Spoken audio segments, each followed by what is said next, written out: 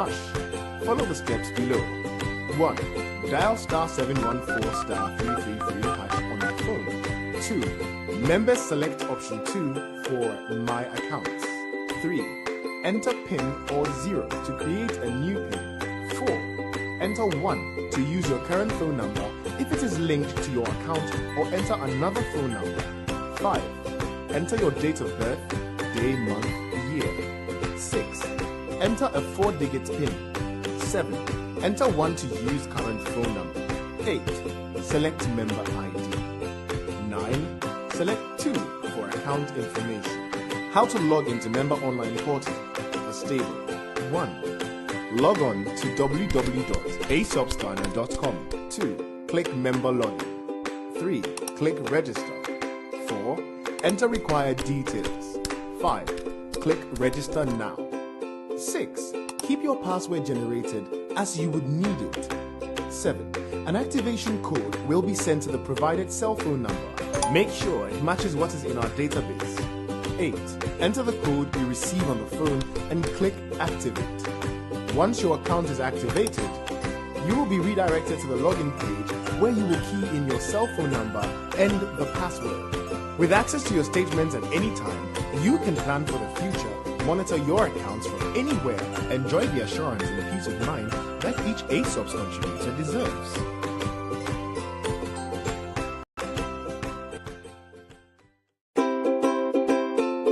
Hi, I'm a nurse and a public sector health worker in Ghana. All public health workers in Ghana are qualified to be part of ASOPS. Ask your employer or check the ASOPS website to confirm.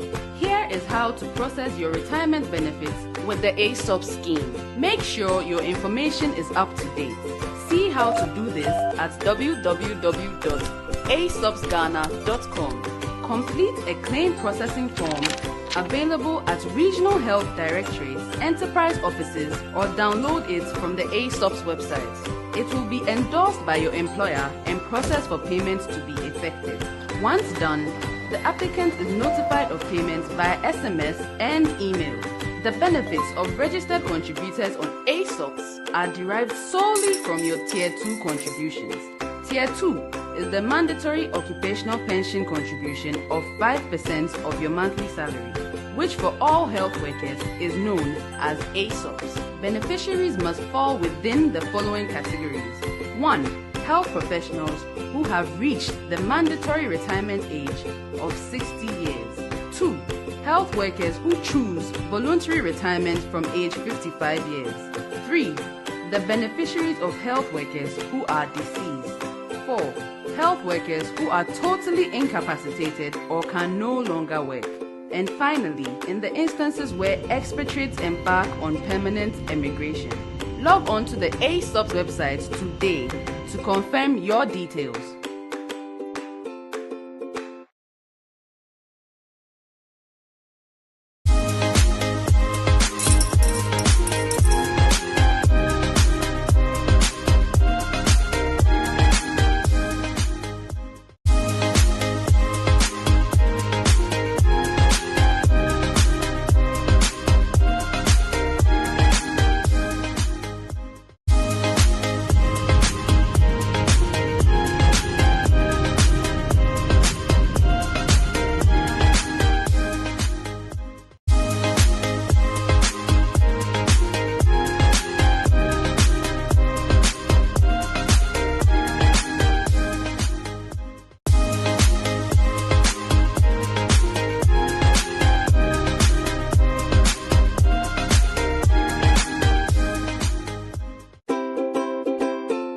Hello, I'm a health worker in Ghana.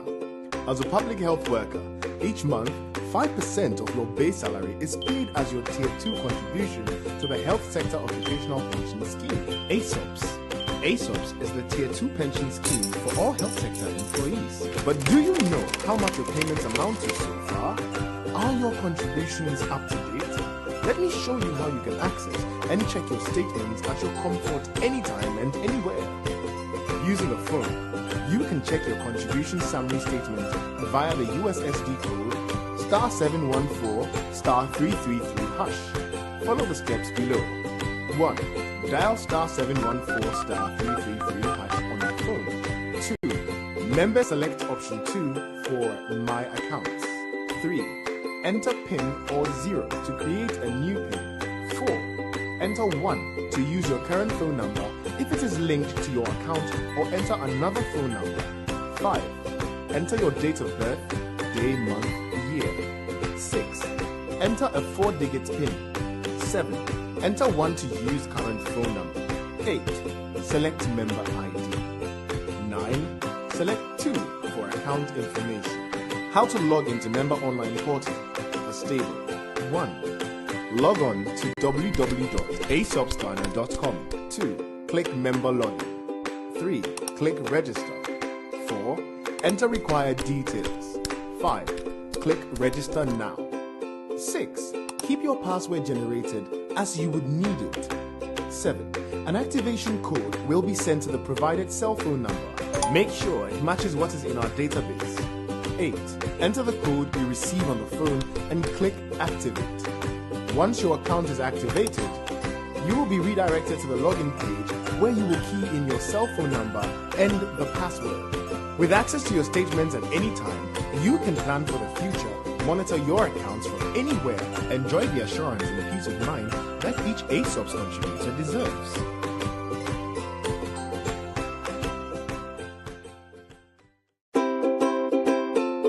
Hi, I'm a nurse and a public sector health worker in Ghana. All public health workers in Ghana are qualified to be part of ASOPs. Ask your employer or check the ASOPs website to confirm.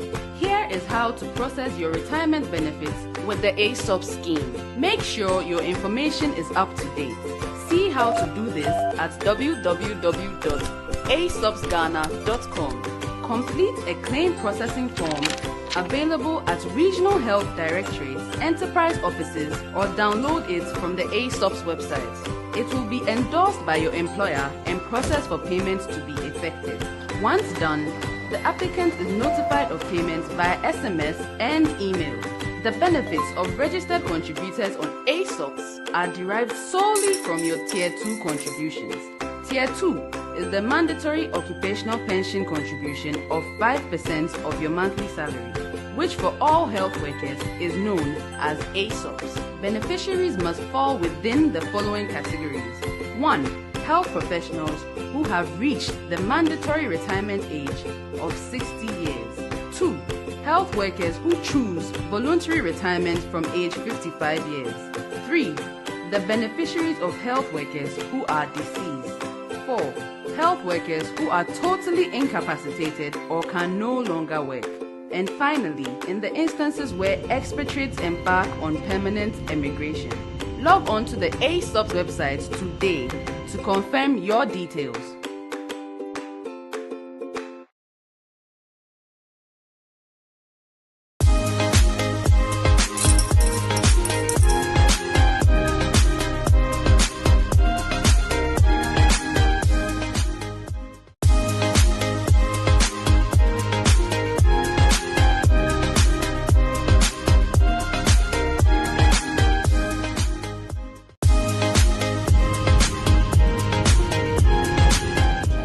Cultural troupe, they've given us some palm wine to drink for the morning, is it not?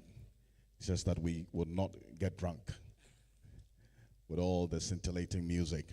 Those of you outside, please join us inside so we can start right now.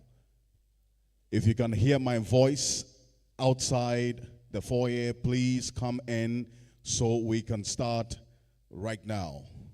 Thank you very much.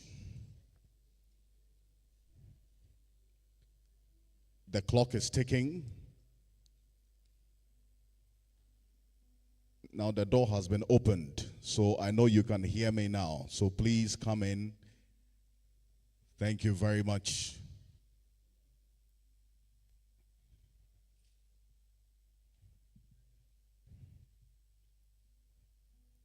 While you take your seats, good morning, distinguished ladies and gentlemen, all protocol duly observed.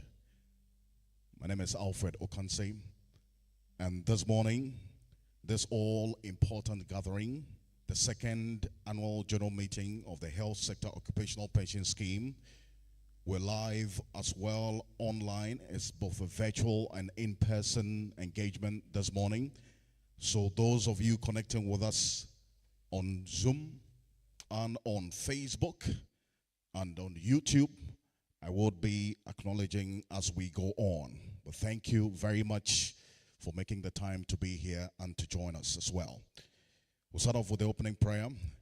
Kindly please help me make welcome Reverend Fred Stephen Sappho of the Church of Pentecost, please. Let's put our hands together.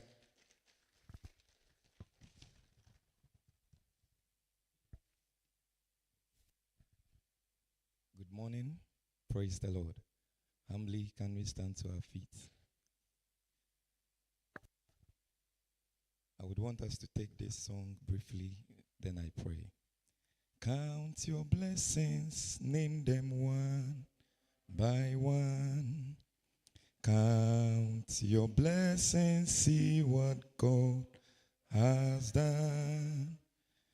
Count your blessings, name them one by one. Count your many blessings, see what God has done. Oh, count your blessings, name them one by one. Count your blessings, see what God has done. Count your blessings, name them one by one, and it will surprise you what the Lord has done. Our Heavenly Father, we want to thank you this morning. We want to give you all the praise, all the adoration. Thank you for the gift of life. Thank you for protecting us, keeping us together with our families. We are so much grateful on today. We thank you for the lives of health workers in the country. We are so much grateful unto you, God, for what you've been using them to do in this country, saving lives, transforming destinies. We are so much grateful on today. We praise you and adore your holy name. This morning, even as we've gathered in this place, we pray committing every proceeding into your hands. From this time to the time we are out of this place, brood upon us, cause your spirit to lead us in every session. And at the end of it all, we have a cause to bless your holy name. Reign mightily in our midst, and at the end, we will praise you and adore your holy name. Unto you be the glory, unto you be your honor, now and forever, in Jesus' name. Amen. You can put your hands together and appreciate God. Oh, please put your hands together for Reverend Stephen Sappho. Thank you very much. At least you can put your hands together if you couldn't sing the song. You know, I know some of you didn't attend Sunday school. You know, when I raised the song, I was looking at the lips of people. You were miming along, you know, but you can count your blessings. At least in this pension scheme, you can count your blessings, can't you? Perfect. Thank you very much. And on behalf of the chair and the host, I acknowledge everyone herein present, but want to also say thank you to those connecting with us across the various virtual connections as we go on. If the Director General of the Ghana Health Service is here, whom I don't see, I know he's on his way. Dr. Patrick Kumabaji will be joining us shortly. Kindly help me acknowledge as well the Group CEO of Enterprise Group. He's on his way. The Chief Executive Officer of the Mental Health Authority would also be joined. If the Executive Director of the Christian Health Association of Ghana is here, please give us a wave. All right. The Chief Executive Officers of Kolebu Teaching Hospital, Konfano Teaching Hospital, also the Tamale Teaching Hospital, and then also University of Ghana Medical Center, and all the teaching hospitals across the country. Any one of them here and present? Right. They're on their way. We have also the Director General, HR, Ministry of Health. Right. HR Director, Ghana Health Service. They're on their way. Yes. The Registrar, Allied Health Council. Any representative from the Allied Health Council? Okay. The Registrar, Pharmacy Council. Any representative from the Pharmacy Council? Okay. The Medical and Dental Council. All right. Nursing and Midwifery Council. Is it my spectacles that are making me see people? Anyway. Right. Okay. So the Director Compliance Unit, National Pensions Regulatory Authority. Anybody from NPRA? All right. Finally, please. Perfect. Thank you very much. The Health Coordinator, Ahmadiyya Muslim Mission. This one at the back, please. Let's put our hands together. Executive Director, Christian Health Association of Ghana. Okay. Also, let's find out if the specialist in charge of the Accra Psychiatric Hospital is here. The specialist in charge, Pantang Hospital. Okay. Specialist in charge, Ankafo Mental Hospital. Yeah, and I know they're on their way. The traffic around Kaswa is too much this morning. President of the Medical Superintendents Group. And Medical Superintendent, Asha Hospital. The Director, Ghana Health Service, Regional Health Directorate, Greater Accra. The HR managers of the various teaching hospitals. Anybody here and present? Okay. Board Chair, Ghana Education Service, second tier, Occupational Pension Scheme. We have Deputy Minister for Employment and Labor Relations here, at least him I can see, please. Former. Please, let's put our hands together. We also have Abuna Amwa, Managing Director, Ghana Stock Exchange, please. Thank you very much. I'll be acknowledging a few more as we go on. But at this moment, we'll hear a welcome address while we get into the reason why we're gathered in here. Help us do that. Dr. Derek Amwating is the chair of the Health Sector Occupational Pension Scheme. Please, let's put our hands together for him.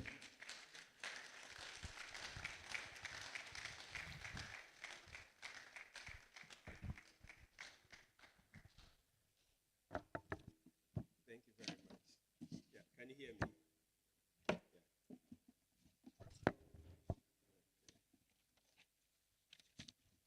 Okay, so distinguished members of the Health Sector Occupational Pension Scheme. Okay, thank you. Honorable Bright Rekubrobe, standing in for the Minister of Employment and Labor Relations. In fact, the Minister himself is on his way, and very soon he will join us as well. We have a lot of very guests, invited guests. I'm sure a lot of them have been introduced, and many more will be introduced. We have representatives from the Ministry of Health, represented by Mr. Frank Raj. The minister could not make it, but his rep is here. And all other invited guests. I want to use this to acknowledge you greatly for making time to be part, both physically and virtually, to be part of this a very important meeting. This is the second of such gatherings as we look at annual general meeting, the first one happening in 2022. And on behalf of the Board of Trustees, I want to thank all of you for your continued support. This AGM is being organized under the theme, Safeguarding the Achievement of Tier 2 Funds, a collaborative duty of stakeholders. Safeguarding the achievement of Tier 2 funds, a collaborative duty of stakeholders. And this theme highlights the importance of our shared responsibility to protect and grow these funds, the funds of all Tier 2 schemes for the benefit of contributors. The Tier 2 funds in Ghana have done significantly well over the years. In fact, over the last decades, we have moved from almost zero to over 30 billion, and I'm sure those from NPRA and others will talk about it. And that tells you how important this three-tiered scheme is for the growth of our nation, and especially for us here in the health sector occupational pension scheme. And despite this these problems and all that we have had, it's imperative that we collectively safeguard the gains that have been made and ensure that the funds continue to grow for the benefit of all contributors. In the year under review,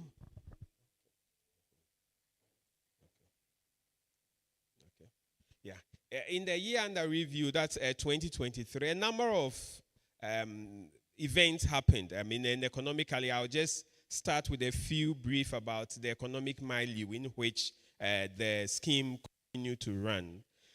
We had a GDP growth of about 2.9%. Inflation had come down from the year preceding year was over 54%, and it had come down to 23%. And so it tells you we started with an inflation as high as 54%, and then we ended with 23%. The monetary policy rate remained at 30% for most part of the year. The GCE composite index, today we have the stock exchange boss herself here. She would give us some highlights about it. It looked like it was around 28%. But the financial stocks where we had actually invested initially the year before, a lot of funds actually didn't do so well. But together, the stock exchange, the composite index was about 28%. The economy grew modestly, about 2.9%. And we all know that following COVID, a lot of countries were not doing so well. And this was impacted by the financial challenges, including the debt sustainability concerns that were raised. And that actually culminated in the domestic debt exchange that we realized in the year 2023. Inflation decreased, as has been mentioned, and then the stock exchange growth had been described. Treasury bill rate fluctuated in the year under review, that's for 2023, and initially declining before rising again towards the end, the latter half of the year. The surge of the treasury bill rate reflects the government needs for domestic financing and then the market uncertainties that happened in the year 2023. The domestic debt exchange program was extended in the year 2023 to pension funds. And the scheme participated in this enhanced exchange. And you realize, if you look at historically how the exchange came about, it started from a zero coupon rate. A lot of engagements were held. And within the period, the exchange, the pension schemes were able to negotiate. And we got an enhanced position. That gave us a yield of in excess of actually 18% as against the almost zero coupon that was proposed initially. The new bonds will mature in 2027 and 2028, and it's anticipated that bonds will be honored accordingly, since coupons have so far been paid without any fail. So despite all these positive balances that have been experienced, the cedi depreciation in the early part of the year 2023 was actually one of our greatest problems. And for some time. Fortunately, it stabilized towards the middle, but continued to depreciate again at the end of the year. The scheme participated in the MTN localization program, and we bought significant shares in at discounted prices. And we have actually become one of the top 20 shareholders of MTN as we speak here. I'll say a few things about the Board of Trustees and their performance of the scheme. The scheme was run by a 15-member Board of Trustees. There were 3 changes in the Board of Trustees for the year under review. We had Dr. Justice Jansen, Mr. Emmanuel Yawapia, and Mr. Hamidu Adakurugu, who exiting the board. And to replace them, we had Mr. Jones Afriye Anto. If you're here, maybe just give us a wave. Yeah, Mr. Jones Afriye Anto, Mr. Frank Raj, and Miss Gifty Anka. Or maybe you give them a clap offering, yeah. Now, asset allocation. Investment objective for the scheme has always been to preserve the fund value and minimize risk, as well as obtain an optimal return for at least 3.5% above inflation. The scheme complied fully with the MPRA investment guidelines and suffered no sanctions in the year 2023. Before I conclude, the investment performance for the scheme, we started with an AUM of about 2.8 billion, but we ended the year at 3.9 billion, making a gain of about a growth of over 1.1 billion Ghana cedi over the year 2023, and that actually, yeah. That actually reflects a 40% growth, which is quite significant looking at what happened in the year 2023. Our membership started with 205,494 and then ended at 227,964. That's about 11% growth of new members. Key activities. I'll just mention briefly 5 key activities that happened in the year under review. One of them was the fact that we launched a new app, the HSOPS app that was launched. And this app was launched to be able to make engagement with our members easy, so that you can just pick your phone. Once you go to the app HSOPS, you could download from either iOS or App Store or Google's Play Store. Yeah, and then once you download, you can have access to a lot of events that are happening within the scheme, even including your contributions and then your statement. And so that was one of the key things that happened. We also opened a new secretariat early part of 2023 in Kumasi, and the secretariat has been functioning since then. We did a lot of improvement in our onboarding strategy, and then also we tried to look at getting a lot of people to fill the benefit nomination forms so that we can get to know them better in the year 2023. Additionally, a nationwide IGF facility enrollment program was launched, and we onboarded about 69 new facilities.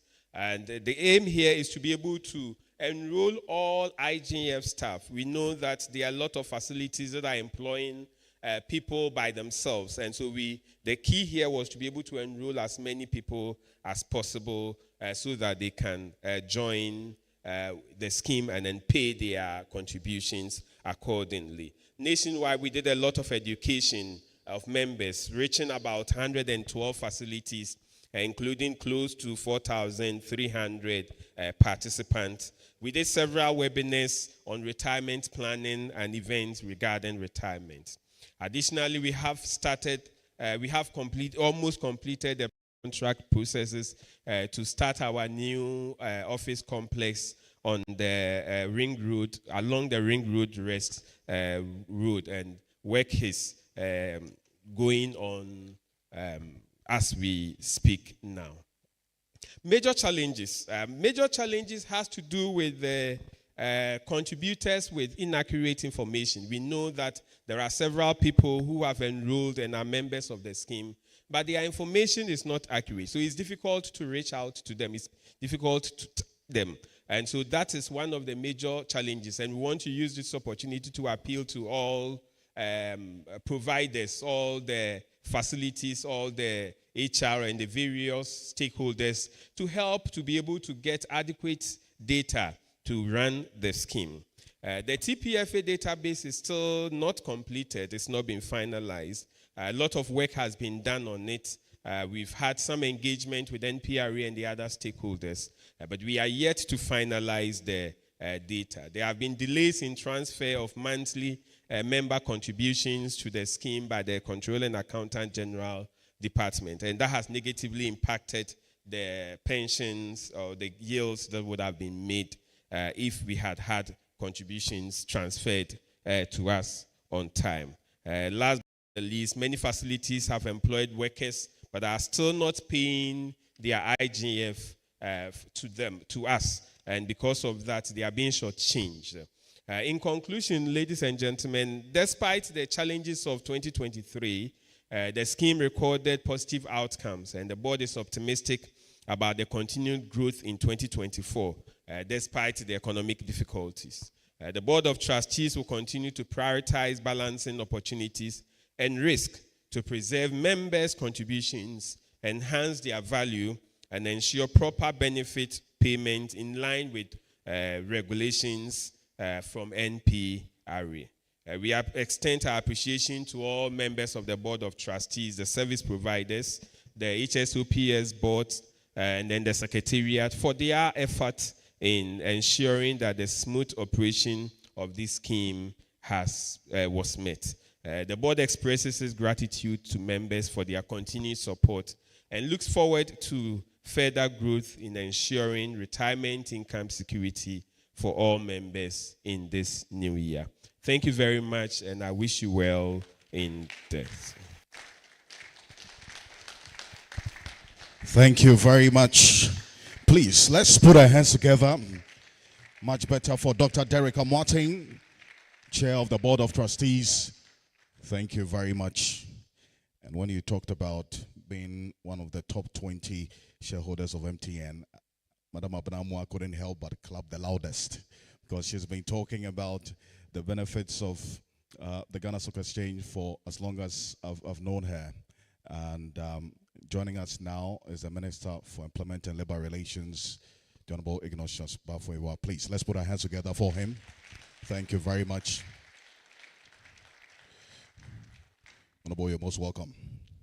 Great. So you know we've been waiting for you. Yeah. But also, let me acknowledge the presence of the President and the executives of the Ghana Registered Nurses and Midwives Association. Please, let's put our hands together for Madame Perpetual Foriampofo and her executives here in present. Thank you very much. Also, the Health Services Workers Union of Ghana, of the TUC. Thank you. If you're here, you just wave me. Plenty of them are here. Perfect. Thank you very much. The Ghana Medical Association, I see Dr. Frank Sebo is here together with the members. Please, let's put our hands together. Thank you. The Ghana Hospital Pharmacist Association, GOSPA. Fantastic. Please, let's put our hands together for them. Also, we have the Ghana Association of Certified Registered Anesthetists. Great. All right. And the Medical and Laboratory Professional Workers Union. Perfect. Let's put our hands together for them. Ghana Physician Assistants Association. Thank you very much. Also, the Health Accounting Staff Association of Ghana, HASAG. Great. And the group that I love the most, the Mortuary Workers Association of Ghana. Yeah. Where are they? Yes. Please, let's put our hands together for him. Thank you. You stood for so long. You like fun, so? Hey, my brother. Anyway, we'll take some brief messages from the service providers. Mr. Joseph Ampofo is the General Manager, Enterprise Trustees Limited. Please, if he's here, we could just take a quick word from him. Let's put our hands together for him.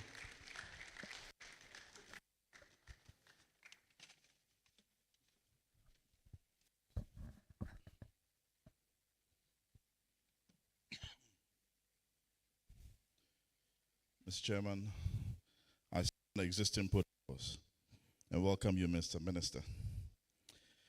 Season's greetings from Enterprise Trustees Limited. Dear valued members of Health Sector Occupational Pension Scheme, as we approach the end of the year 2024, extend our warmest wishes to you and your loved ones. Despite economic uncertainty and the DDEP in 2023, we are grateful that our pension schemes remained unaffected. This year marks a milestone for members of the Enterprise Group. It is our centenary. As part of the Enterprise Group established in 1924, Enterprise Trustees, your administrator, takes pride in the of service and employment for Ghanaians. We are thankful for your loyalty and trust over the past century. Our partnership with HSOPS has yielded remarkable results. Espoused by the chairman, AUM stands at 3.9 billion. That is growing by 47%. Returns at 40.93%, the highest ever recorded. Membership exceeding 227,000, growing at 4% quarterly. And paying 3,931 members, close to 94 million. The highest benefit paid in 2022 was about 90,000. In 2023, 189,000. We, administrators, have assisted this scheme, and for me, it's one of the most vibrant public sector schemes. And Mr. Minister, again, let's applaud the board. They are an amazing group of people.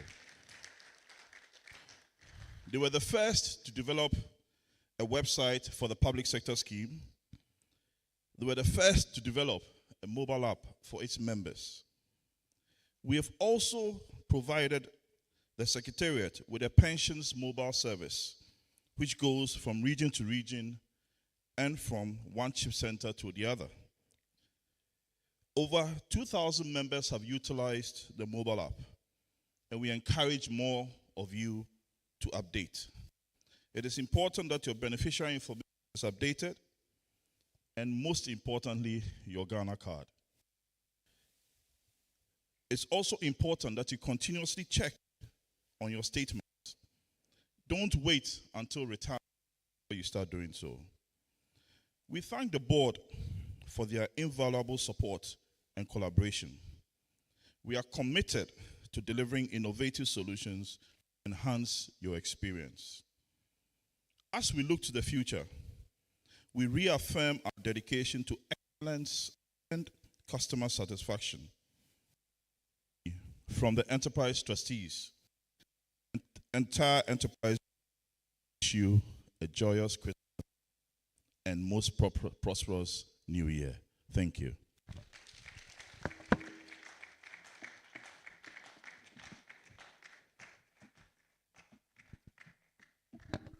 Thank you very much to Joseph Ampofo.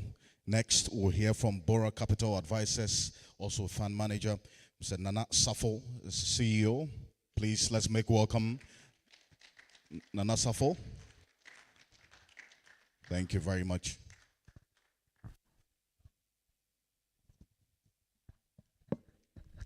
Thank you very much. And may I stand on existing protocol and say,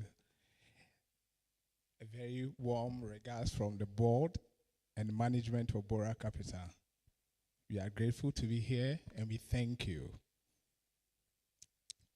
We appreciate that this, in fact, is arguably the best public sector run scheme in the country.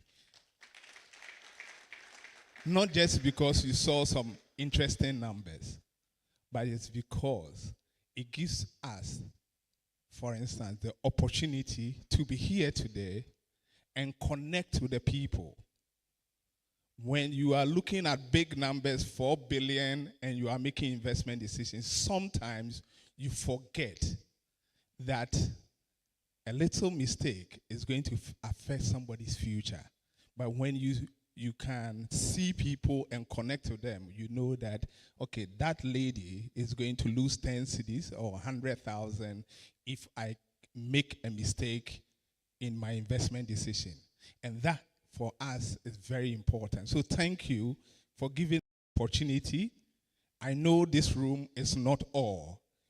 When we were just mentioning even heads of department, you could see a very tall list. Extend that to the number of people. You have over 120,000. Thank you very much for this opportunity, and I urge you to continue. In fact, we thank the Board of Trustees and other service providers for the collaboration and partnership.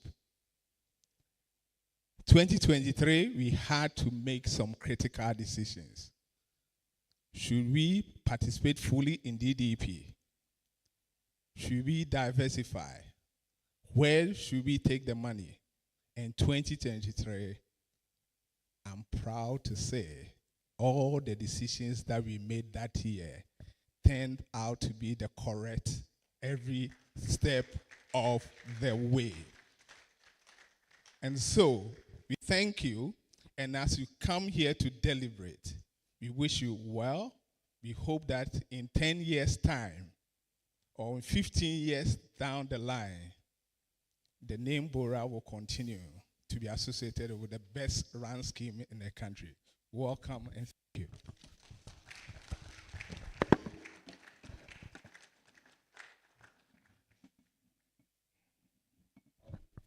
Thank you very much, Mr. Nasafo. And when you said this is the best public sector run scheme, I didn't hear that round of applause that really reflects the fact that you are proud. Thank you. Thank you very much. Wonderful. We'll now hear from Delta Capital Advisors Limited, the fund manager, Samuel Asiedu, the executive director, is here. Please, let's make welcome Mr. Asiedu.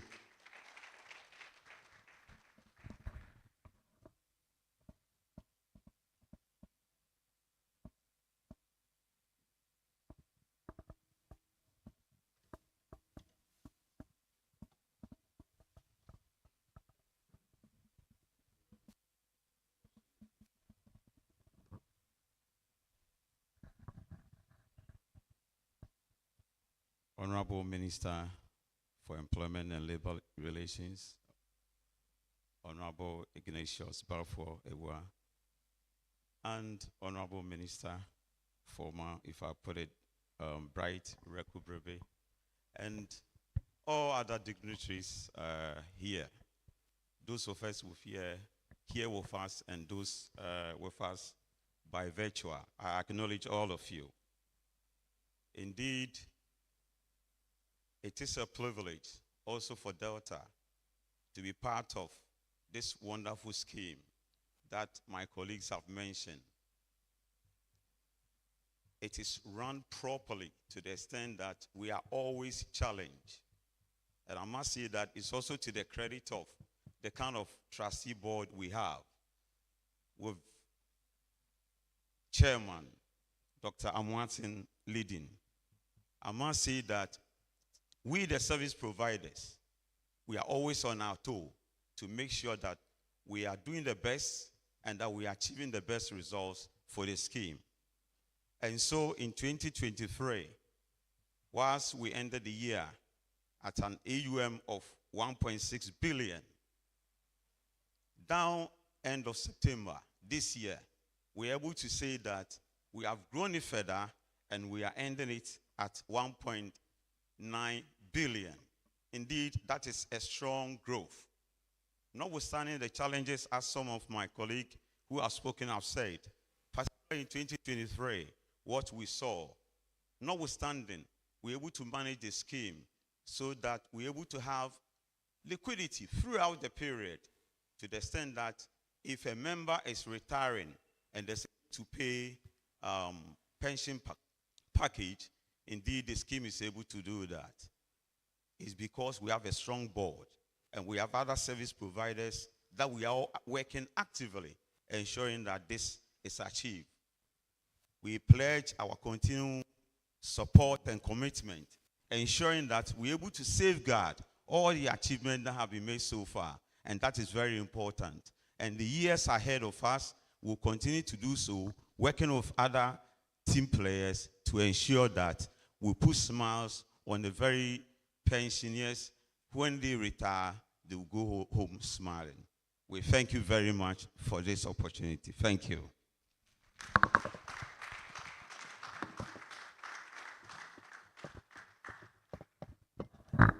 Thank you very much. Indeed, go home smiling. We'll hear, last but not least, from the final service provider, Cal Bank Custody Services Custodian, Elias. If Elias is here, please, let's put our hands together. Thank you very much.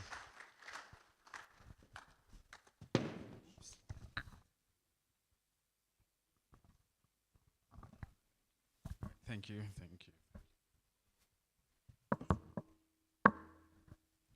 All right. So, Your Excellencies, the Chairperson for the Health Sector Occupational Pension Scheme, Dr. Derek Boatin, the Special Guest of Honor, Honorable Ignatius Baforio, Minister of Employment and Labor Relations, the Honorable Minister of Health, the Chief Executive of the National Pensions Regulatory Authority, Mr. John Kwanin Imbro, the Chief Executive of the Ghana Stock Exchange, Madam Abnamwa, distinguished members of the Board of Trustees, fellow service providers, distinguished guests, ladies and gentlemen. At the outset, let me, on behalf of my CEO, express the bank's sincere appreciation for the privilege of serving as a custodian to this esteemed pension scheme. It is an opportunity we do not take for granted and work diligently daily to deliver value to you, our stakeholders. Cal Bank's journey with the Health Sector Occupational Pension Scheme began in 2016, and like many partnerships, it has offered tremendous opportunities. The learnings and insights from the partnership has also fundamentally enhanced the value provided to scheme members, with the sole objective of ensuring that each member retires with a smile, which is a motto of this noble scheme. And the assurance we would like to give to scheme members, the Board of Trustees, as custodians for the scheme, is to safeguard and secure the assets of the scheme. And this cardinal responsibility will never be lost on us. And I'm sure it resonates with the theme which says safeguarding the achievements of Tier 2. So our assurance is we would safeguard and protect the assets of the scheme. So starting 2023, Cal Bank Custody Services had assets under custody of approximately 2.1 billion Ghana cedis, as alluded to by the earlier speakers. And this grew to 3.9 billion Ghana cedis approximately by the end of December 2023. And this represents an 85% growth. And as at the end of Q3 2024, that's this current year, the figures stood around 4.6 billion Ghana cedis. And I'd like to say this growth is a testament to the robust framework and diligence of the Board of Trustees and the professionalism of all the service providers involved and under the supervision of our regulator the National Pensions Regulatory Authority.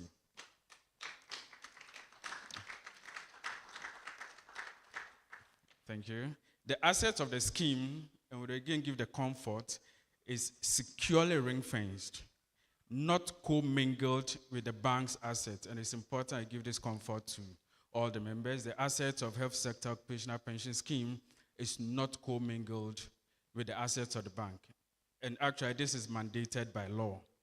And to this end, we would like to give assurance to everybody.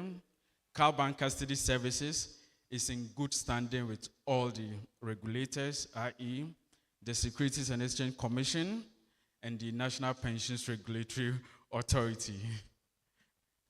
Mr. Chairperson, in conclusion, I wish to thank the Board of Trustees, scheme members, and fellow service providers for the privilege of being the custodian for the best public sector pension scheme.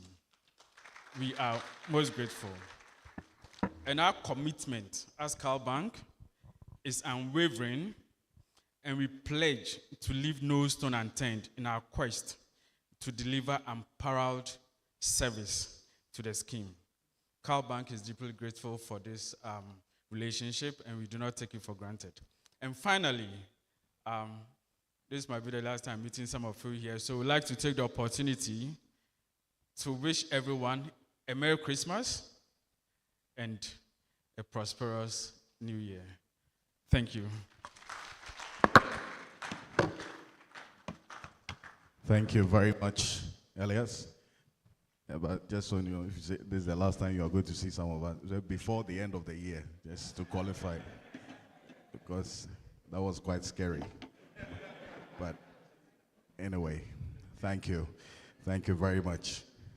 But the Palm Wine Cultural Troupe will give us just 3 minutes of music while we get ready to hear from our guest speaker, Mr. John Quening-Bro, who is represented here to speak as well to us. So, over to you. Thank you.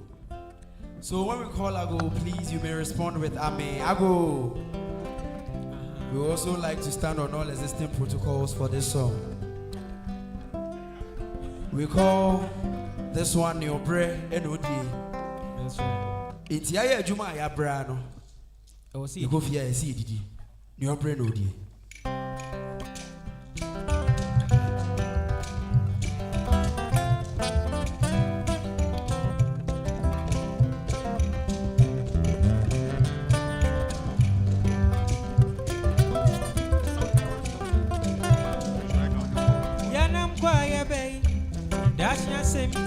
Bibi, Mini, see Bibi, Woody, Yakwa, Rebay, Yagusua, Jumain, Dashia 70, see Bibi, Woody, if he said, Young Breno, dear, Young Breno, dear, Young Breno, dear, and you come on, if he said, Young Breno, dear, Young Breno, dear.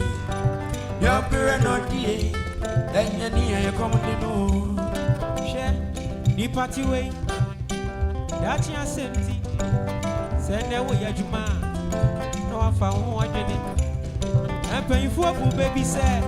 Who somebody has super do. If he said, that's it, you come to me back. Ain't he a good say, Juma? Young guy who said, I'm going to your I am fire who are in it. Nan your breno dear, your breno dear, your breno dear, and Yanni upon the no. If he said your breno dear, your breno dear, your breno dear, and Yanni upon the no. If he said your breno dear, your brain, your breno dear, your brain, your breno dear, and Yanni upon the no.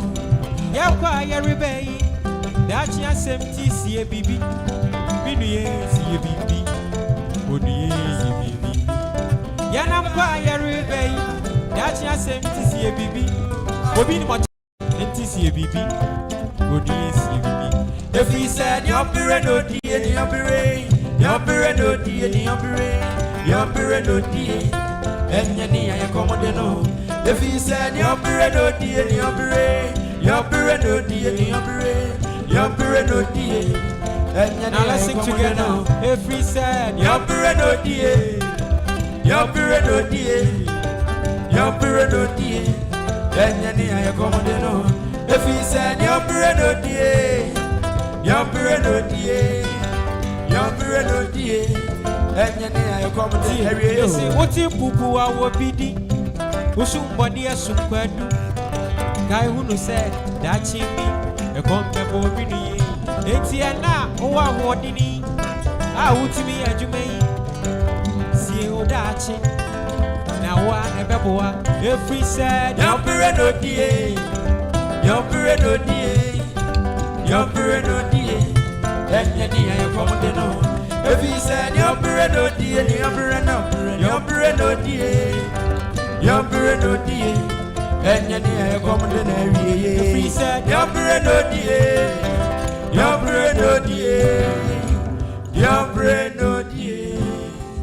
Enyani ya komode no. Thank you. Wonderful. No bread, no dear. Thank you very much, Palm Wine Cultural Troupe. And that leads us to our next item on the program. I saw Dr. Jasek Johnson around. But yes, there you are. Please, let's put our hands together for him. He's one of the few doctors I know who is a lawyer, who is a finance expert. You are everything. I mean, except the other ones. Anyway, it's good to have you. We'll hear from the National Pensions Regulatory Authority, NPRA, and we have Madam here representing the CEO. Please, let's put our hands together for her. Thank you very much.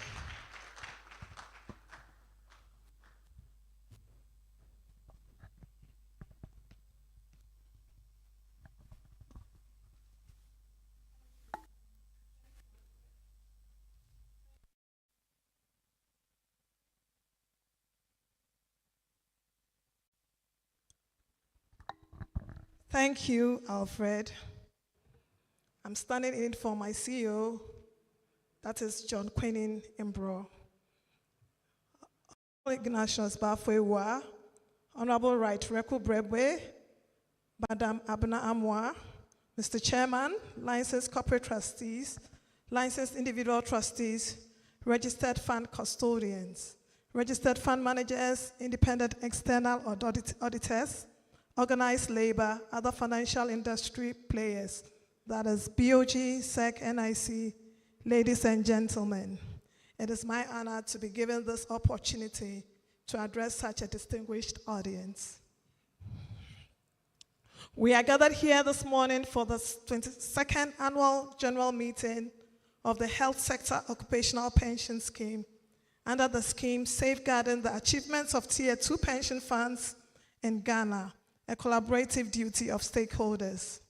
After almost 14 years of implementation of Act 766, this theme comes very handy for all stakeholders in the pension space by highlighting the need to safeguard the gains made so far. My expectation for the AGM is to share and learn from our various experiences, and I look forward to a fruitful deliberation. Mr. Chairman, distinguished ladies and gentlemen, I have been asked by the organizers of this event to give my take on the theme for this occasion. I intend to take a head count to acknowledge the stakeholders within the pension space, highlight the achievements chalked so far, and discuss some action points that are necessary to safeguard the achievements made. Mr. Chairman, as you may be aware, the National Pensions Act 208, Act 766, established a contributory three-tier pension scheme, a move away from a solitary scheme with its sole manager. This extends the scope and players within the industry and assigned greater responsibilities to stakeholders. In no particular order, the following stakeholders have played different roles: the employee contributor, the employer, the Social Security, and National Insurance Scheme, SNED, licensed corporate trustees, licensed individual trustees, registered fund custodians, registered fund managers, independent external auditors, organized laborers, and other financial industry. All these stakeholders have been part of the success story within the past 14 years. I say Ayiko to you all. Especially organized labor, the forum, and the various unions under the health and allied services who have worked tirelessly to bring value to your members. Over the years, we have seen the achievement of certain milestones under Act 766, both from the law itself as well as from its implementation. Mr. Chairman, permit me to outline a few of these achievements. A contributed 3-tier pension for all workers. This has provided multiple schemes for mandatory participation and the option to add on voluntary within the Tier 1, 2, and Tier 3 respectively for formal sector workers, and enhanced the informal sector workers' ability to participate in pension under the Tier 3 personal pension space. Diversity and flexibility in scheme management. We currently have 28 active corporate trustees running over 100 master trust schemes. MTS, that is the multiple employers, and 26 group personal pension scheme. In addition to this, there are over 80 employer-sponsored schemes. When you say the employer-sponsored scheme, we're talking about the single employer and in operation. And it is worth noting that HISOP is an ESS, that is an employer-sponsored scheme. We have licensed 900 individual trustees and registered 18 custodians and 41 fund managers who collaborate on the day-to-day administration of these registered schemes. There are currently 41 audit firms operational in our industry, providing assurance services to trustees and the members of the various schemes. With regard to regulatory supervision, the NPRA was created by Act 766 to provide regulatory supervision for all industry players. The composition of NPRA's governing board, as provided for under Section 8, emphasizes the role of all stakeholders in providing oversight in our industry. The board consists of chairperson, the chief executive of the authority, the president's nominee, a representative of MELA, a representative of BOG, a representative of SEC, 2 representatives of organized labor, 1 representative of the Ghana Employers Association, 1 representative of the National Pensioners Association, and a representative of the AG, the Attorney General. Mr. Chairman, the role of these stakeholder representatives to the achievement realized in the supervision of the industry cannot be overemphasized. Now, regarding the growth in pension funds, all 3 tiers have seen significant increases in assets under management. The Tier 1 scheme has increased from 5.56 billion in 2013 to 20.47 billion as at the second quarter of 2024. The Tier 2 and 3 have also increased from 1.3 billion to 57.73 billion for the same period. Mr. Chairman, for the first time, a moderate improvement has been made in the personal pension space. As at the second quarter of 2024, over 756,000 informal sector members have been enrolled with AUM of over 850 million Ghana cedis. Domestic debt exchange program. Although all individuals as well as institutional investors suffered various levels of haircut in the DDEP, pension funds did not suffer any in the exchange. Rather, efforts were made to conserve pension fund holdings with a 15% exchange markup and payments in kind as well as the 10% strip warrant. Mr. Chairman, permit me to state that these gains were made through the collective efforts of all stakeholders, especially organized labor, the forum, and the Chamber of Trustees. Mr. Chairman, as part of our broad mandate of ensuring retirement income security, all stakeholders led by the NPRA have an urgent task to safeguard all these achievements. The overarching call to action is to maintain and continuously improve transparency in the operations of the scheme. To achieve this transparency, the following specific actions are ongoing and must be enhanced. That is, strengthening regulatory oversight. The NPRA shall continue to enforce strict regulatory standards, conducting regular on-site and off-site inspections of the schemes, corporate trustees, fund managers, and fund custodians. In addition to this, employer compliance visits and investigations will be intensified. To enhance this regulatory oversight, the authority is also leveraging technology for efficiency and accountability through a transition from compliance-based to risk-based supervision and the deployment of a software to automate its regulatory processes. The RBS system that has been deployed provides real-time interaction between the regulator and all stakeholders.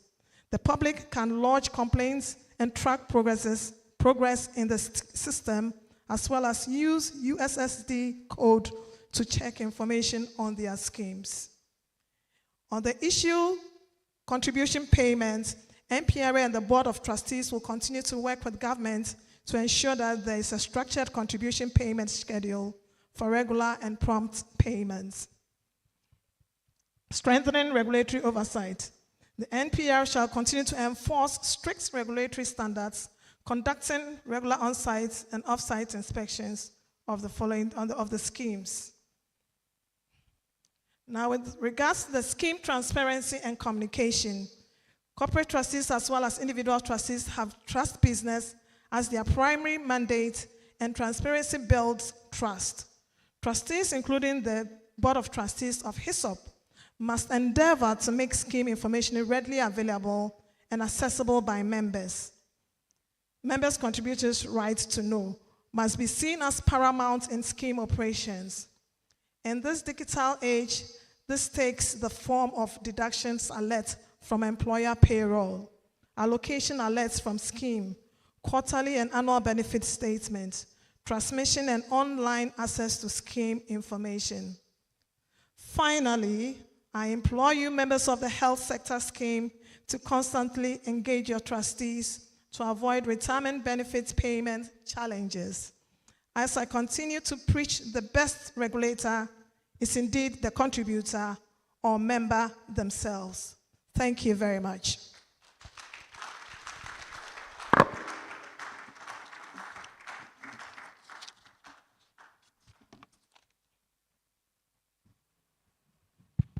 Thank you. Thank you very much, National Pensions Regulatory Authority, NPRA. We will now hear the keynote address. Yes, and to help us, in fact, give us the keynote address for the morning, Madam Abena Amoah is the CEO of the Ghana Stock Exchange. Please, let's make welcome. Thank you very much.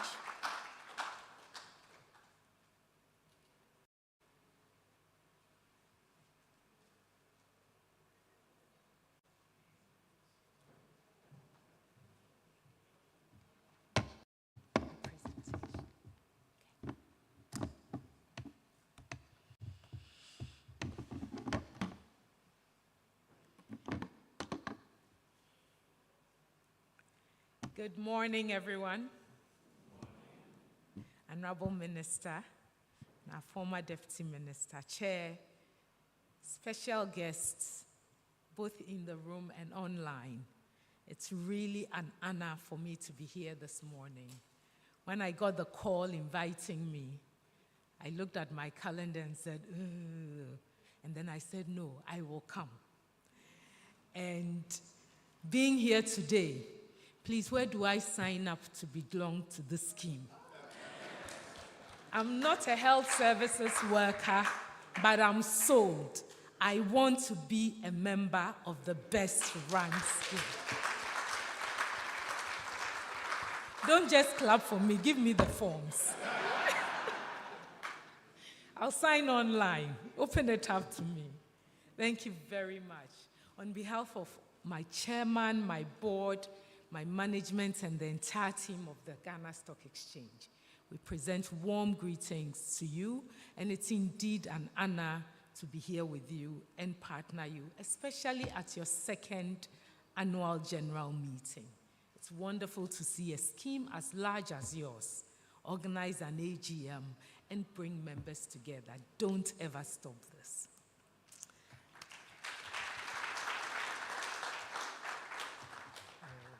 I have a presentation that's to be put up online. Is it on? Was emailed. Okay. Very good. So thank you very much for that. So thank you again for inviting me to share some thoughts on this theme. And the theme is so timely because we must really secure the future of pensions. I stand here myself as a contributor to a pension scheme. I stand here as someone who grew up watching my dad work at one of the multinationals. In fact, he retired as the second in command of Shell Ghana Limited. He worked all his life at Texaco. Texaco was acquired by Shell. And I expected my dad to retire and live a normal life on his pension. But sadly, that was never the case. I see what his pension is, and it doesn't even buy electricity to cover the house bill. And it made me very scared of poverty in old age. And that, for me, was what drove me to get into investment banking. So I take investment very personal. I take it very, very personal. And for me, every Ghanaian who has worked honestly, didn't spend frivolously, saved, invested in companies, people that wanted to run companies in Ghana, invested in our government to take money, run the civil service, do infrastructure projects, run our hospitals, run our schools so our nation does better. Invest in companies that want to produce goods and services, create jobs, solve problems, empower employees so they have something to do. Anyone who does this must have a good life when they go on pension, must live in dignity when they go on pension. I see too many pensioners, 5 years to go, and they are stressed. I see too many pensioners, 2 years after receiving their pension, they are just despondent because that money does nothing. And we must change that. And that is what you are changing. So looking at the statistics of where this Tier 2 scheme has come since it was liberalized, it just made my spirit soar. Congratulations, thank you for that.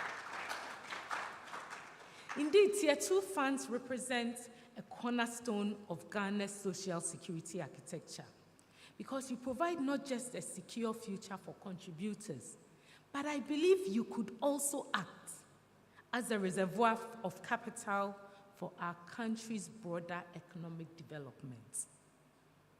With prudent and strategic management, I believe that Tier 2 funds can facilitate both personal and wealth creation and long-term economic growth.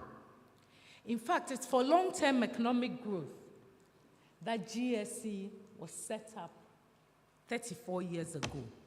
And its vision was to drive wealth creation and accelerate Ghana's economic development by providing platforms for the raising of capital and investments. Before I get into my presentation, allow me to share the usual disclaimers, especially the fact that I've borrowed research from other experts just to illustrate some of the points. So as I say, this is GSE's vision, and it's really to facilitate access to capital by our corporate sector, by entrepreneurs, by SMEs, by large companies, by people doing even startups, and give all of us an opportunity to invest in their businesses so that as we run our everyday jobs, work as doctors, work as nurses, work as mortuary people, the savings we make go towards these specialized groups who will work it and make a good return and give some back to us. So having said that, my presentation will cover 4 main areas. Our pensions, and I want to situate where we are in Africa, where we are in Ghana, and I'll share some thoughts on what I think we should start looking at for the next decade. And it will be really remiss of me if I'm here and I don't talk about my favorite subject of all, the Ghana Stock Exchange. And then I'll talk about some of the things I believe we should do going forward. So I'd like to look at some very phenomenal research around financial markets in Ghana, in Africa. And I believe they are good benchmarks, because if you don't know where you are going, you can go everywhere. So it's always good to have a target. And one of the best I've seen is one called ABSA OMFIF Financial Markets Index for Africa. It's online, it's free, and I recommend that everyone should take it, should get it and look at it. The latest one for 2024 just came out 2 weeks ago, was launched. And this index it tracks about 29 African countries in this edition of it. And Ghana, for the year 2023, which largely covers it, dropped 1 spot to Botswana, to the 7th position. And the main thing that even allowed us only to drop 1 spot was what our chairman talked about, that inflation came down from about 54% to 23%, and we got also a legal opinion. But what is more of benefit or should be of interest to us is this page.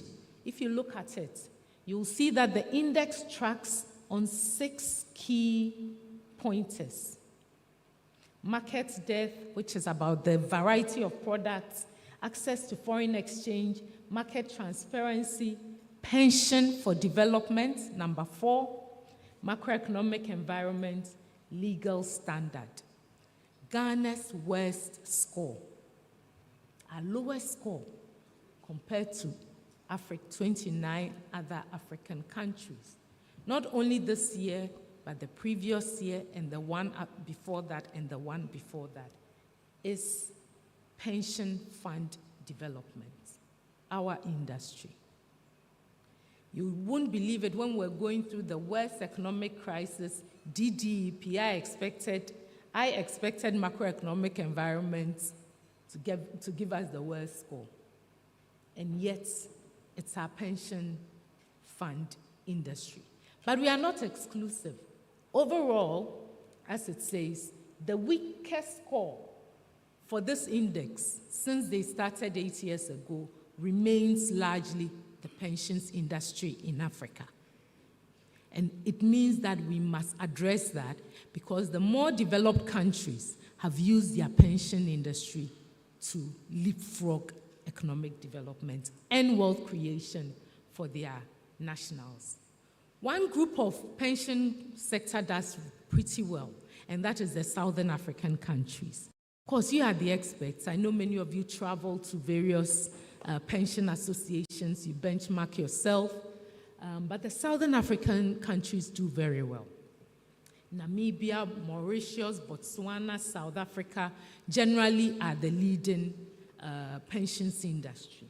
And generally, you'll see that their pensions are, Namibia's is over 100% of the whole country's wealth.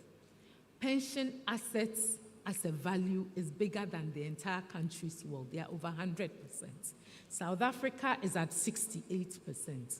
But this figure, which looks at pension assets per capita, Ghana sits with Zimbabwe somewhere there.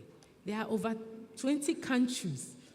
They are in-laws. We know we love them because of Robert Mugabe. We don't want to stay far. But what we want to aim for is the top. And we've shown that Tier 2 is able to do it. So how do we get to the top? Because we want to make sure that in 20 years, when someone goes on pension, the real value of what they expect to get really is something that gives them dignity. That gives them dignity. We know the children we are raising today. My father has me luckily. I know I don't have my son. I'm on my own. Very well. So another key function, another statistic I looked at, it shows penetration, coverage of the labor force. And sub-Saharan Africa, of course, is one of the lowest even compared to the rest of Africa. And you see the world, 53% of the labor force is covered under pension schemes. And here we have even much lower rates. So this is what I was talking about earlier, where some of the countries are as high as over 100% of pension assets compared to the entire country's wealth. Can you imagine? In dollar terms, I will retire early in Namibia. Very wealthy. In Ghana, we are at 8%, again close to our darling Jollof sister, Nigeria. We need to leapfrog them and go very far. Here I want to show you just a few statistics about the asset composition. Ghana didn't make this list, and I'm sure we all know why. We see there are a bit more colors in some of the graphs. Equities is the deep green one. Yes. Fixed income listed. Real estate, they looked at the Ghana bar and it was one color. Only deep green, like Nigeria. So they didn't even put us on this. But we have time to fix it because Africa boasts, as we say, the youth bulge. The youth bulge helps us. When you look at the US, when you look at Europe, you see they have problems. But please, all the men in the room, please take note of the Africa graph. Sometimes you people tell us that there are 7 women to every man for marriage. Have you seen the population divide? Health workers, the dark blue is the men, the light blue is the women. Where is this extra 7 women on that graph?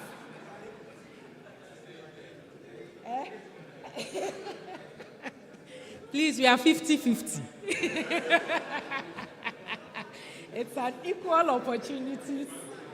Young men, there are no 7 women waiting for each of you. It's just 1 to each. So, but we have this as an advantage. And even in your own statistics, this shows the number of your members between the age of up to 44. They are vast majority. So we can solve some of these problems. And how are we going to solve them? Through technology. And to hear you are the first public pensions to launch a mobile app.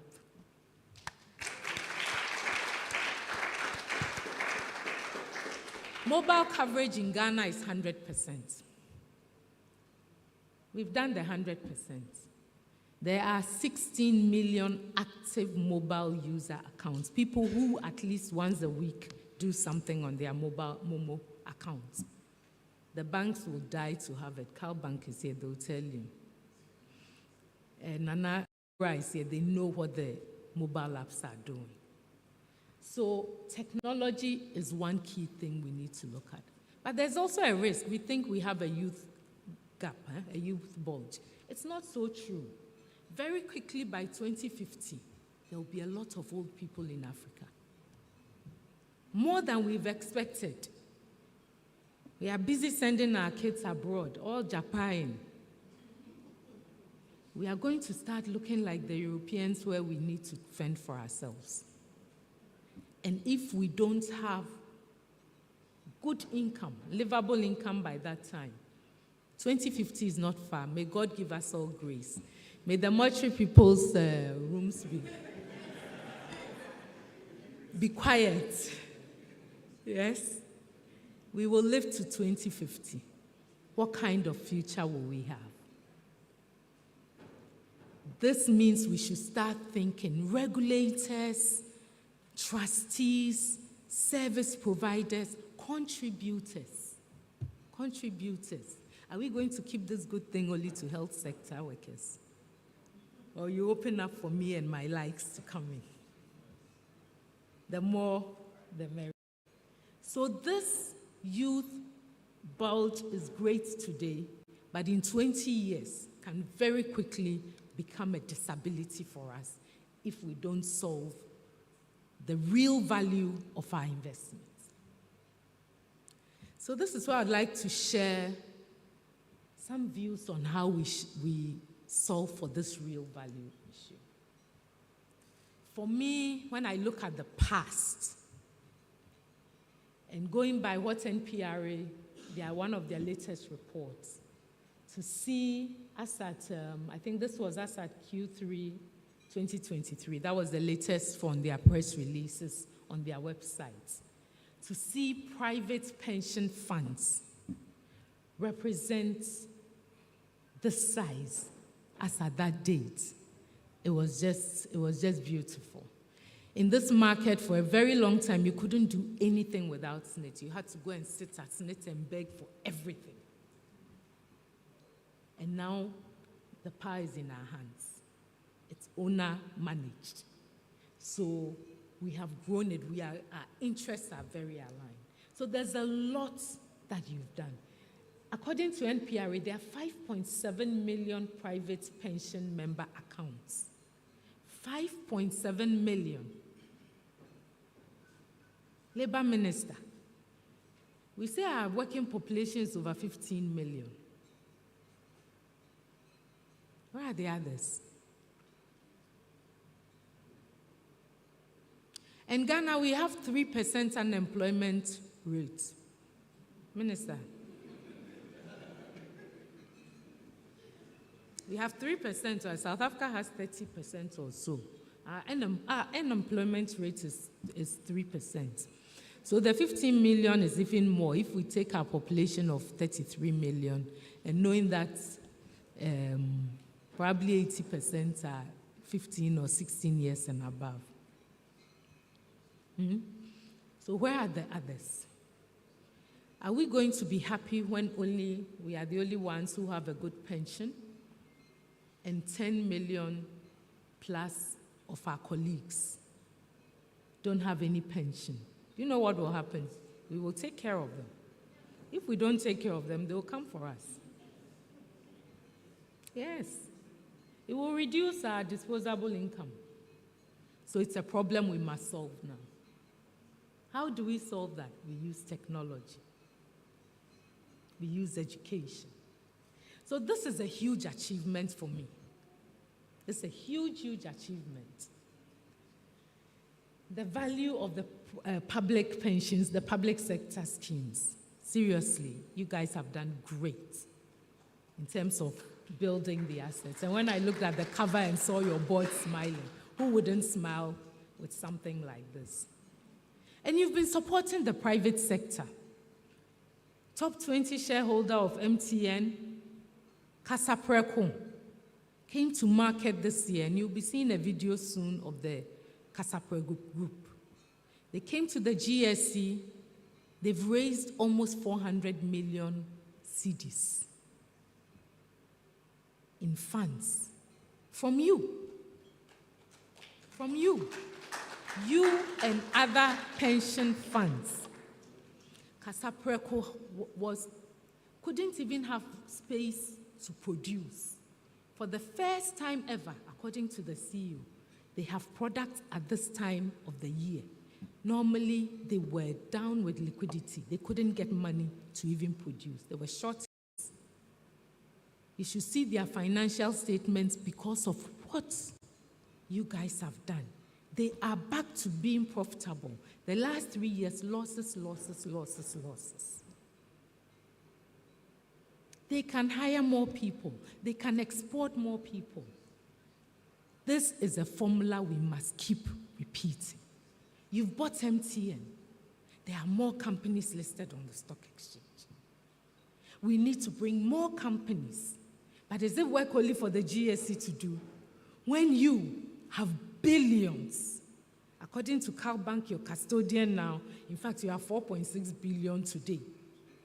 What are we going to invest it in after we finish building our nice office?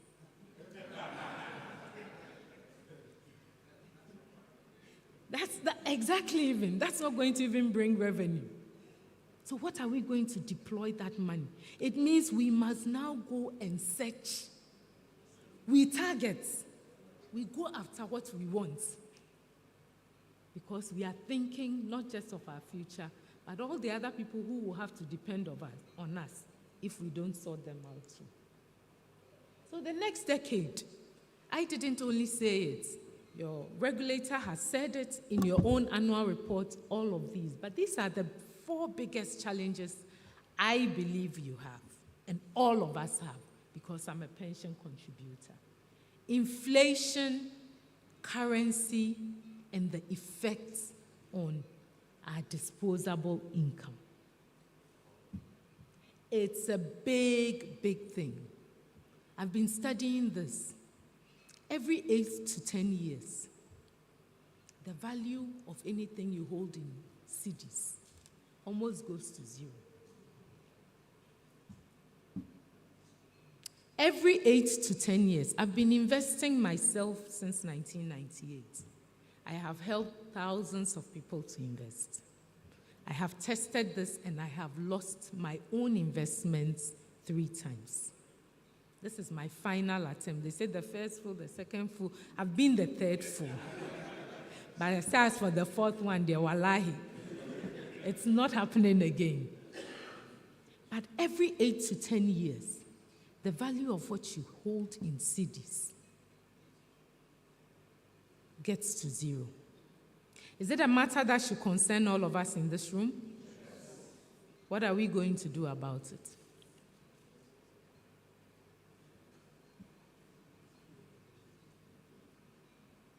So that's one of the key risks I believe faces us. The next one is concentration risk. And I smile when I hear pension assets were spared in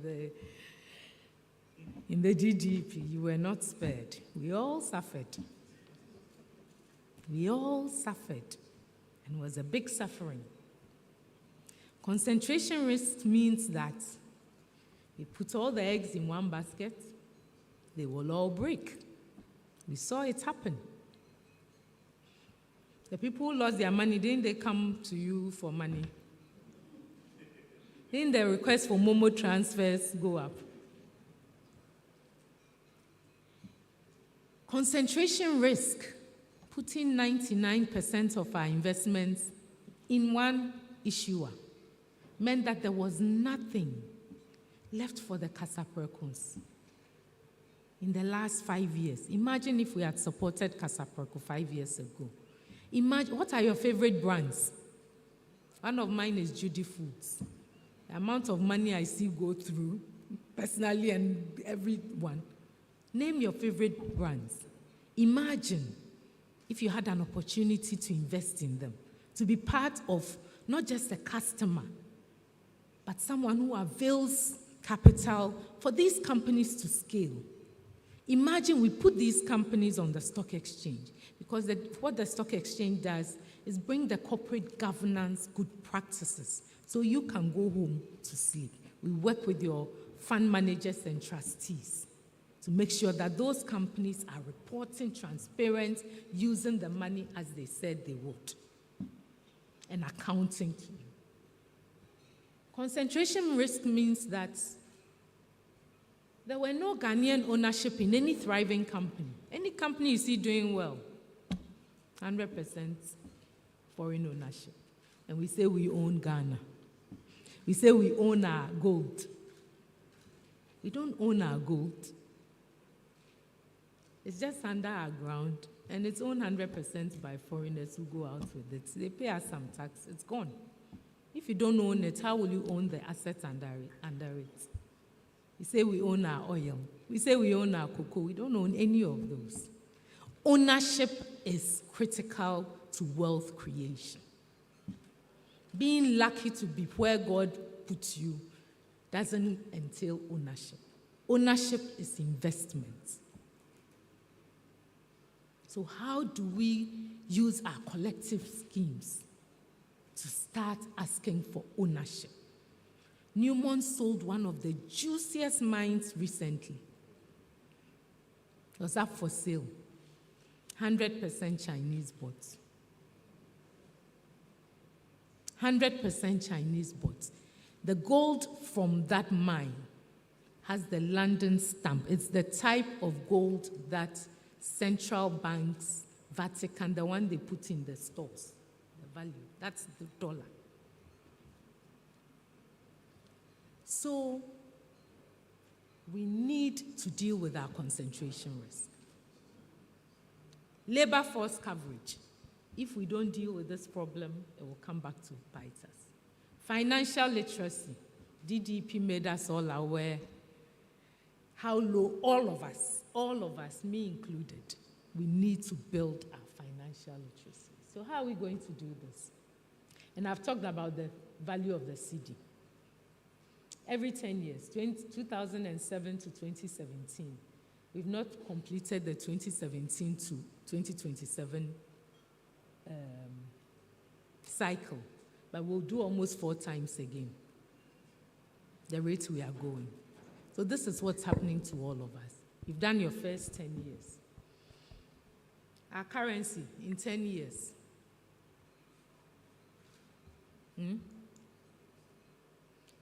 This is the concentration risk.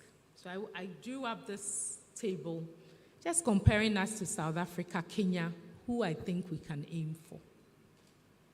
In Kenya, the industry has in South Africa, the industry has an 18% exposure to government securities. Kenya has 47.5. Ghana has 84. And that includes the local government bonds.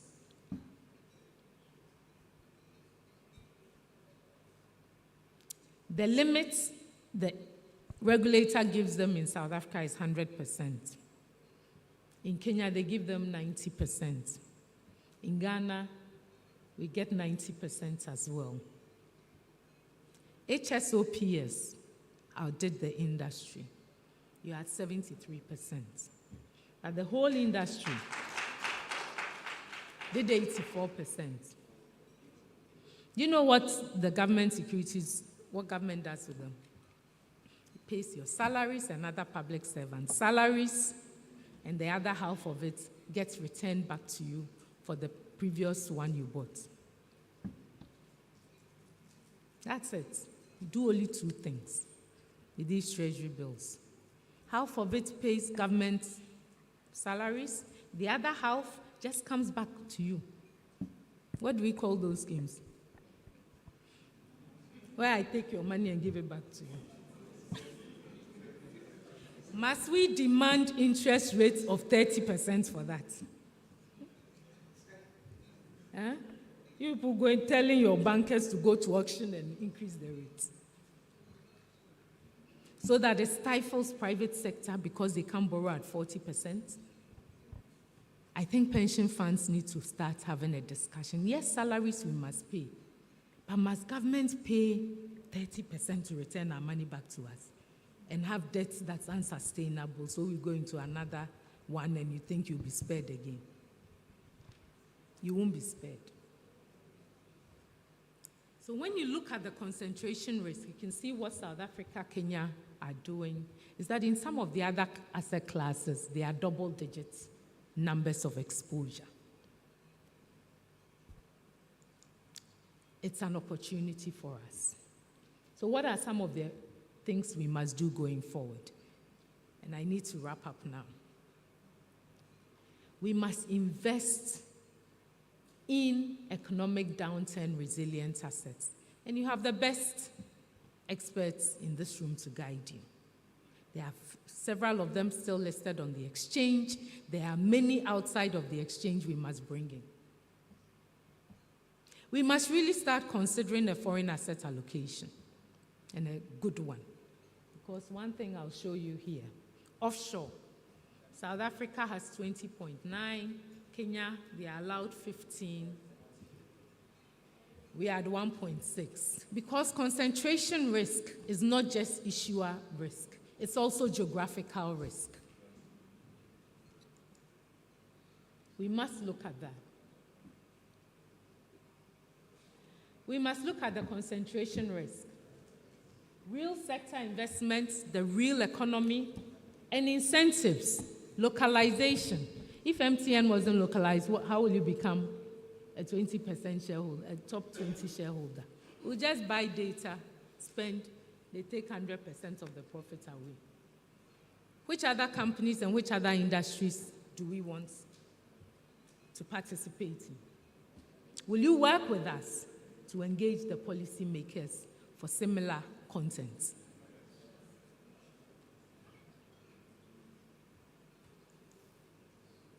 So, all stakeholders have to be on board. And for a prosperous decade, because if we don't do these things, the thing we are happy about today, the 4.9 billion, in 10 years, it will revert to what? So this is what we must do. There's a bunch of SOEs. Their data is all online. It's public. Go and see the ones making big profits. Government doesn't need to be 100% shareholder. We've been engaging. We should put all of them up for you to invest in them. Many of them need money. TDC has plans to develop lots more land, affordable housing. Who doesn't want real estate investments? We need to put some money into these ventures. For the rest of the stocks on the market, you must take a long-term value investor approach. You really must.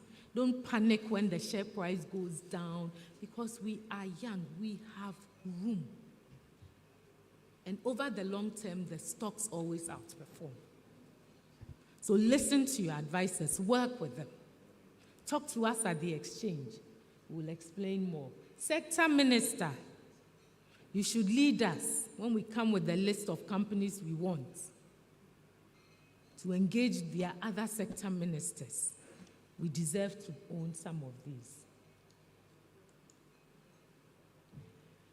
And as I said, we must all have a discussion around the diversification, the geographical diversification. The Ghana Stock Exchange is working with all of African stock markets through a platform for cross-investments. So it means that we hope by end of next year we'll be onboarded. It means that your fund managers can buy securities for you in South Africa, can buy Nigerian securities, can buy across other African countries. We need Bank of Ghana on board, we need NPR on board to have a framework that allows us to diversify a certain percentage of our investments geographically. But you can only do that when you are showing that you are also investing locally. The technology, keep building it, because that is how we will improve financial literacy and bring in more contributors, cover the 10 million, the 20 million out of the net today. Advocacy, this we are having is beautiful. We must come up, because our fortunes are also tied. We must come up with the annual engagement where all of us with the same interests meet, vote budgets, lobby, get what we want done. Because if it's good for us, it's good for our country. If it's good for our country, it's good for us. So, people say the stock market doesn't make money, but this is how we've trended since we were founded. People say we don't react to what's happening in the economy. When there was a power crisis, global financial crisis, another power crisis, financial sector crisis, DDEP, everyone ran from the debt to the equities market. Suddenly, a gold company was the most interesting thing on the market, and that's why the market went up. So we have always responded to what's happening in the economy. Overall, this is our fixed income market. See how steeply it's grown. It's been thanks to you. You've invested a lot in this market. What gives me great joy is the amount raised by corporates since we started the fixed income market. 24 billion cedis has been raised by corporates through your contributions. And so to conclude, our next 10 years must be one of shared prosperity. It must be one of shared prosperity. This is our opportunity. The first 10 years, we were new in the system. We were learning the ropes. We were cautious. This is the time to be strategic. At the board level, we should be discussing strategic moves. And what are those strategic moves? We must be intentional around wealth creation, around job creation, around targeting companies and industries. Our real sector, there's a bunch of companies, some of them health companies, healthcare. Bottom broke, don't we still buy drugs? Healthcare, pharma, COVID, what didn't we buy? Novo Nordisk became the most valuable company in the world last year, Ozempic.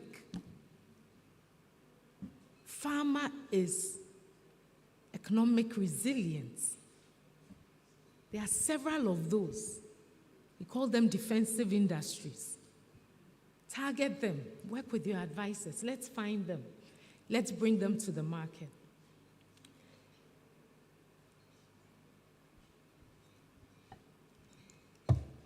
And I'll end finally with one of my heroes, Warren Buffett. And he says that someone is sitting in the shade today because someone planted a tree a long time ago. I want to sit under a very lovely shade, nursing a nice cold glass of something nice. On a beach, somewhere in the Volta region. A few years from now, all the way until when I make it to the mortuary man's cold fridge, where I'll have an even colder bottle in my hand. Really in dignity.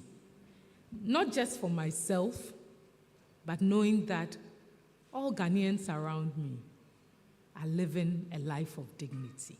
And that can only happen when you and other pension funds and other Ghanaian investors and our policy makers, our regulators, our service providers, we all come together and move the sacred duty of creating wealth for all. Thank you very much for your time. Thank you very much. Thank you.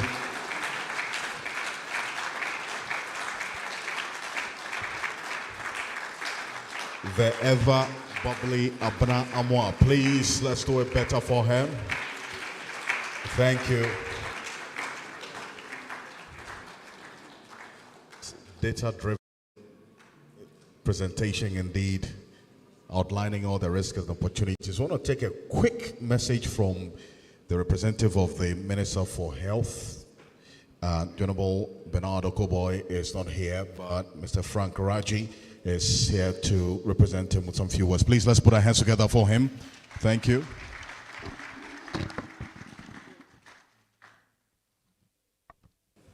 So, do I need to pick the mic? No, they fix it. Okay. Good morning, everyone. Yes. My minister asked me,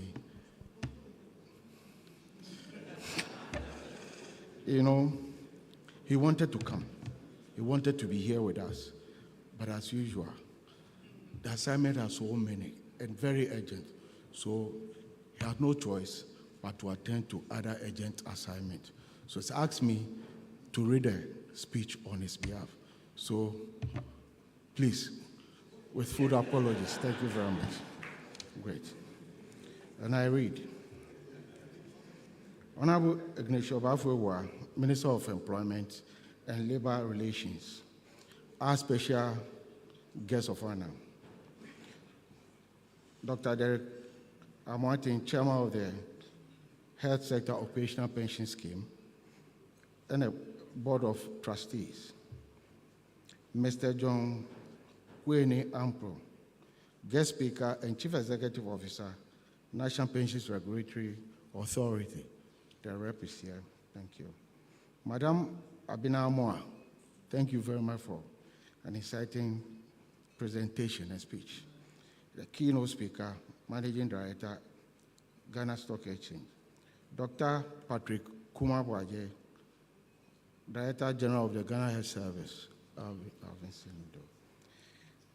Reverend Fred Stephen Safo, our chaplain, distinguished invited guests, our dear health sector workers present here and online, our dear, the media, ladies and gentlemen.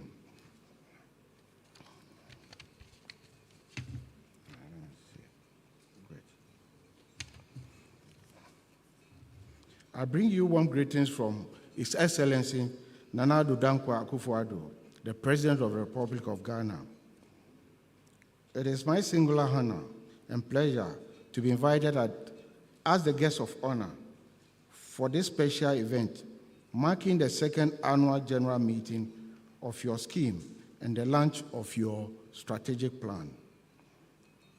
From the information I have, the Health Sector Occupational Scheme became a fully registered entity with the National Pensions Regulatory Authority in November 2012.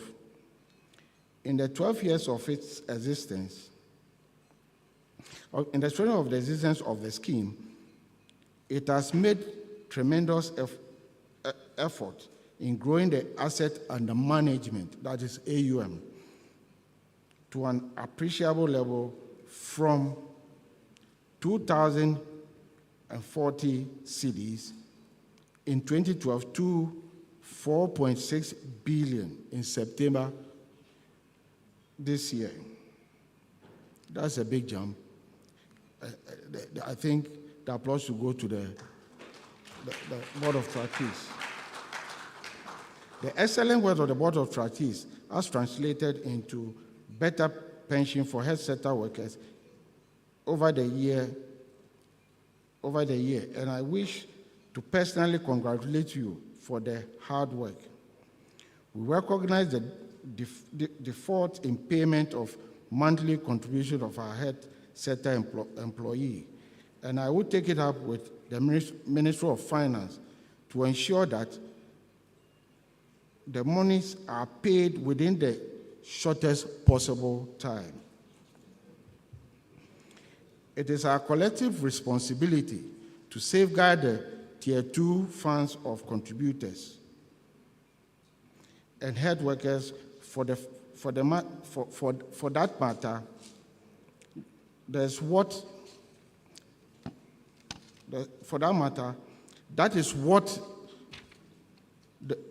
the theme of the AGM is, and that is safeguarding the achievements of the Tier 2 funds and collective duty of stakeholders. As a lower income country, our government have done its best to grow the Ghanaian economy and implement social interventions that makes life easier for the ordinary Ghanaian. In terms of health, we are already on a good course with Agenda 111. A bold initiative of government to provide contemporary healthcare to all Ghanaians and paving the way for the attainment of the Sustainable Development Goal 3 and universal health coverage by the year 2030. It is our government's intention to boost the human capital for health by focusing on investing in well-trained health workforce in varied health disciplines to meet the needs of health sector and Ghana as a whole. And we will continue to strive to achieve this agenda because it is possible. Dr. Chairman, distinguished guests, ladies and gentlemen, I wish to conclude by congratulating you once again and to declare the second annual general meeting of the Health Sector Occupational Pension Scheme duly open. I wish you a very successful AGM. Thank you very much, and God bless us all. Thank you. Thank you very much.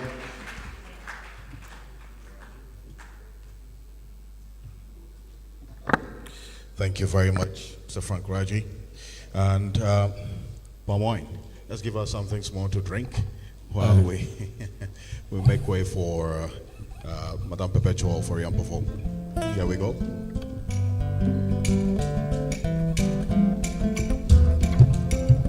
Ago. Ago.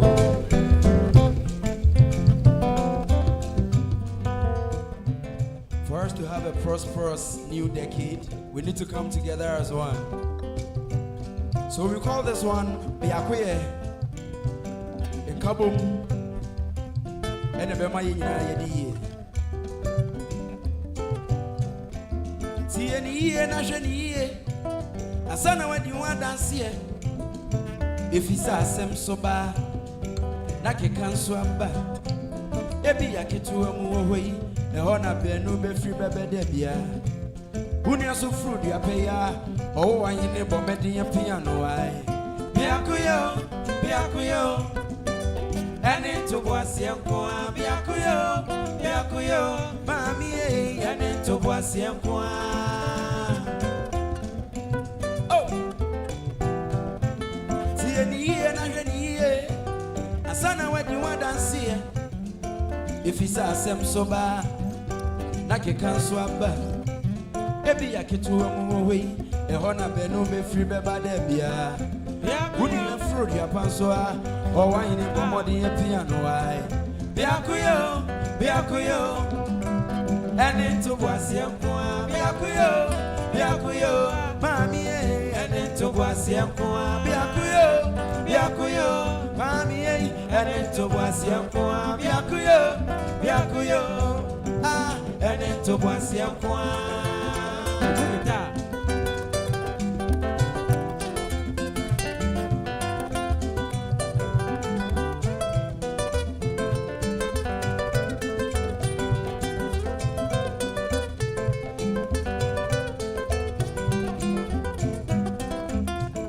Year na when ye Naka who say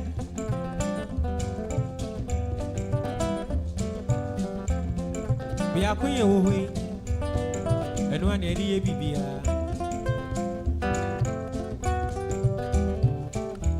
a penny say prior away. We back one no mum soccer bomwa a muda ain't ye come home. I am to a journey. Young she say, Papa, a bemboa madachi. Your bum with you more. Your one saying, Biakuyo, and into Basianco. Biakuyo, and into Basianco. Biakuyo, and into Basianco.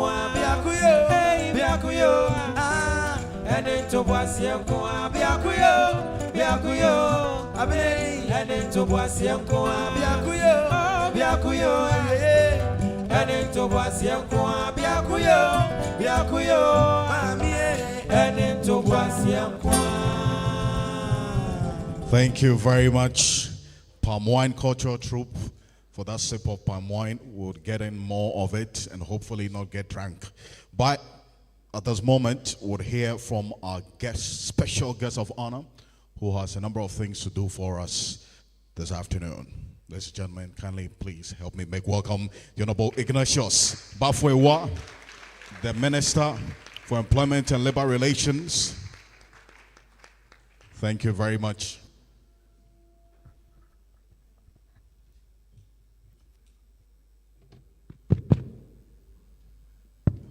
Thank you very much.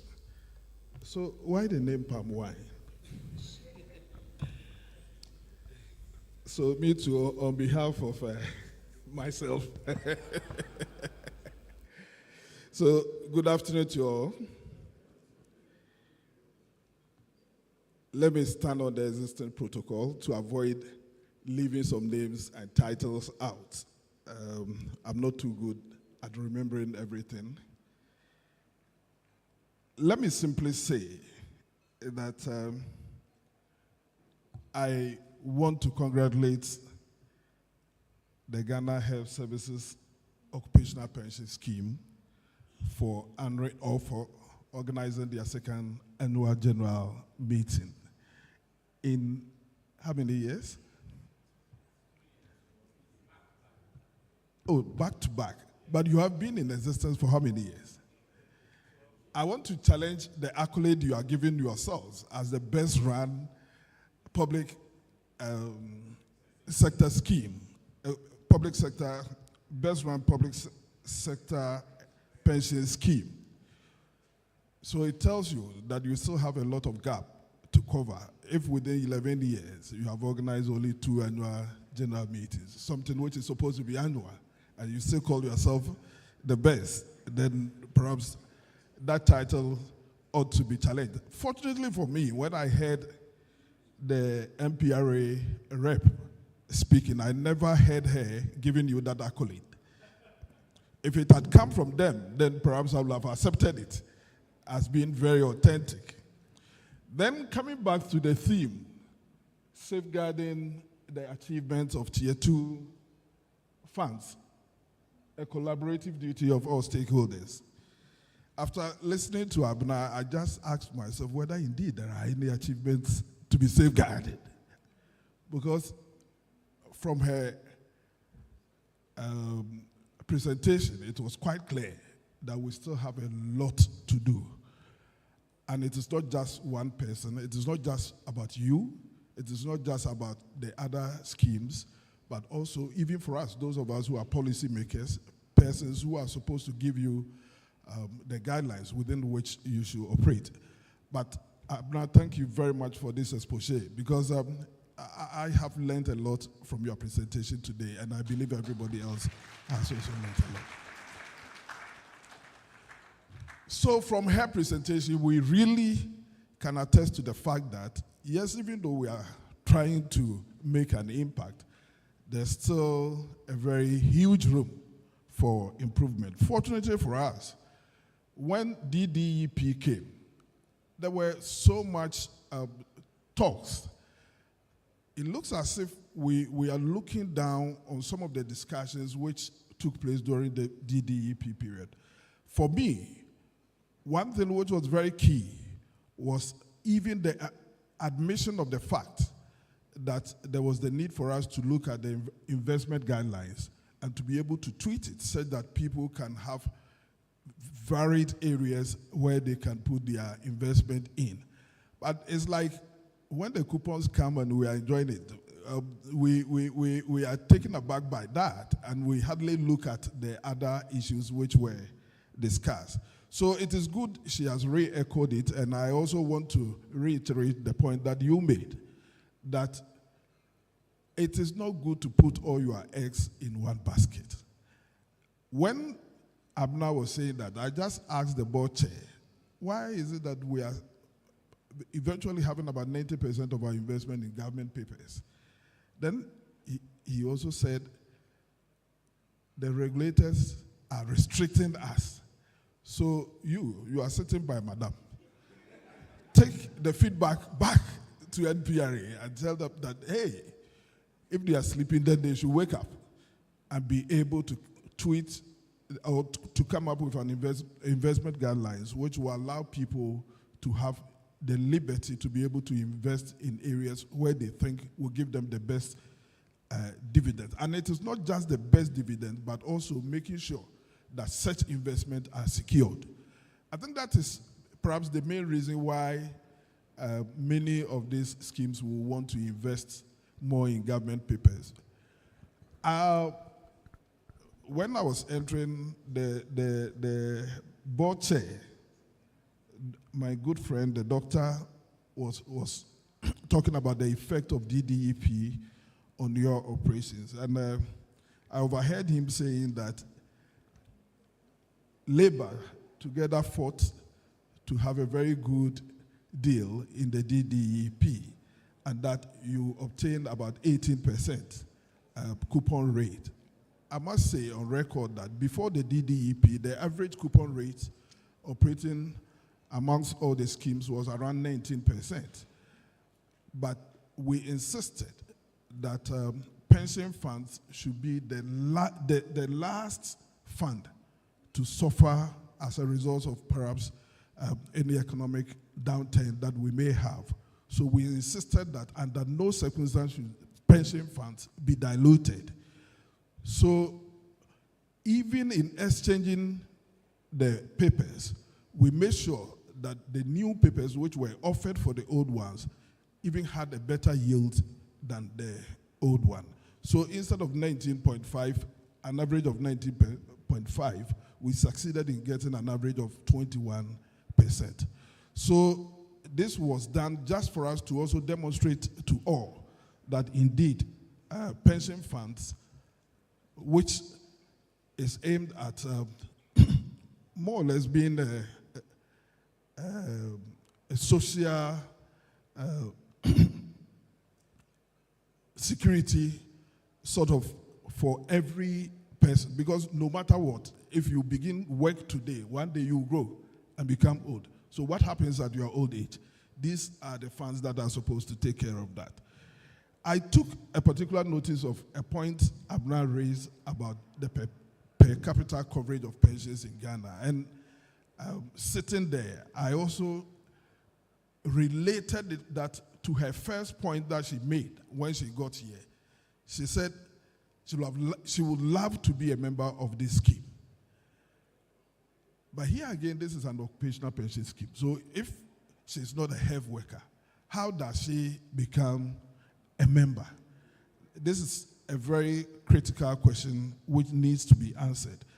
The reason why her question needs to be answered is the fact that, as she said, there are about 15 million persons who are working in Ghana. Out of this, those who are working within the formal economy are less than 3 million. So it means that we have some 12 million persons who are working within the informal economy in Ghana. The number of informal operators who have been registered under one scheme or the other in Ghana is less than 1 million. So it means that we have some 11 million persons working in Ghana who are not covered by any form of pension scheme. So like she said, these people, just like you are saving towards your old age, that person will also live to that old age. You will be on social security coverage. So at least you will get some stipend at the end of the month. They will not get, but they will need to live. How will they live? They will come to you. So how can we liberalize our schemes in such a way that we do not keep into our operational zones only, but open up so that other persons who are not necessarily members of our working class can also enroll on our programs? This is just a big appeal I am making to you.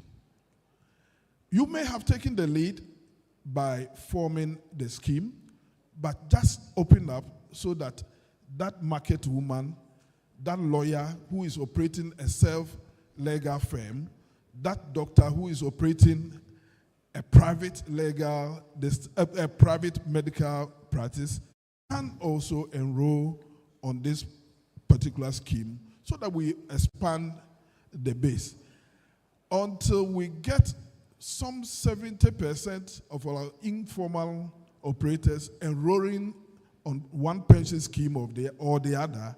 Our per capita coverage will continue to be low. And that is why our total investment, our AUM totally cannot be compared to the other countries, because in those countries, the level of formality is high. And there's so much compulsion that everybody is encouraged to enroll on a pension scheme. You even indicated, you were I don't know how to put it, but let me say that you were charitable in saying that in MPRA's report, some 5 million persons are on pensions. It is not true. What the MPRA report said was that there are about 5 million pension accounts. It is possible one person can hold about 2 or 3 different pension accounts. But in natural fact, when it is about enrollment, it is roughly 2 million or maximum 2.5 million. So what is happening to all the rest? I want us to use this time to reflect on some of these things. So, yes, but they say when you go to, excuse me to use this, it's not comfortable. Forgive me if it is wrong. If you go to the island of the blind, the one-eyed person is seen as the king. So maybe in the midst of perhaps not doing so well and comparing yourself to other persons, we will say that you are doing well. But we have been challenged, and I must confess, I'm happy the regulators are here, we policymakers are here, industry players are also here. But I also asked myself, Madam, you have succeeded in convincing some of us to invest in stocks. But truth also be told, there have been instances where well-to-do companies have also gone under. So I thought you will also balance the discussion and also let the people also know the risk associated in also taking to invest in stocks. That is why the industry players will have to also scope around and see which companies have a bright future and which ones are not doing so well. It is even possible that after investing in a particular company for a long time, you study the trend and then you shift your investment from that area to some other areas. I have also been told that you are using this occasion not only to look at the past, but you also want to strategize for the next 5 years ahead of you. That is very, very good. Because if you leave and you don't know exactly where you are going and how you want to reach there, if you are not very careful, anywhere the wind blows, it takes you there. So for me, it is quite refreshing to also know that you have developed a 5-year strategic plan. Except that I don't know whether this was done after listening to Abraham. Or, no, in other words, what I'm trying to say is whether you had an engagement with her so that some of the things she said, ideally, if I were you and I have a second chance to prepare a strategic plan, I will perhaps withdraw and revise, taking into consideration some of the things she has said. But that notwithstanding, I appreciate the fact that you are looking ahead, growing from somewhere around 1.1 billion in about 10 years back, and then coming to closely 4.6 billion as of now. It's not a mean achievement. I want to believe that should things stay better than perhaps it is now, giving ourselves 5 years, your total asset base may grow far in excess of 15 billion. That is why it is good to plan ahead so that you are not taken by events. I want to applaud you for that. So, on behalf of my ministry, this time not on behalf of somebody, and of course on behalf of government, I want to take this opportunity to officially launch the 5-year strategic plan of the Ghana Health Sector Occupational Pension Scheme. I so declare.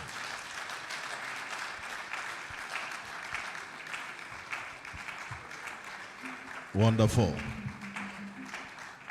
Thank you much, Honorable Minister. We'll take a few toasts.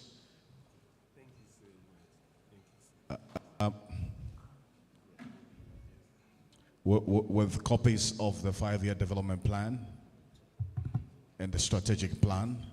So right afterwards, Madam Perpetual Oforiampofo would give us a brief overview of what is in this strategic plan that we have. Okay. Pamoy, small, one thought as we take the pictures. Thank you.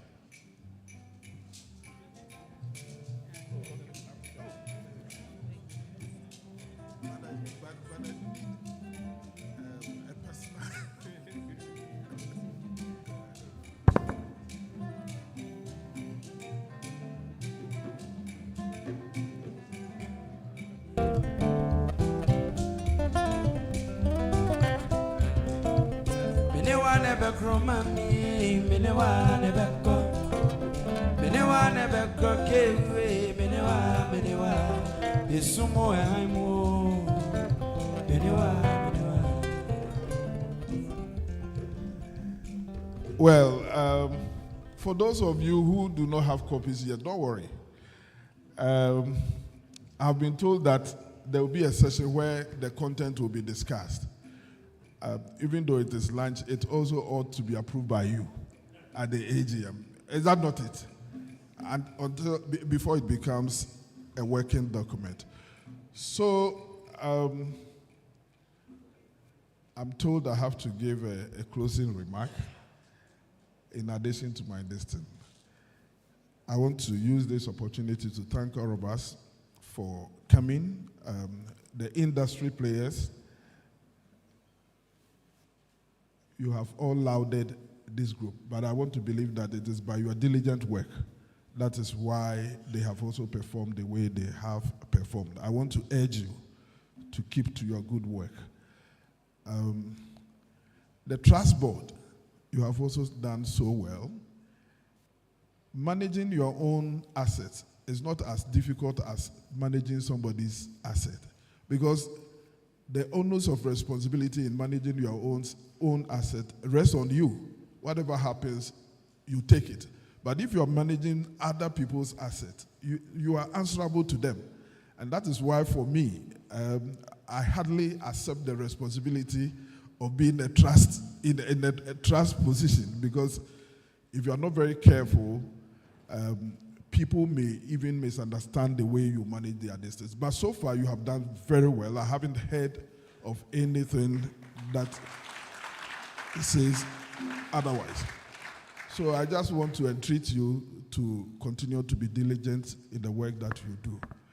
If there should be only even one person suffering because of your decision, that person will not be happy because of you. So I beg you, make sure that you treat even the least person within your organization the same way you would treat yourself. In that case, everybody will get the best reward of your service. Thank you, and God bless all of us.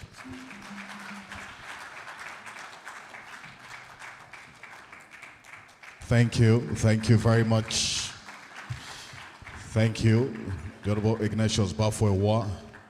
Thank you very much for the address and also the launch, in fact, opening the AGM for us. Now we'll have the brief overview of the 5-year strategic plan that was launched just minutes ago.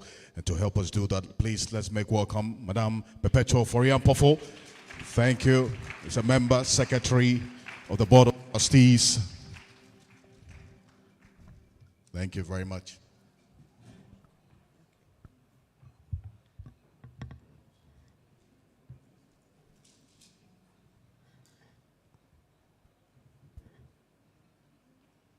Good afternoon, everyone. It is a pleasure and an honor for me to do this on behalf of the Board of Trustees. So, Honorable has left, but I wanted him to know that the board started thinking about this strategic plan about 2 years ago, we really needed to take stock of what we had done over the years, assess ourselves, and determine the way forward. Indeed, if we knew we could be getting all these strategies from Madame Abramwa, then we should have had a one-on-one with her within the process of developing the strategic plan. But of course, we are going to come to you when this has ended and still take some ideas for the next 5 years when the strategic plan comes to a close. So,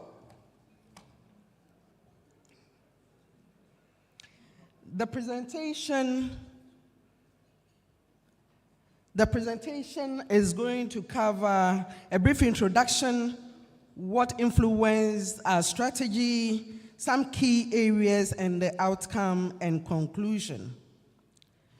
So in terms of introduction,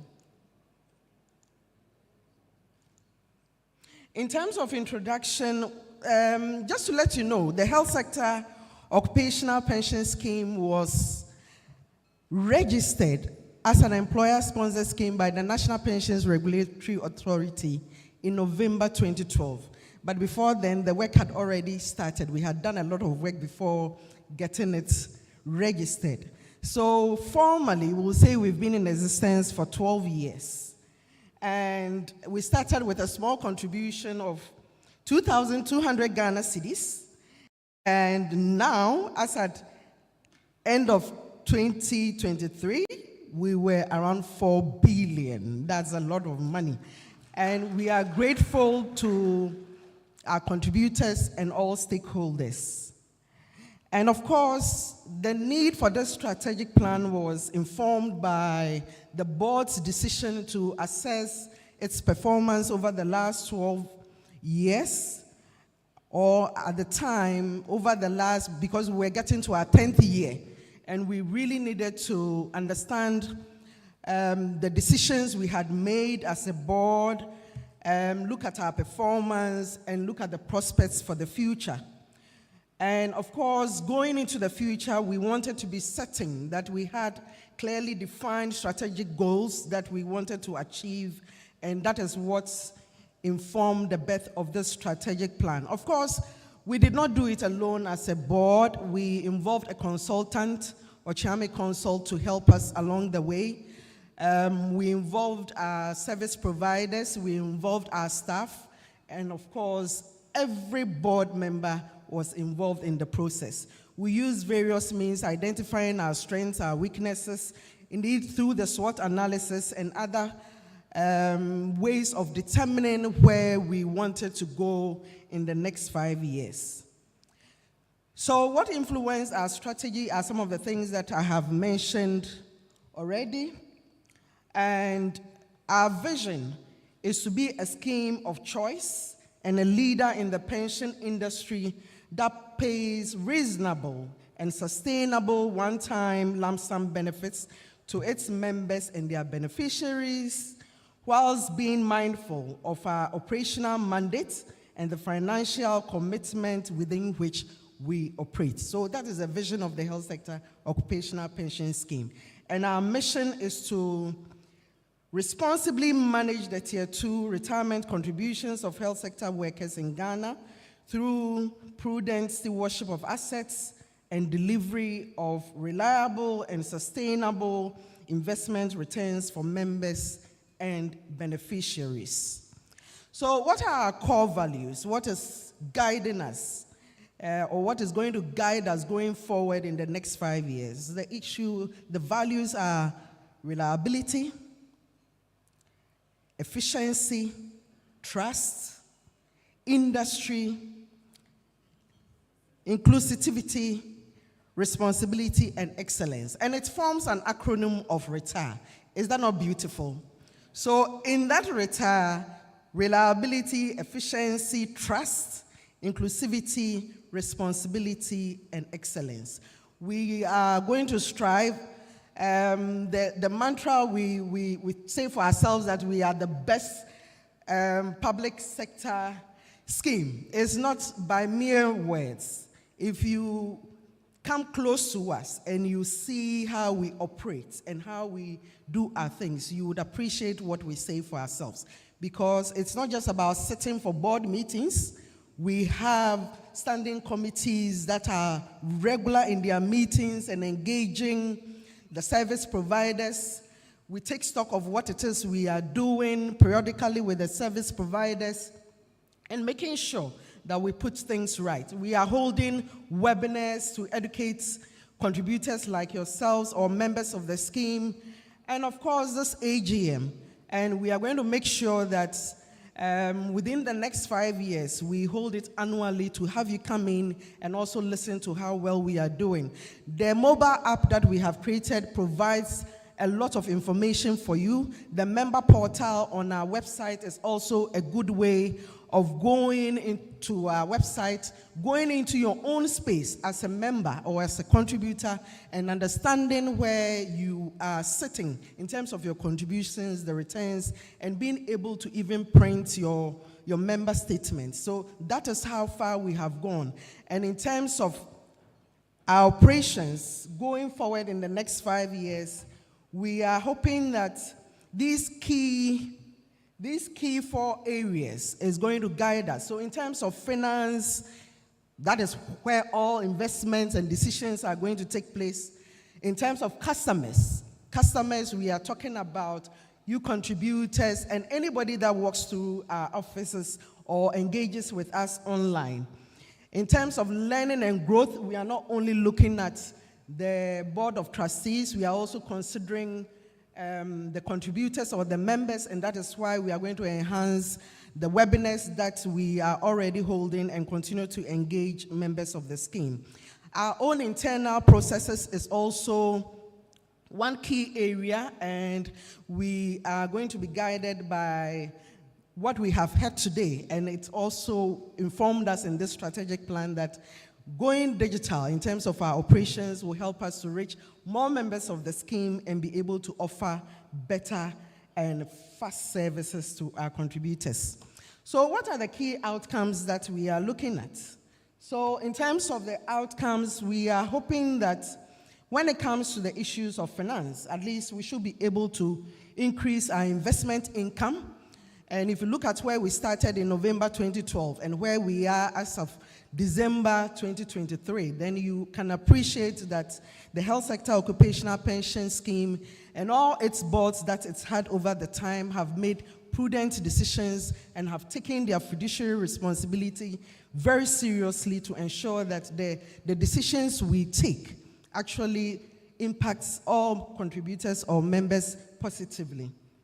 We also want to increase our holdings in alternative investments up to about 7% by 2029, and also increase investments in the international financial market up to about 5% of the total AUM by 2029. So just like Madam Abena said in her wonderful, inspiring, insightful, powerful presentation, we are not doing much when it comes to offshore investments, and it's all because the National Pensions Regulatory Authority is not giving us the space to do that. And I think Madam is going to take this information to the CEO and to the board.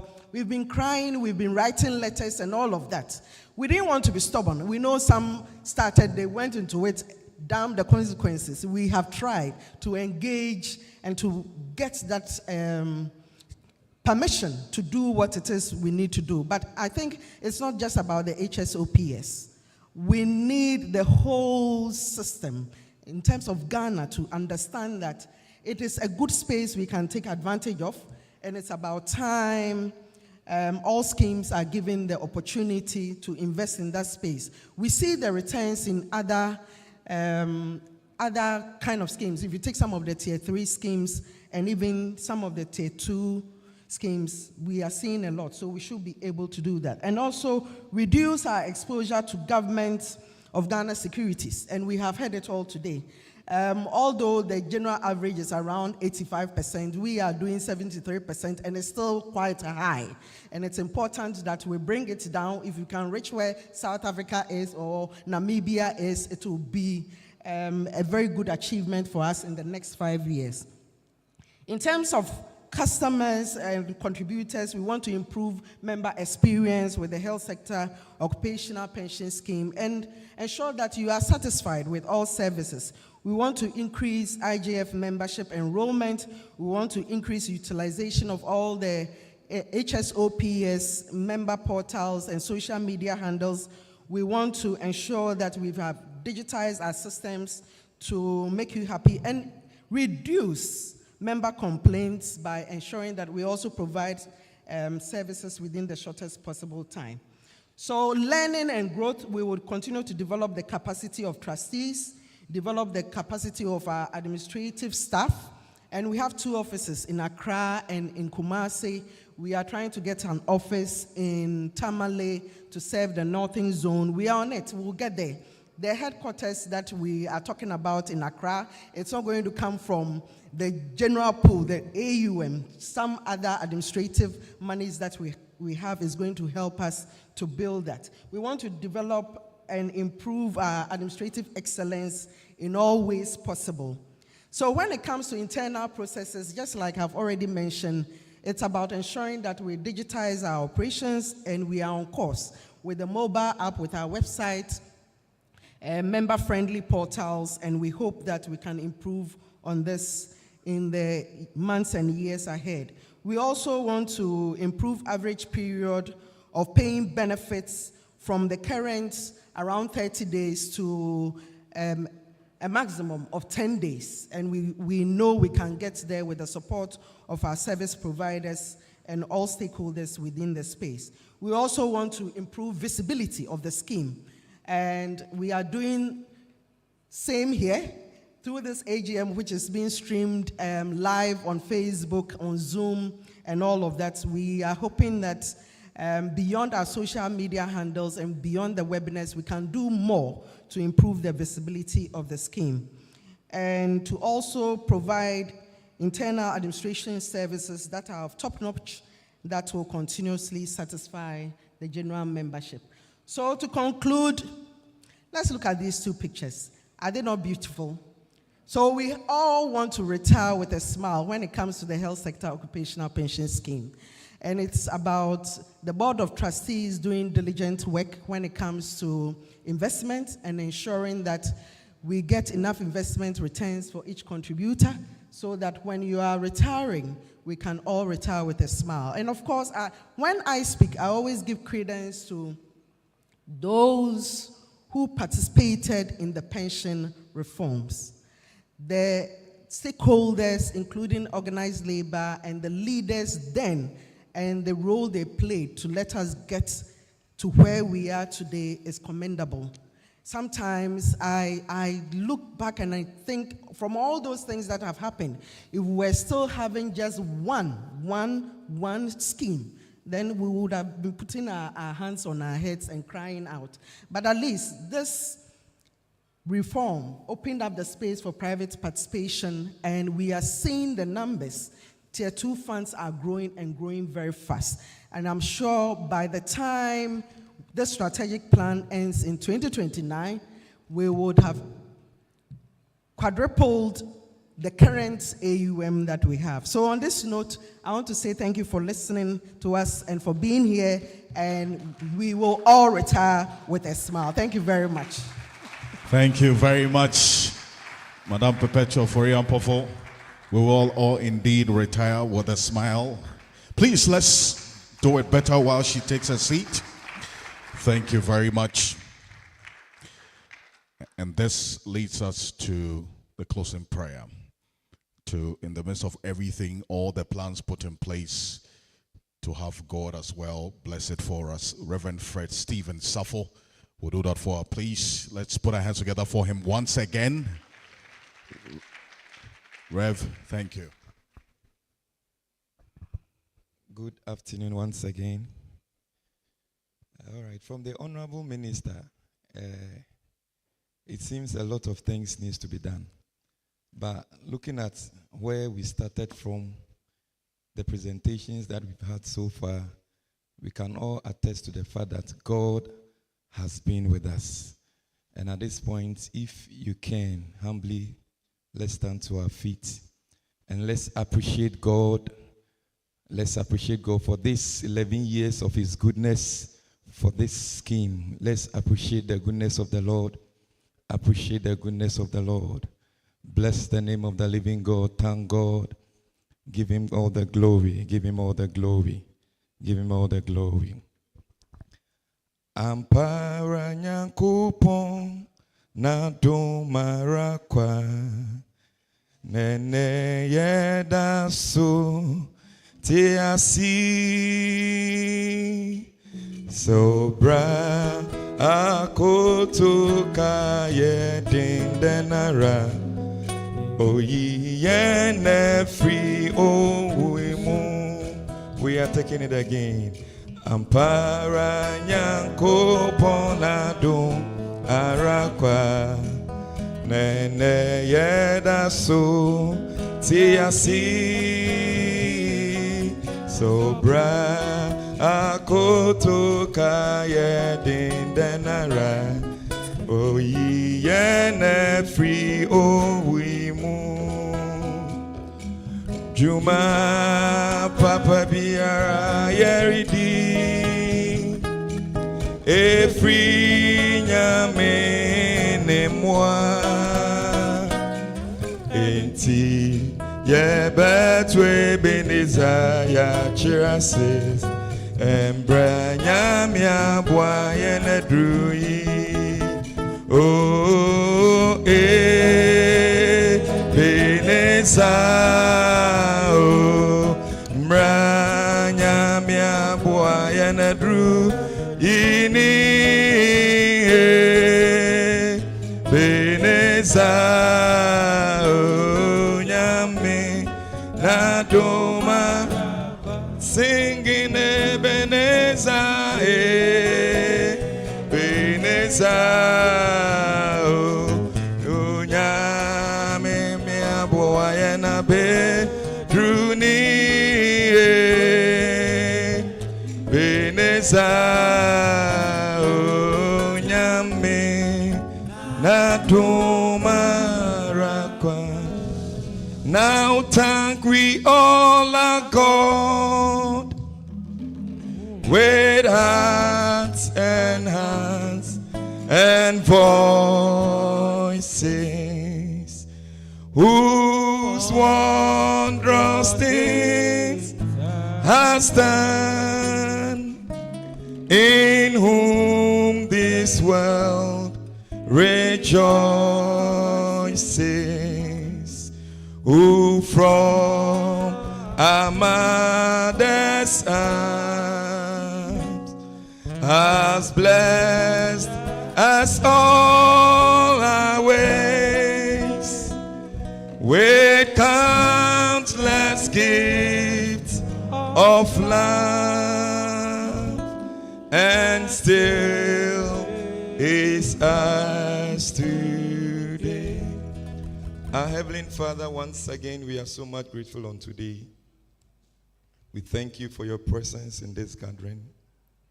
We thank you that starting you were with us. And even as we are bringing this session to a close, you are still with us. We give you all the praise. We give you all the glory. We thank you for this King. And we thank you for the smiles that it is putting on the faces of people. We thank you for the working team, the board members. We thank you for the beneficiaries and all contributors. We are so much grateful unto thee. 11 years of your goodness. Father God, we can't thank you less. We say glory and honor and praise be unto you. We continue to pray, committing the years ahead into your hands. We pray that even as we've come up with this 5-year strategic plan, and it's going to be a working document for this sector, we pray in the mighty name of Jesus that may you lead us through. We come against any form of hurdles, any form of hindrances that will come away in the name of Jesus. Especially we pray committing the board members into your hands. We pray for divine wisdom, divine knowledge to navigate their way through, that they would indeed be the best health scheme, pension scheme in this country in the name of the Lord Jesus. That when we meet again like this next year to recount of your goodness and of your mercies, we have a cause to say, indeed, you've dealt well with us. We bless you, Jesus. We give you all the glory. We pray committing other sessions after here into your hands. Continue to have your way. People that travel from far and near, may you take us back to our various places safely. And at the end, we have a cause to bless your holy name. May you continue to reign now and forever in Jesus' mighty name. Amen. Thank you very much. And please, right after here, there's a quick snack break outside. And please come back after a few minutes for the business session. But we're going to take pictures right now. The Board of Trustees with the dignitaries. Please come up. Dignitaries with the Board of Trustees, please come up stage. We'll have the fund managers as well, the various associations and their members all here in present. We're going to take pictures, so please, we have a very important business session in the next 15 minutes. So there's some snack outside for the quick snack break, and you come back in. Thank you. So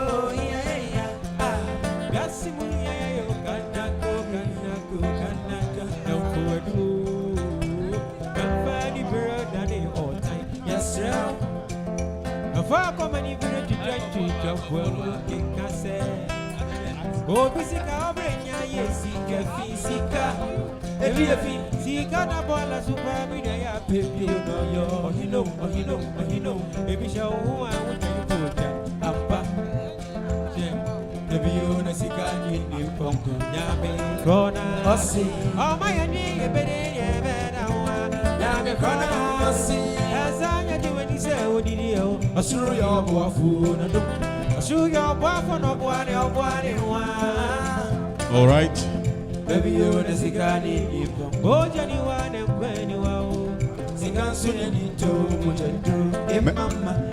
The heads of the various associations, please get ready together with the invited guests.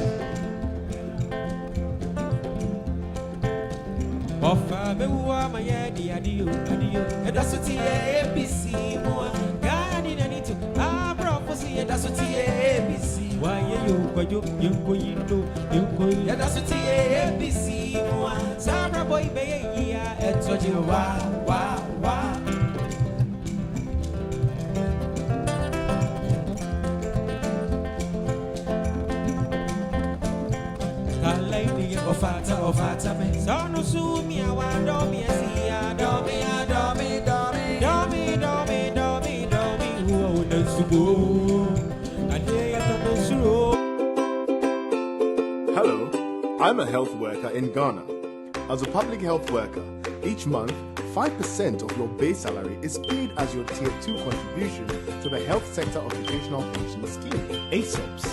ASOPS is the Tier 2 pension scheme for all health sector employees. But do you know how much your payments amount to so far? Are your contributions up to date? Let me show you how you can access and check your statements at your comfort anytime and anywhere. Using a phone, you can check your contribution summary statement via the USSD code *714 *333#. Follow the steps below. 1. Dial *714 *333# on your phone. 2. members select option 2 for my accounts. 3. Enter PIN or 0 to create a new PIN. 4. Enter 1 to use your current phone number if it is linked to your account, or enter another phone number. 5. Enter your date of birth, day, month, year. 6. Enter a 4-digit PIN. 7. Enter 1 to use current phone number. 8. Select member ID. 9. Select 2 for account information. How to log into member online portal. A stable. 1. Log on to www.asopsghana.com. 2. Click member login. 3. Click register. 4. Enter required details. 5. Click register now. 6. Keep your password generated as you would need it. 7. An activation code will be sent to the provided cell phone number. Make sure it matches what is in our database. 8. Enter the code you receive on the phone and click activate. Once your account is activated, you will be redirected to the login page where you will key in your cell phone number and the password.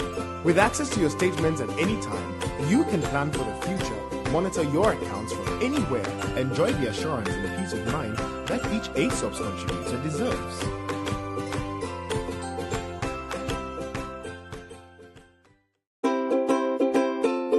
Hi, I'm a nurse and a public sector health worker in Ghana. All public health workers in Ghana are qualified to be part of ASOPs. Ask your employer or check the ASOPs website to confirm. Here is how to process your retirement benefits with the ASOP scheme. Make sure your information is up to date. See how to do this at www.asopsghana.com. Complete a claim processing form available at regional health directorates, enterprise offices, or download it from the ASOP's website. It will be endorsed by your employer and processed for payments to be effective. Once done, the applicant is notified of payments via SMS and email. The benefits of registered contributors on ASOPs are derived solely from your Tier 2 contributions. Tier 2 is the mandatory occupational pension contribution of 5% of your monthly salary, which for all health workers is known as ASOPs. Beneficiaries must fall within the following categories.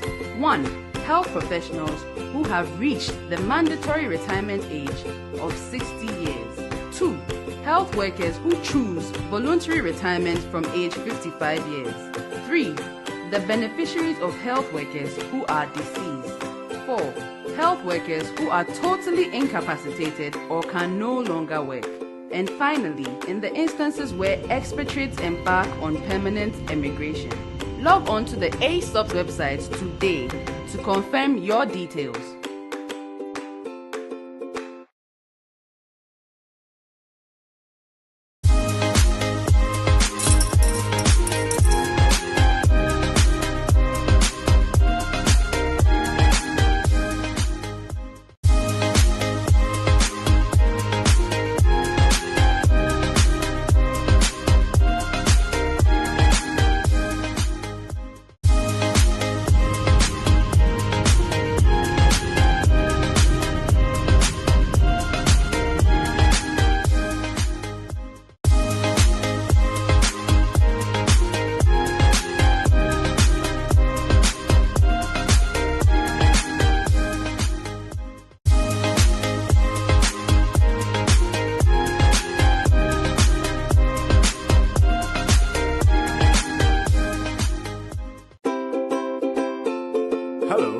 I'm a health worker in Ghana. As a public health worker, each month, 5% of your base salary is paid as your Tier 2 contribution to the Health Sector Occupational Pension Scheme, ASOPs. ASOPs is the Tier 2 pension scheme for all health sector employees. But do you know how much your payments amount to so far? Are your contributions up to date? Let me show you how you can access and check your statements at your comfort anytime and anywhere. Using a phone, you can check your contribution summary statement via the USSD code *714*333#. Follow the steps below. 1. Dial *714*333# on your phone. 2.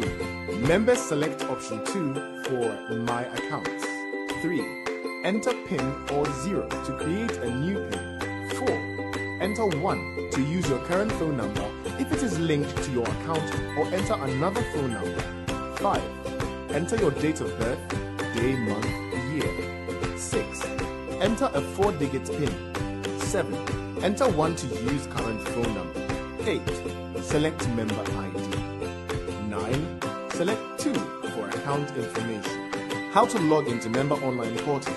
A stable. 1. Log on to www.asopsghana.com. 2. Click Member Login. 3. Click Register. 4. Enter required details. 5. Click Register Now. 6. Keep your password generated as you would need it. 7. An activation code will be sent to the provided cell phone number. Make sure it matches what is in our database. 8. Enter the code you receive on the phone and click Activate. Once your account is activated, you will be redirected to the login page where you will key in your cell phone number and the password. With access to your statements at any time, you can plan for the future, monitor your accounts from anywhere, enjoy the assurance and peace of mind that each ASOP's contributor deserves.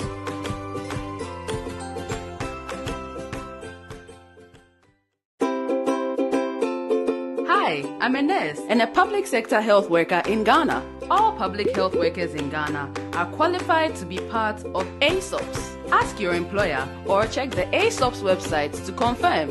Here is how to process your retirement benefits with the ASOP scheme. Make sure your information is up to date. See how to do this at www.asopsghana.com. Complete a claim processing form available at regional health directories, enterprise offices, or download it from the ASOP's website. It will be endorsed by your employer and processed for payments to be effective. Once done, the applicant is notified of payments via SMS and email. The benefits of registered contributors on ASOPs are derived solely from your Tier 2 contributions. Tier 2 is the mandatory occupational pension contribution of 5% of your monthly salary, which for all health workers is known as ASOPs. Beneficiaries must fall within the following categories. 1. Health professionals who have reached the mandatory retirement age of 60 years. 2.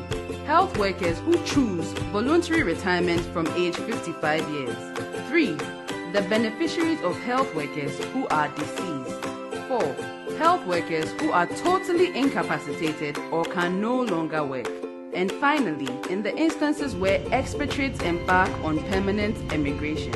Log on to the ASOP's website today to confirm your details.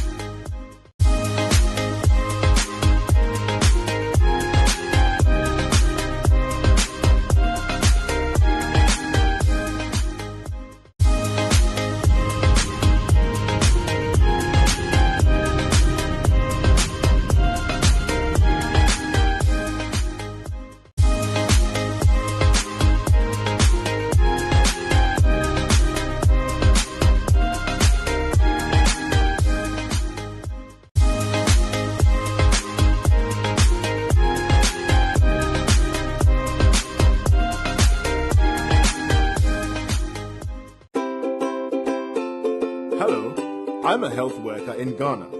As a public health worker, each month, 5% of your base salary is paid as your Tier 2 contribution to the Health Sector Occupational Pension Scheme, ASOPs.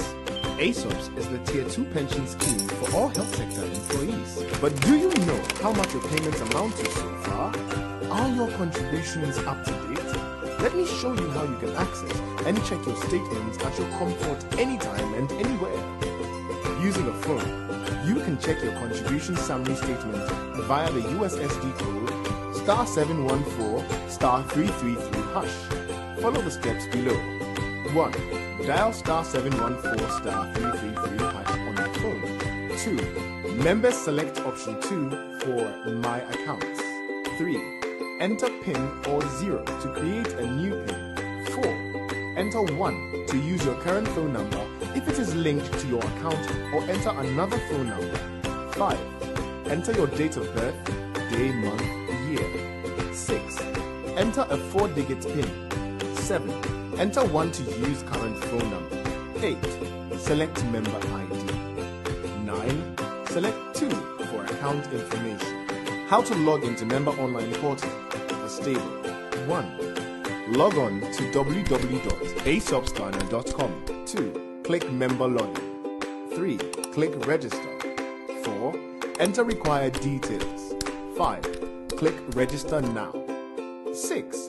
Keep your password generated as you would need it. 7. An activation code will be sent to the provided cell phone number. Make sure it matches what is in our database. 8. Enter the code you receive on the phone and click activate.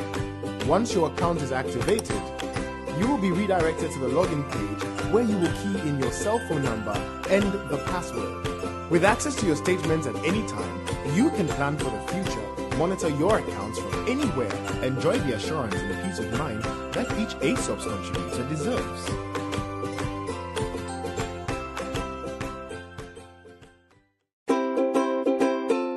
Hi, I'm a nurse and a public sector health worker in Ghana. All public health workers in Ghana are qualified to be part of ASOPs. Ask your employer or check the ASOPs website to confirm. Here is how to process your retirement benefits with the ASOP scheme. Make sure your information is up to date. See how to do this at www.asopsghana.com. Complete a claim processing form available at regional health directorates, enterprise offices, or download it from the ASOP's website. It will be endorsed by your employer and processed for payments to be effective. Once done, the applicant is notified of payments via SMS and email. The benefits of registered contributors on ASOPs are derived solely from your Tier 2 contributions. Tier 2 is the mandatory occupational pension contribution of 5% of your monthly salary, which for all health workers is known as ASOPs. Beneficiaries must fall within the following categories. 1. Health professionals who have reached the mandatory retirement age of 60 years. 2. Health workers who choose voluntary retirement from age 55 years. 3. The beneficiaries of health workers who are deceased. 4. Health workers who are totally incapacitated or can no longer work. And finally, in the instances where expatriates embark on permanent emigration. Log on to the ASOP's website today to confirm your details.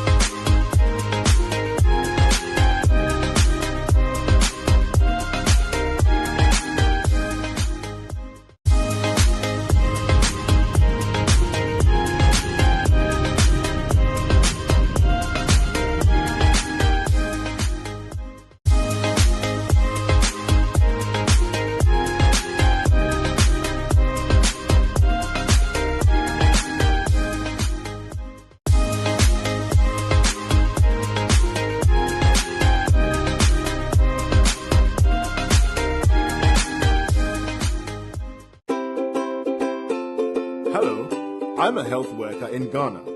As a public health worker, each month, 5% of your base salary is paid as your Tier 2 contribution to the Health Sector Occupational Pension Scheme, ASOPs. ASOPs is the Tier 2 pension scheme for all health sector employees. But do you know how much your payments amount to so far? Are your contributions up to date? Let me show you how you can access and check your statements at your comfort anytime and anywhere. Using a phone, you can check your contribution summary statement via the USSD code *714*333#. Follow the steps below. 1. Dial *714*333# on your phone. 2. Members select option 2 for My Accounts. 3. Enter PIN or 0 to create a new PIN. 4. Enter 1 to use your current phone number if it is linked to your account or enter another phone number. 5. Enter your date of birth, day, month, year. 6. Enter a 4-digit PIN. 7. Enter 1 to use current phone number. 8. Select member ID. 9. Select 2 for account information. How to log into member online portal. A stable. 1. Log on to www.asopsghana.com. 2. Click member login. 3. Click register. 4. Enter required details. 5. Click register now. 6. Keep your password generated as you would need it. 7. An activation code will be sent to the provided cell phone number. Make sure it matches what is in our database. 8. Enter the code you receive on the phone and click activate. Once your account is activated, you will be redirected to the login page where you will key in your cell phone number and the password. With access to your statements at any time, you can plan for the future, monitor your accounts from anywhere, enjoy the assurance and peace of mind that each ASOP's contributor deserves.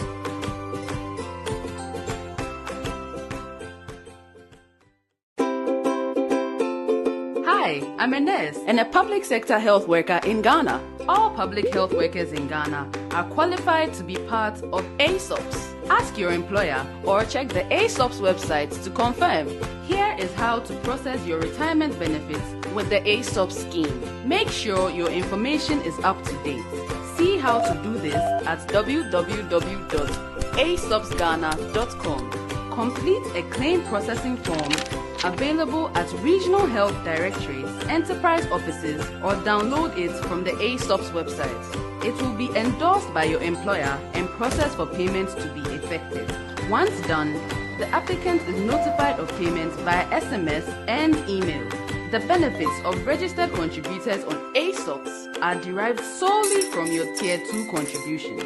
Tier 2 is the mandatory occupational pension contribution of 5% of your monthly salary, which for all health workers is known as ASOPs. Beneficiaries must fall within the following categories. 1. Health professionals who have reached the mandatory retirement age of 60 years. 2. Health workers who choose voluntary retirement from age 55 years. 3. The beneficiaries of health workers who are deceased. 4. Health workers who are totally incapacitated or can no longer work. And finally, in the instances where expatriates embark on permanent emigration. Log on to the ASOP's website today to confirm your details.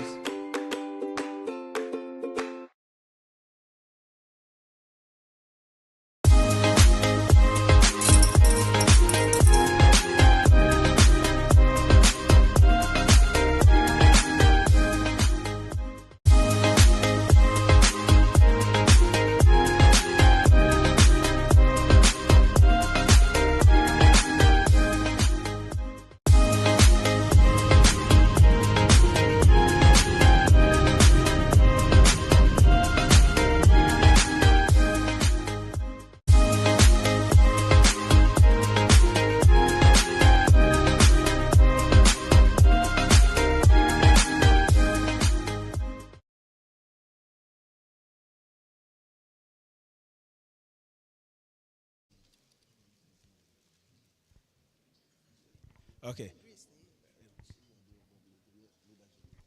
Yeah, so we'll go straight away. We don't have a lot of time to start the business session. We would start with some introduction by Ms. Gifty Anka. She will come in, do a few introductions quickly, and then we can take it up from there. And as we go along, if you have any questions, just jot them down. We would get to the question and answer session. We would address them. Thank you very much, Chair. Good afternoon, everyone. Welcome from Snack Break.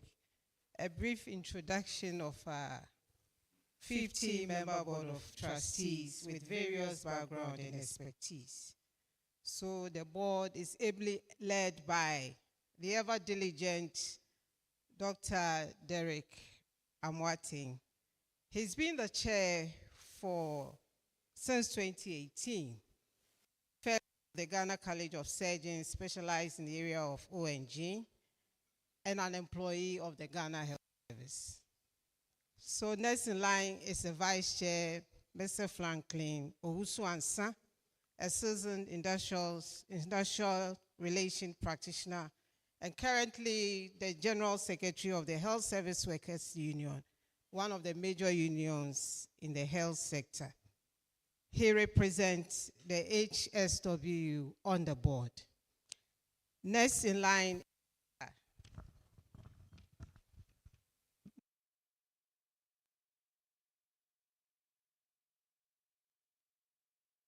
Nurses and Midwives Association, a health nurse educator with over 20 years of experience and has served on various committees locally and internationally. She represents the GRNMA, one of the four who represents the GRNMA on the board. Mrs. Grace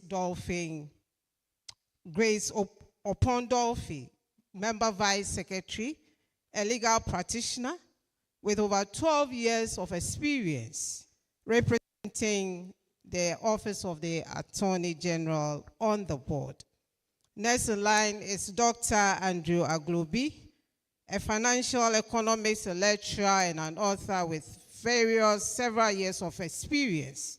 He is the independent trustee on the board as required by law.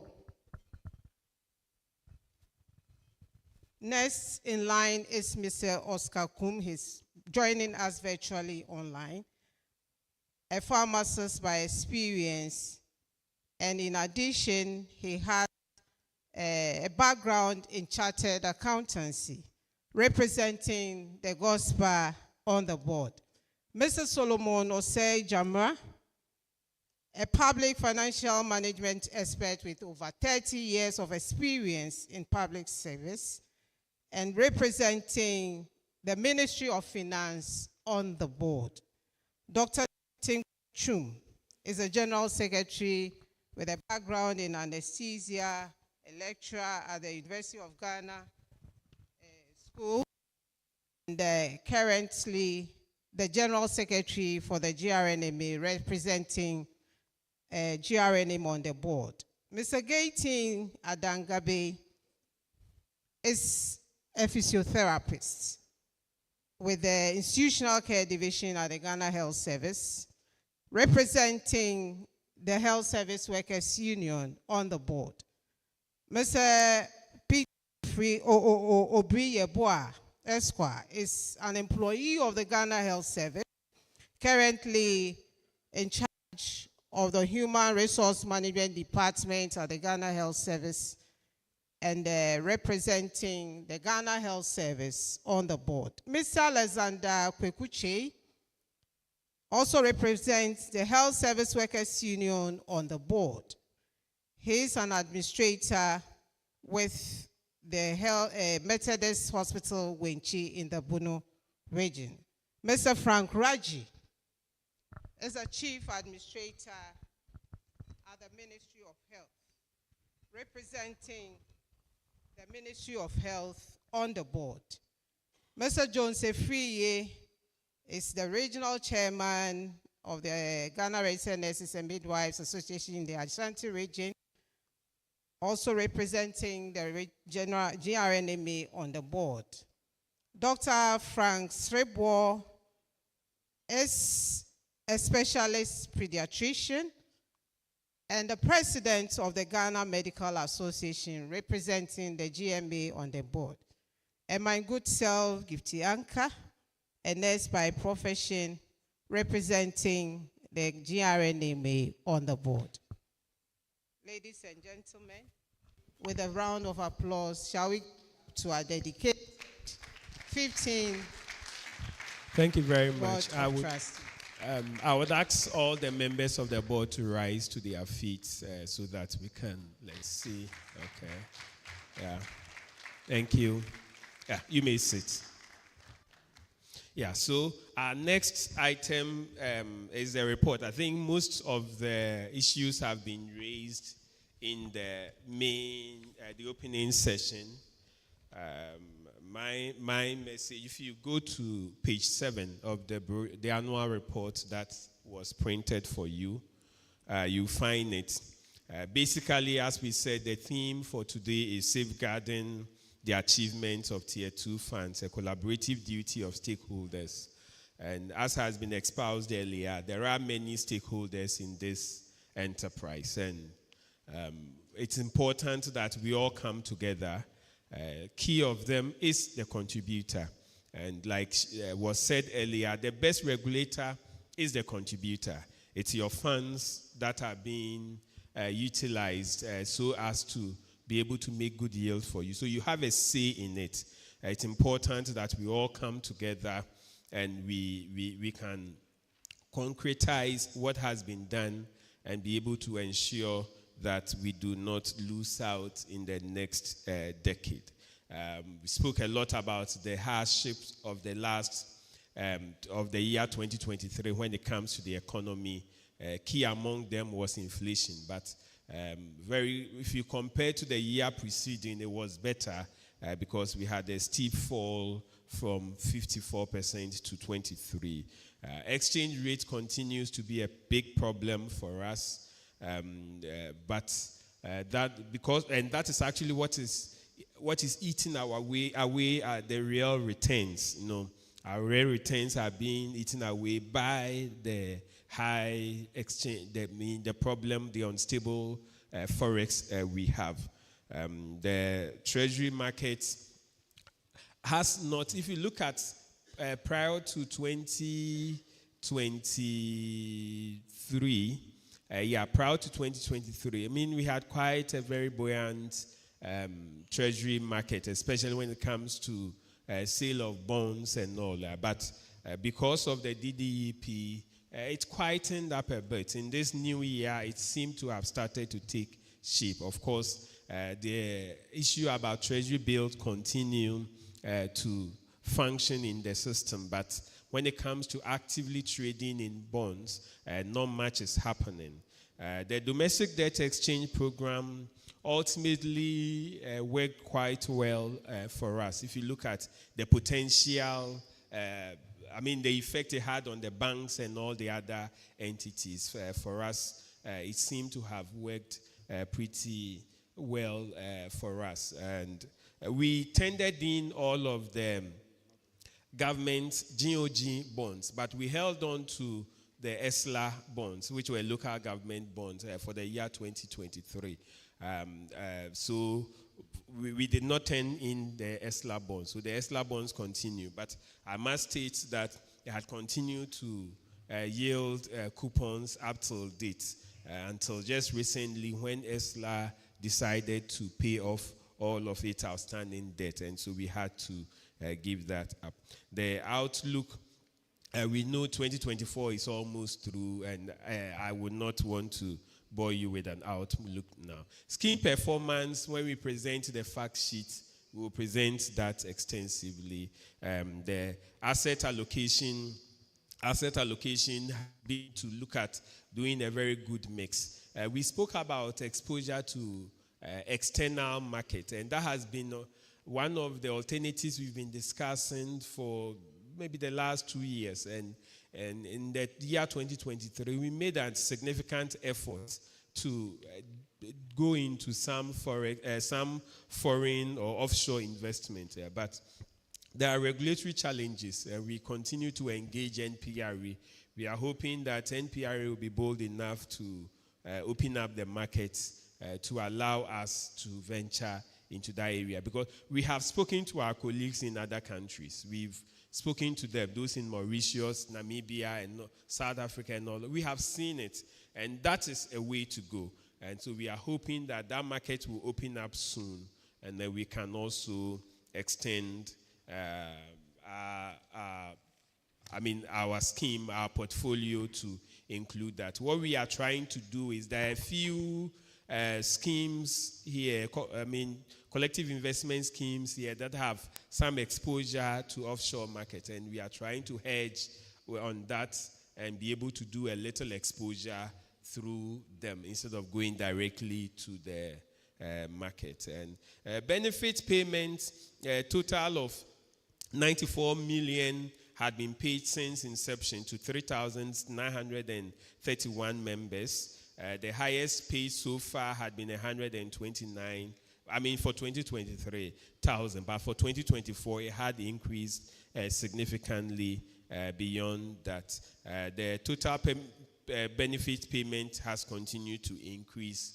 And we know that we've done some projections and we found that usually the longer you stay, most of those who have exited are people who have spent just a few years with us, and most of their assets have stayed with SNIT as past credit. But those who are staying longer with us seem to be making better gains than those who have stayed less. This year, about 57 joined in the year 2023.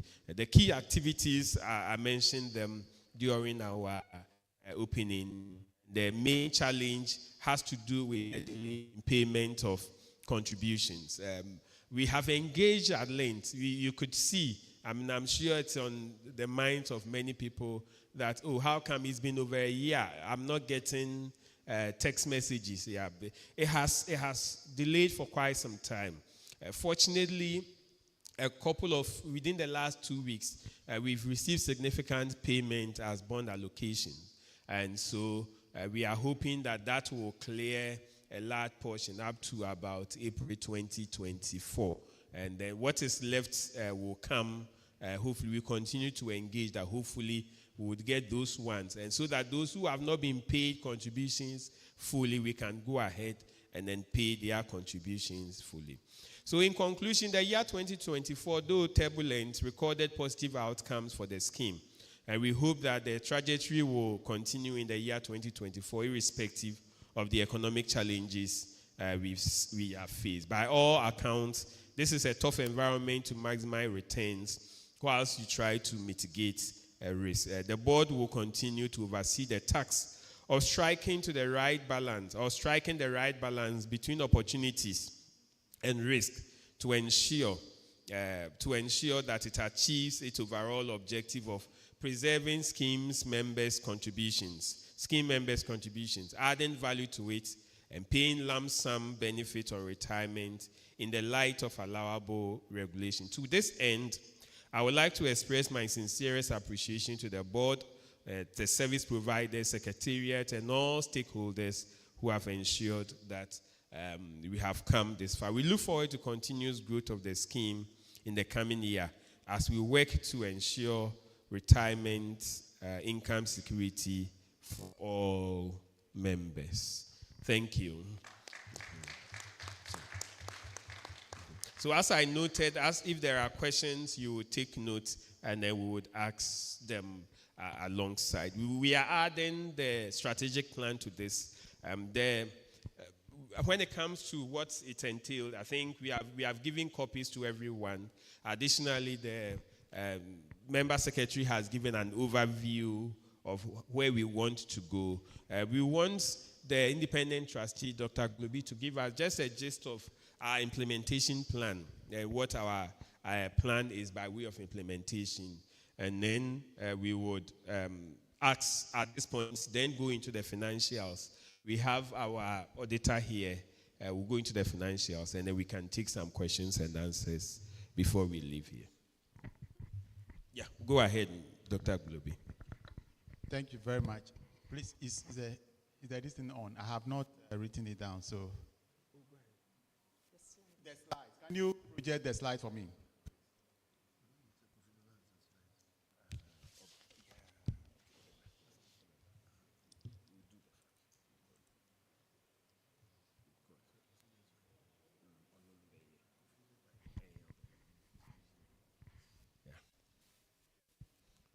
Okay, so whilst at it, then maybe whilst they are getting his ready, we can look at calling Mr.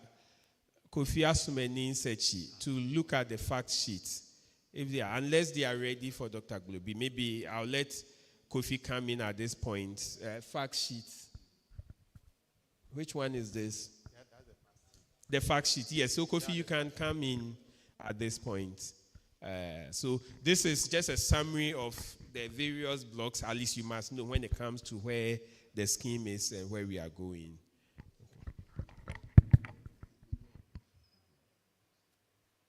All All right, so the fact sheet actually gives us a snapshot of where the scheme is as at 2023. So it's going to be a very short presentation.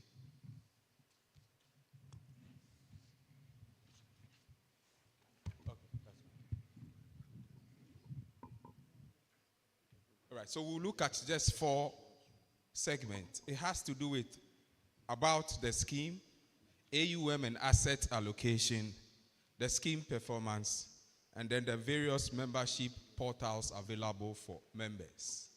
All right. So like as shared earlier on, the scheme has a vision and then a mission. And this is crafted based on the new 5-year strategic plan for the scheme.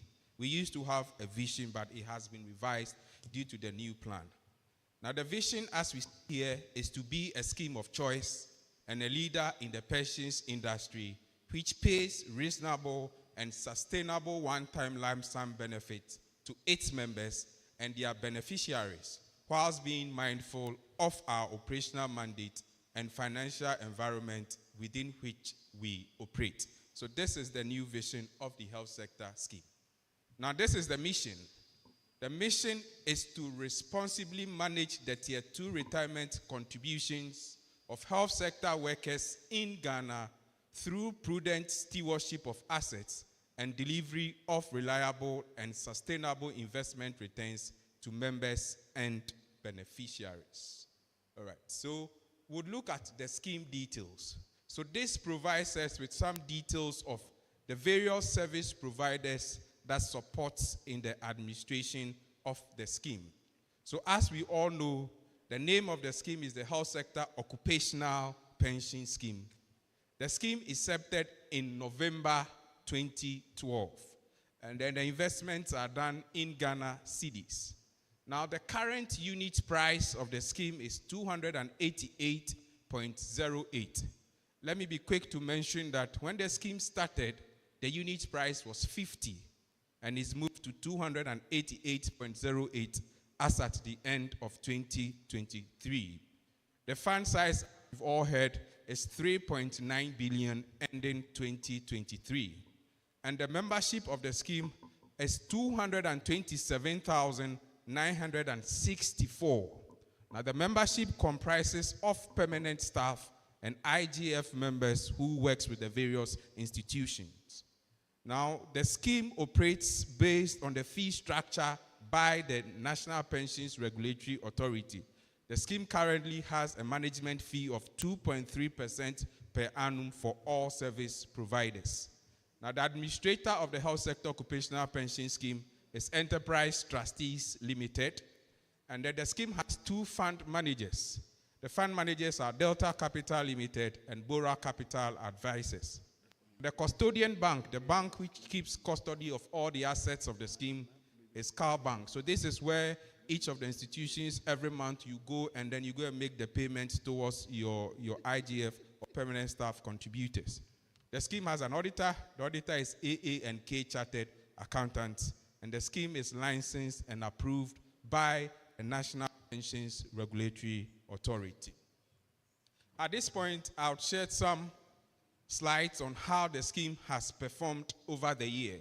Like we've all heard, the scheme is accepted in 2012. Now, if you look at the chart, you notice that there are chart bars there. The bars indicates the assets under management. So clearly you can see the charts being elevated each year on. So it shows how the AUM of the scheme has grown as the year passes by.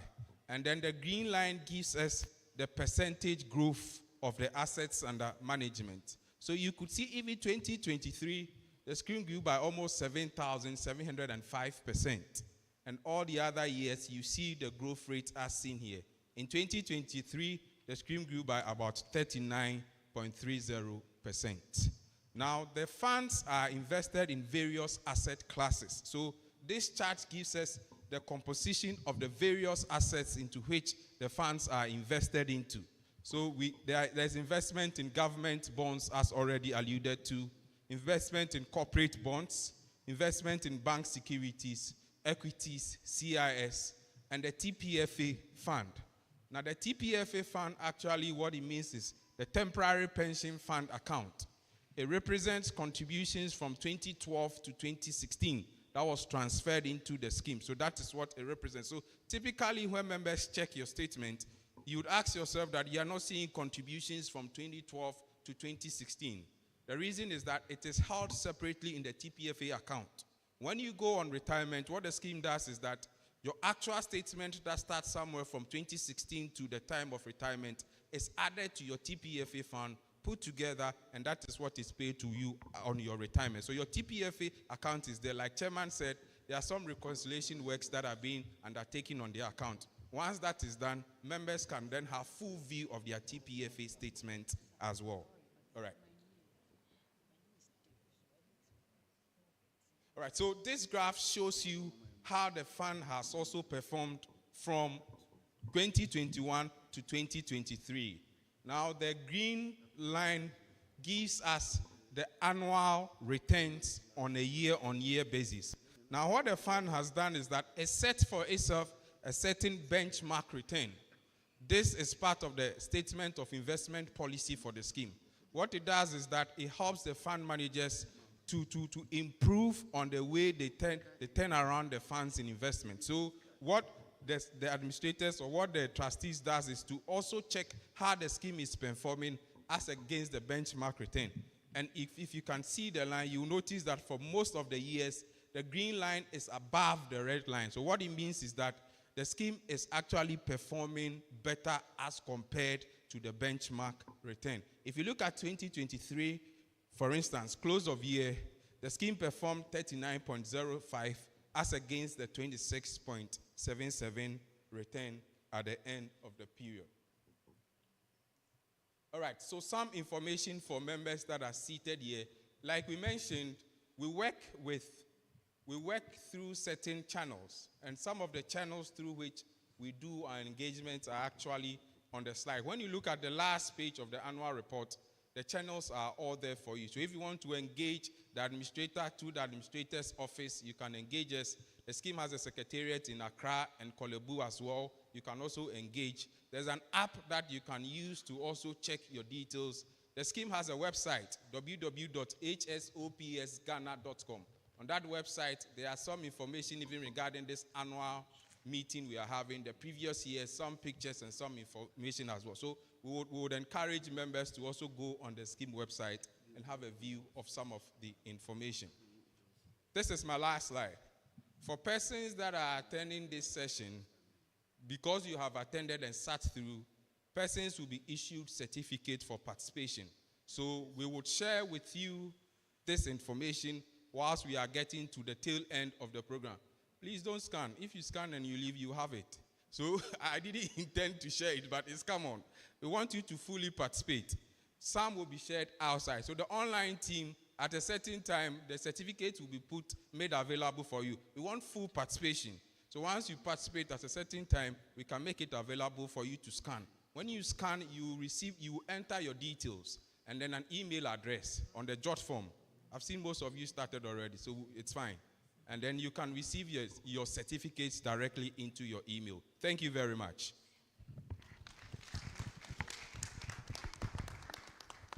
Okay, thank you very much, Mr. Asmeni-Sechi.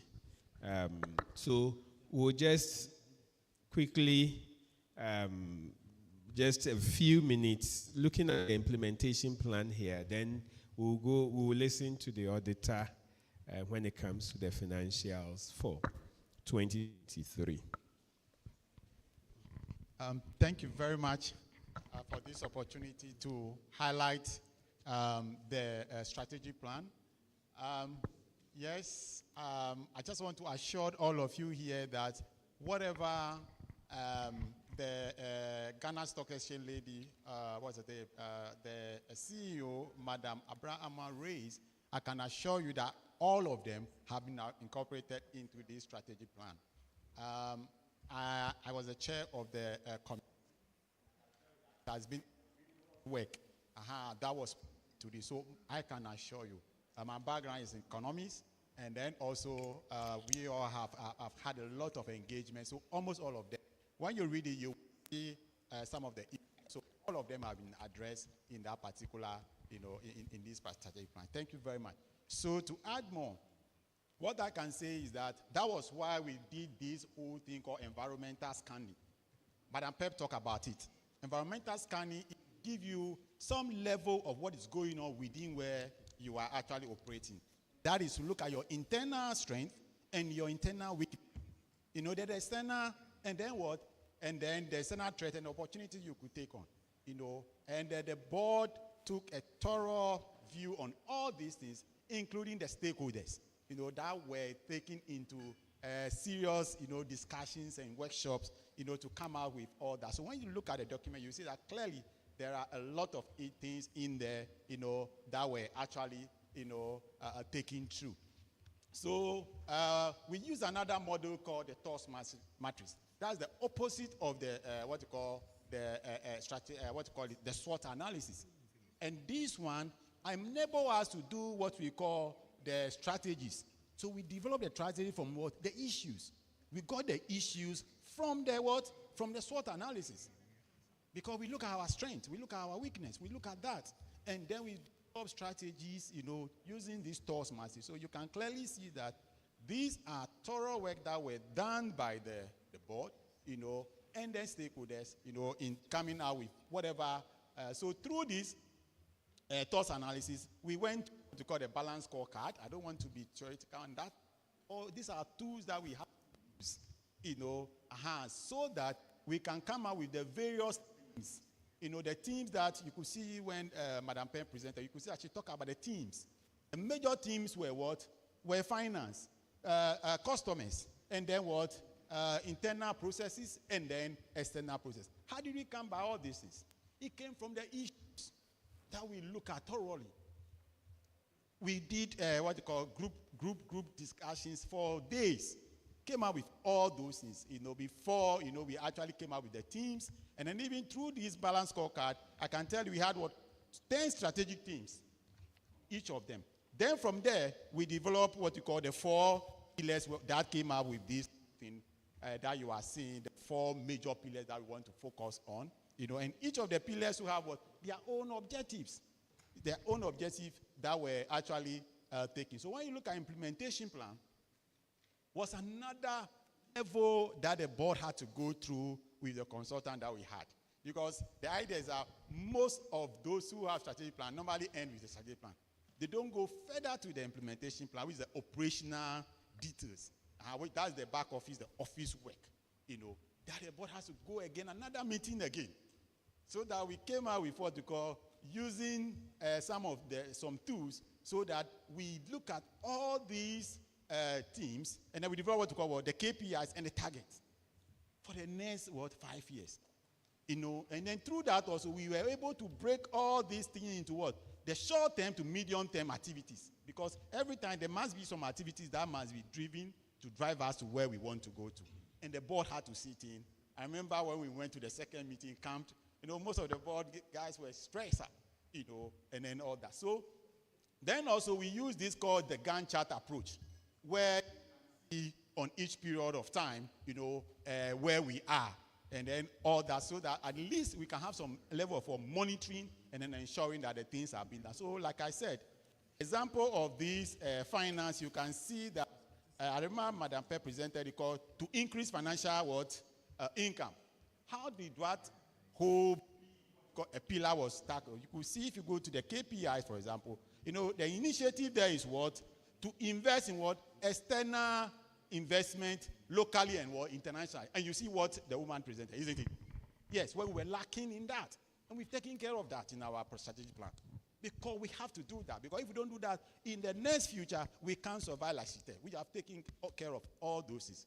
When it comes to foreign investment, alternative investment, how to diversify into the future, this record, I can tell you that if you read it, you can see there's a lot of detailed work, that has been put together.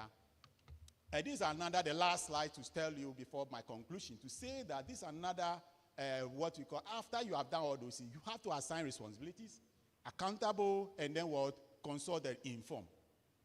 These processes too were also undertaken by the board with the stakeholders, And this particular one is, I said, is a tedious one because the implementation is what? Is getting these activities to get your results. And this one, we did it quarter by quarter, quarter 1, quarter 2, quarter 3, quarter 4 for 2025. Then we went all the way quarter, up to what? 2029. So if you pick, for example, like what I show here, if you pick finance, for example, you can see for quarter 1, for example, if we are saying that we have to what? Portfolio, using what we call portfolio analysis. Who should be done, who should do that? Using this, we tell you that it should be done by what? The farm manager. Who should they inform? They have to inform the board. So all these things were done thoroughly and painfully by the board, to come out with this document that you have been shared. So in the nutshell, I want to conclude and say that as we transition from planning, and then also to execution, we are beginning a transformational journey, for our Tier 2 scheme. I can guarantee you that, because what is going to happen is that, yes, we are aiming to have a well-established national secretariat with competent persons and state-of-the-art IT, like she talked about IT. We are thinking about that. We have a whole, IT session, if you look at the strategic plan, infrastructure to satisfy our customers. And then also, this I can say that it's a task that the board has taken onto itself to come out with this strategic plan. And it's like somebody has prophesied whatever we have already done. Like what I say, it's a confirmation of whatever the board has done. So we need the stakeholders buy-in. Clearly, people like you, all of you here, we will need this buy-in because, like I said, it's a huge responsibility. So there's going to be some commitment of allocation and then what? The limited resources, that must be put in place. So in the final analysis, I want to say that, yes, the board is set up to set up what we call an implementation team. Because don't forget, all this team, like I said, finance is a big lift. Because when you look at the document, you see that the activities that must be done are all itemized. So there should be like a committee in charge of that. And then you come to learning and then other. And they're all happening concurrently, like I said, if you look at how all these are supposed to be done, concurrent. It's not like you are doing this one and leaving this one. No. You are doing different parts at the same time, doing this at the next 5 years. So I want to say thank you very much. And then we wait for all questions when it comes to this strategic plan. Okay. Thank you very much, teacher, Dr. Agbulobi. Thank you so much. Yeah, so we would want to invite the auditor to come in, maybe look at the financial. The financial statements report is in there, together with the auditor's report, is in the brochure. We want to, at this point, welcome the senior partner for AA&K, Mr. Defo Chair, and he will stand in for the auditors and then give a report. Let's give a hand as we welcome Mr. Defo Chair. When you see him, you know you can trust him. Thank you very much, Mr. Chairman, and good afternoon to all of you. My task is very simple. I'm coming to read my report on the financial statements which has been prepared and approved by the Board of Trustees.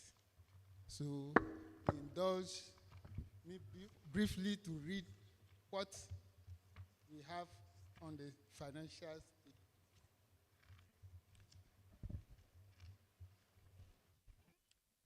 The report is on page 29 of the 2023 financial statements. And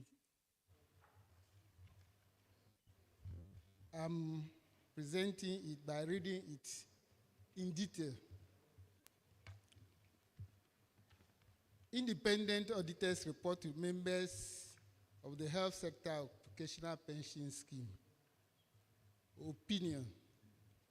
We have audited the annual financial statements of Health Sector Occupational Pension Scheme, which comprise the statement of net assets available for benefits as at 31st December 2023, and the statement of changes in net assets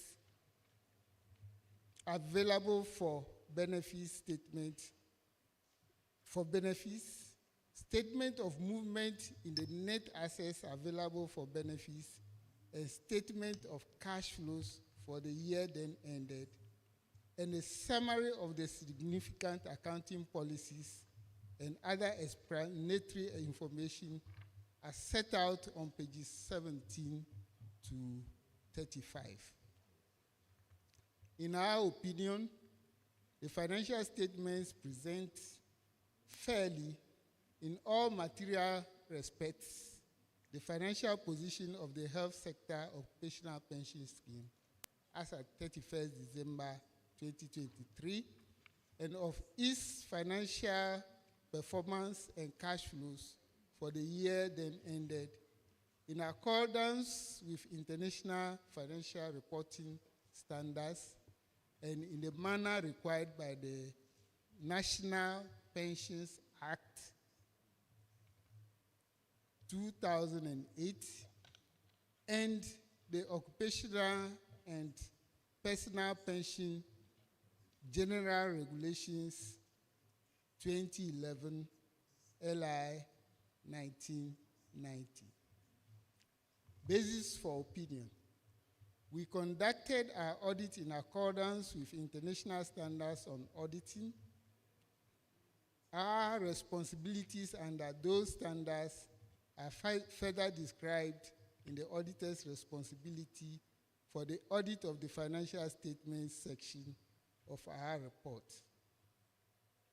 We are independent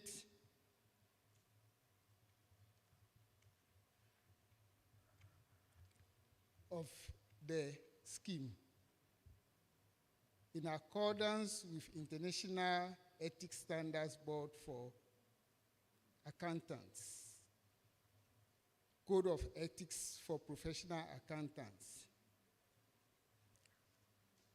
and other independent requirements applicable for performing audit of health sector occupational pension scheme. We have fulfilled our other ethical responsibilities in accordance with the IASB code and in accordance with other ethical requirements applicable for performing audits of the audits in Ghana. We believe that the audit evidence we have obtained is sufficient and appropriate to provide a basis for our opinion. Key audit matters. Key audit matters are those matters that in our professional judgment were most significant in our audit of financial statements for the current period. Those matters were addressed in the context of our audit of the financial statements as a whole. And in forming our opinion, we do not provide a separate opinion on these matters.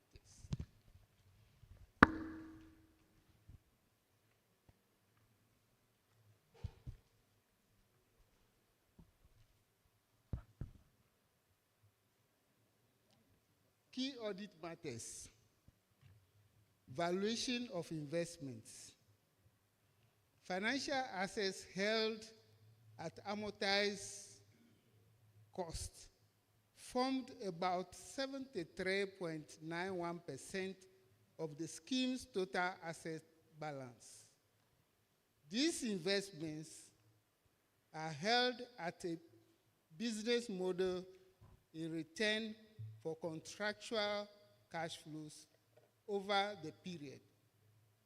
There is a risk of misstating asset balances due to error in computation and bias in the amortization process. So this was one of the key audit matters. The other one is,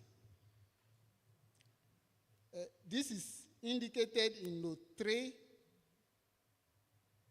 34, and Note 3.4 and note 7 respectively of the financial statements.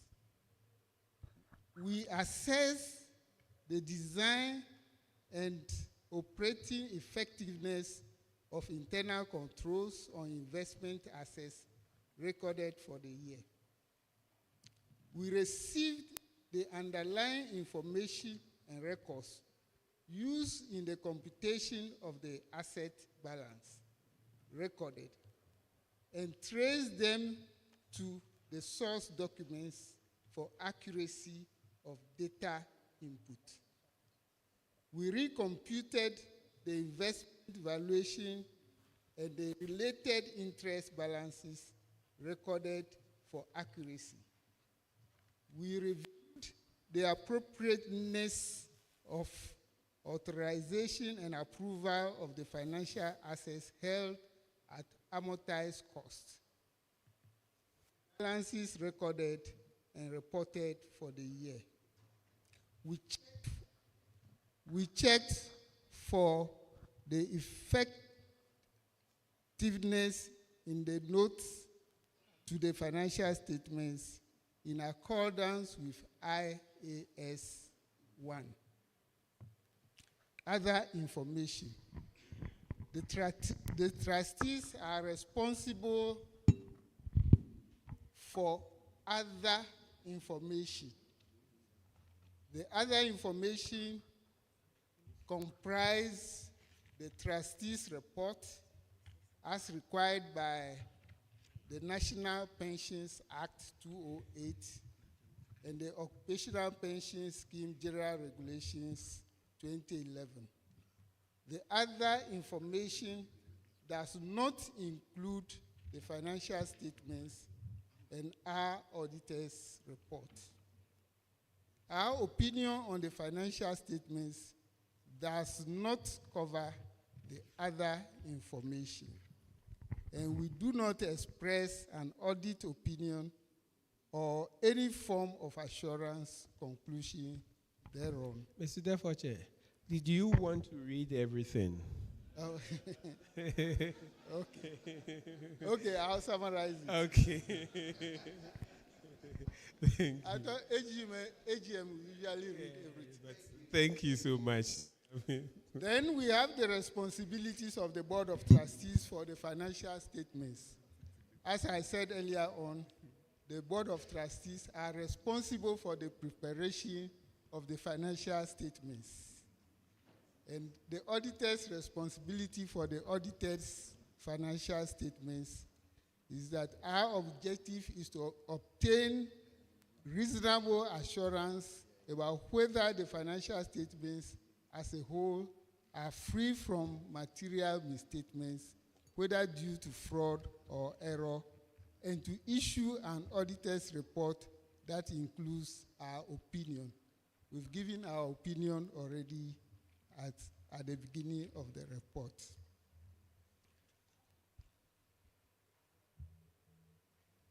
We evaluate the overall presentation, structure, and content of the financial statements, including disclosures, whether the financial statements represent the underlying transactions and events in a manner that achieves fair presentation.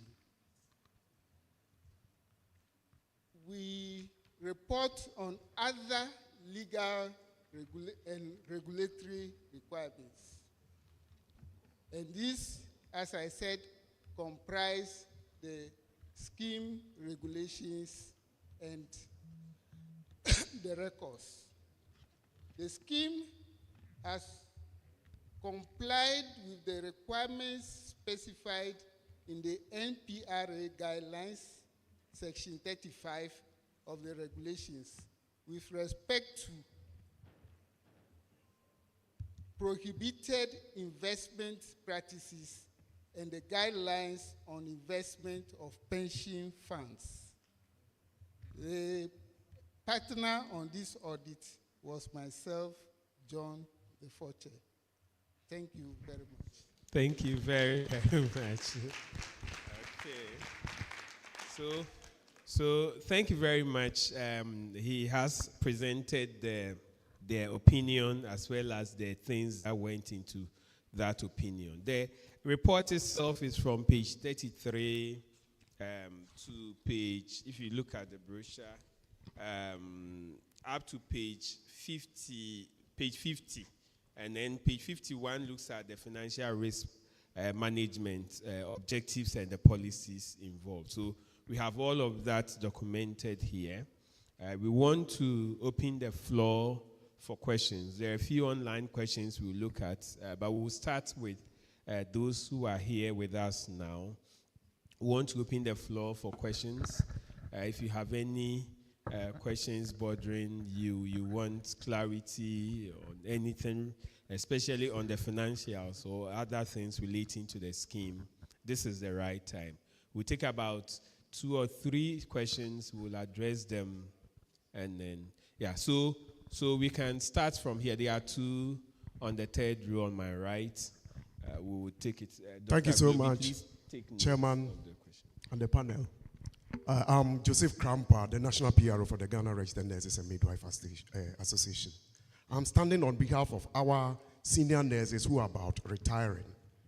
From most of the speeches that have gone up here, we've heard, but I've noticed that the government owe certain things you have to pay as people's pensions. Some are about retiring and some have already retired. So I want to know the fate of those who have retired and those who are yet to retire, and these monies that are supposed to be settled by government that have not come in yet. In case they go home and these monies come, how do they? Your question is well. Thank you so much. Next one. Thank you very much, Akulku Samuel, GRNMA. My first question is, in the most highly paid person, is he working in the public sector? Sorry? The most highly paid recipient, is he working in the public sector? That is one. Then what is the least paid member under the scheme? So if I get you want us to give you what the salary, salary? No, you've given us the maximum. Benefits, okay. Yes. That's what you want, So, benefits. Yes, you've given us the highest. Okay. We need to know the lowest. And then the highest person, is he a public sector worker? That's fine. The second question is, we started the scheme with an amount of about 2,000 Ghana cedis. How many members were involved? Thank you.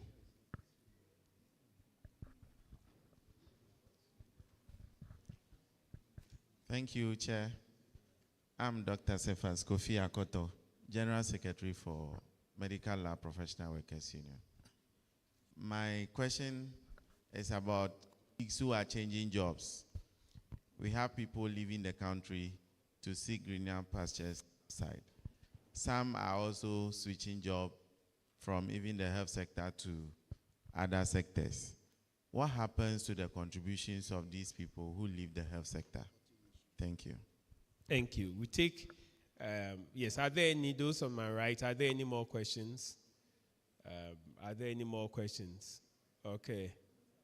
Okay. So maybe we'll start to address these. Franklin will speak to the last question. Pep will speak to how many people were involved in the beginning, as well as, yes, and then when it comes to the outstanding pensions,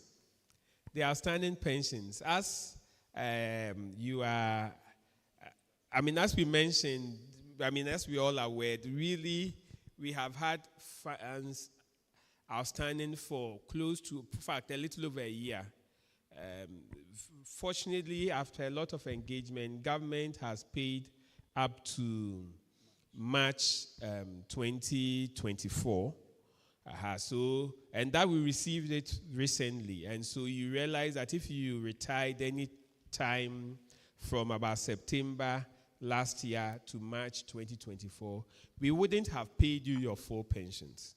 what the board decided is that once you retire and you send your document and we vet and you qualify, we'll pay you whatever has been received.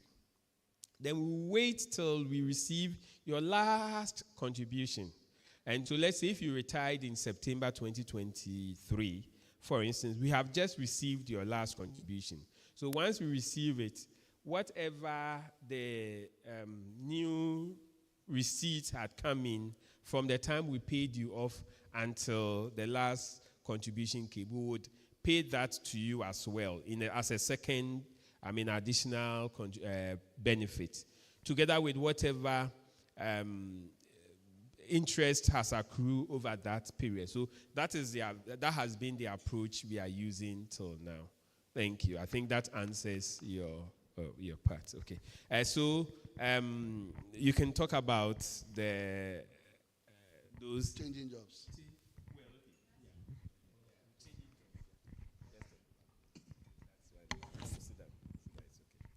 Thank you, Chair, for giving me the opportunity to respond to this.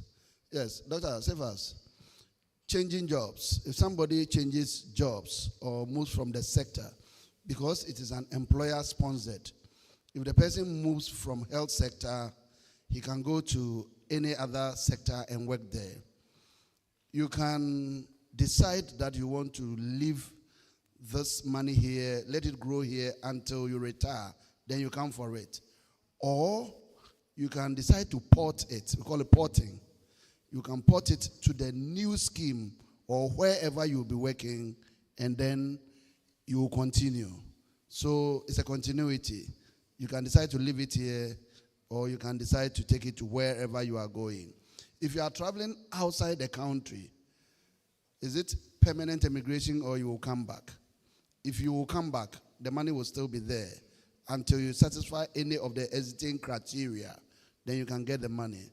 If you go and there is evidence that you will not come back, even that one, you will still have to look for a scheme either there, and then we go to MPRA to check how to treat it.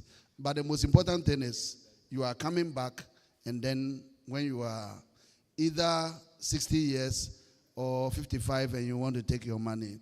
But the thing is, the money will still be accruing interest. It will not just be like the SNET one that will be there forever and ever. This one, it will be accruing interest till you get the money. Thank you. So just before PEP comes in, just a little addition is the fact that those moving out, the migration, it's only for those who are not Ghanaians. If you are not a Ghanaian and you are moving, you are migrating, let's say you came to work here and you are going back to your country and you have shown evidence, that one we can pay it all to you. But if you are Ghanaian and you are moving in, you are not even coming back, you must qualify for the exit clause. Either either you've reached compulsory or voluntary retirement, or there is evidence, medical evidence that indeed you are incapacitated. So that is it for that part. Pep will speak to there. Thank you very much, Dr. Chair. So the question about the membership as of 2012, when the AUM was just 2,200, we were dealing with just about a little over 100 contributors at the time, and these were just IGF staff. So the scheme basically started with IGF staff. The contributions only came with IGF until 2016, when the monies or our contributions that had been lodged with the Bank of Ghana was released to all the public sector schemes. That was somewhere around September 2016, and that was when, following which we began directly receiving the monthly contributions of public sector workers directly from the Controller and Accountant General's Department. Chairman, there was a question about the minimum amount paid, and that is 1,422, when you ask about the highest paid, whether the individual is a public sector worker, well, what we need to understand is that beyond the IGF and the members who are on controller, we also have staff of the various unions who are also members of the scheme. And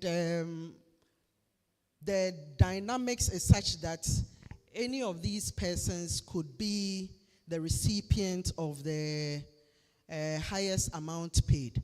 I cannot disclose at this time which individual in these three categories receive that amount. But what I want you to appreciate is that the contributions come from IGF, those of us public sector workers pay directly from controller, and then we have staff or employees of the various professional associations and trade unions whose tier 2 contributions are also paid by the union. So that individual will be from any of these three.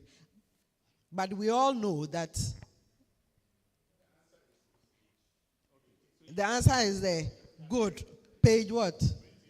28. So please make reference to page 28. Thank you very much. Thank you very much. Any other questions? Okay, so we'll take here. Okay, so I can ask my question. Yes, Thank please, you very go much. My name is Dr. Elizabeth Secret, Ghana Medical Association. My question is on your vision. It's the wording of your vision. Yeah. It sounds like you pay to the contributor and the beneficiary. I know that a lot of thinking goes into couching the vision, but when you read it, it sounded like, the contributor to be paid and your beneficiaries are also going to be paid. So I don't know if you can please look into it. Okay. The meaning doesn't come out like that. Thank you very much. Thank you.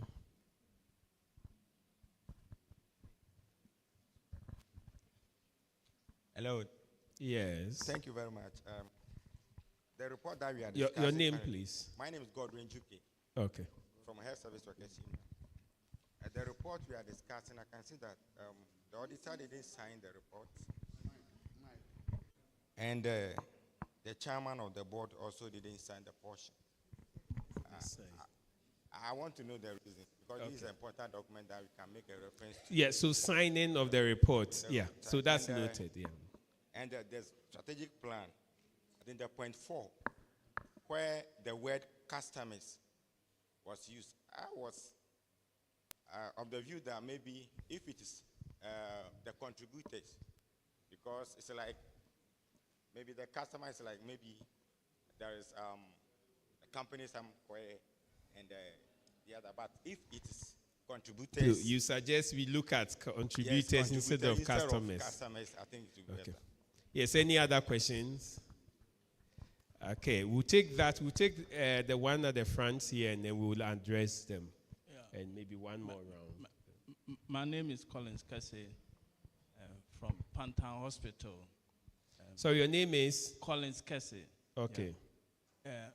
I want to make a suggestion concerning the delay in payment of benefit to contributors.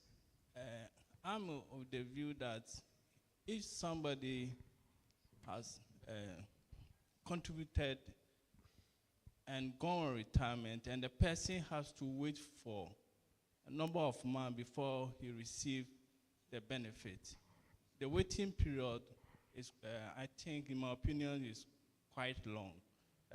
For instance, you said there were some of the nurses receive their payment in September and they have to wait till March this year. I'm thinking that because we want contributors to smile at the end of their working period, can't you just bridge the gap by calculating what is due them and then pay them so that when government pays, then maybe you used to bridge the gap, so that at least the waiting period. Let's allow. So I want to suggest, if it's possible, at least the savings that you have made, you can use to cushion retirees instead of making them to work for so long to be paid. Thank you. Thank you very much. We'll take, there was a hand here. Or has it been? Yes, so we'll take this one and then we can address. So thank you very much. I'm Frederick. Sorry? Pharmacist Frederick. Sorry. Frederick, okay. Therefore, General Secretary, GOSPA. And then also as a health worker, I am speaking in both capacities. My issue has to do with the past credit. The question actually is, what are we doing about it? It has taken so long a time. I've been in meetings where we've had discussions on this issue. I think it has taken government too long to actually act. The glyco report and all those things have been cited. And so which aspect, just clarity, which aspect of the past credit? My issue is that the past credit, as we all know, for those who have been contributing before this new, I'm sure a lot of us in HSOPs would also have aspects of our monies locked up there. I think that as a scheme, we could also be working towards ensuring that we can recoup these resources to benefit our contributors. And so I wanted to find out, does it actually concern us? Does it concern us? Do we have any locus to act on it? Or it must be left entirely to the unions to fight it out? Thank you. Okay, so thank you very much. So I would come in, just let's address the ones we have. Pep will address the past credit issue. Collins, so you have a very brilliant suggestion, and I'm sure this has come up so many times. We've discussed this over and over again. Regulatory-wise, it's a problem. See, what's happening is that, you see, you have your money you have given to me to manage. I have, within that box, we have funds that belong to people. They are not money for anyone. So if I go in there and I take somebody's money to pay you, ultimately the value of that person's fund come in. It's not just, oh, when it comes, I'll pay back. But that coming may not come with interest. And so you realize that the one who is in the scheme at the time you exited is losing. Additionally, we need to have, this month you are paid 5,000. The next month is 4,372. So even getting to calculate to know the exact value, how much will come in, is difficult. And we won't know until it has come together with the schedule. And additionally, we don't even have guarantee from the employer that he will pay. We know that ultimately they pay, but we don't even have any guarantee. So there are so many issues with paying on account. And so we realized that that was not going to help.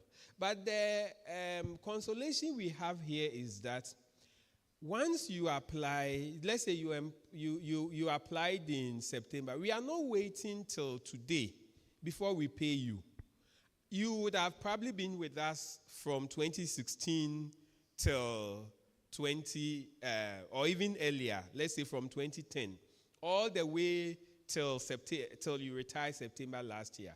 So we would pay you everything up till the time we receive the last one. So what will be left, let's say out of 200 months, is left with only just 2 or 3 months that will be paid. And that figure is not really so much compared to what will be paid to you.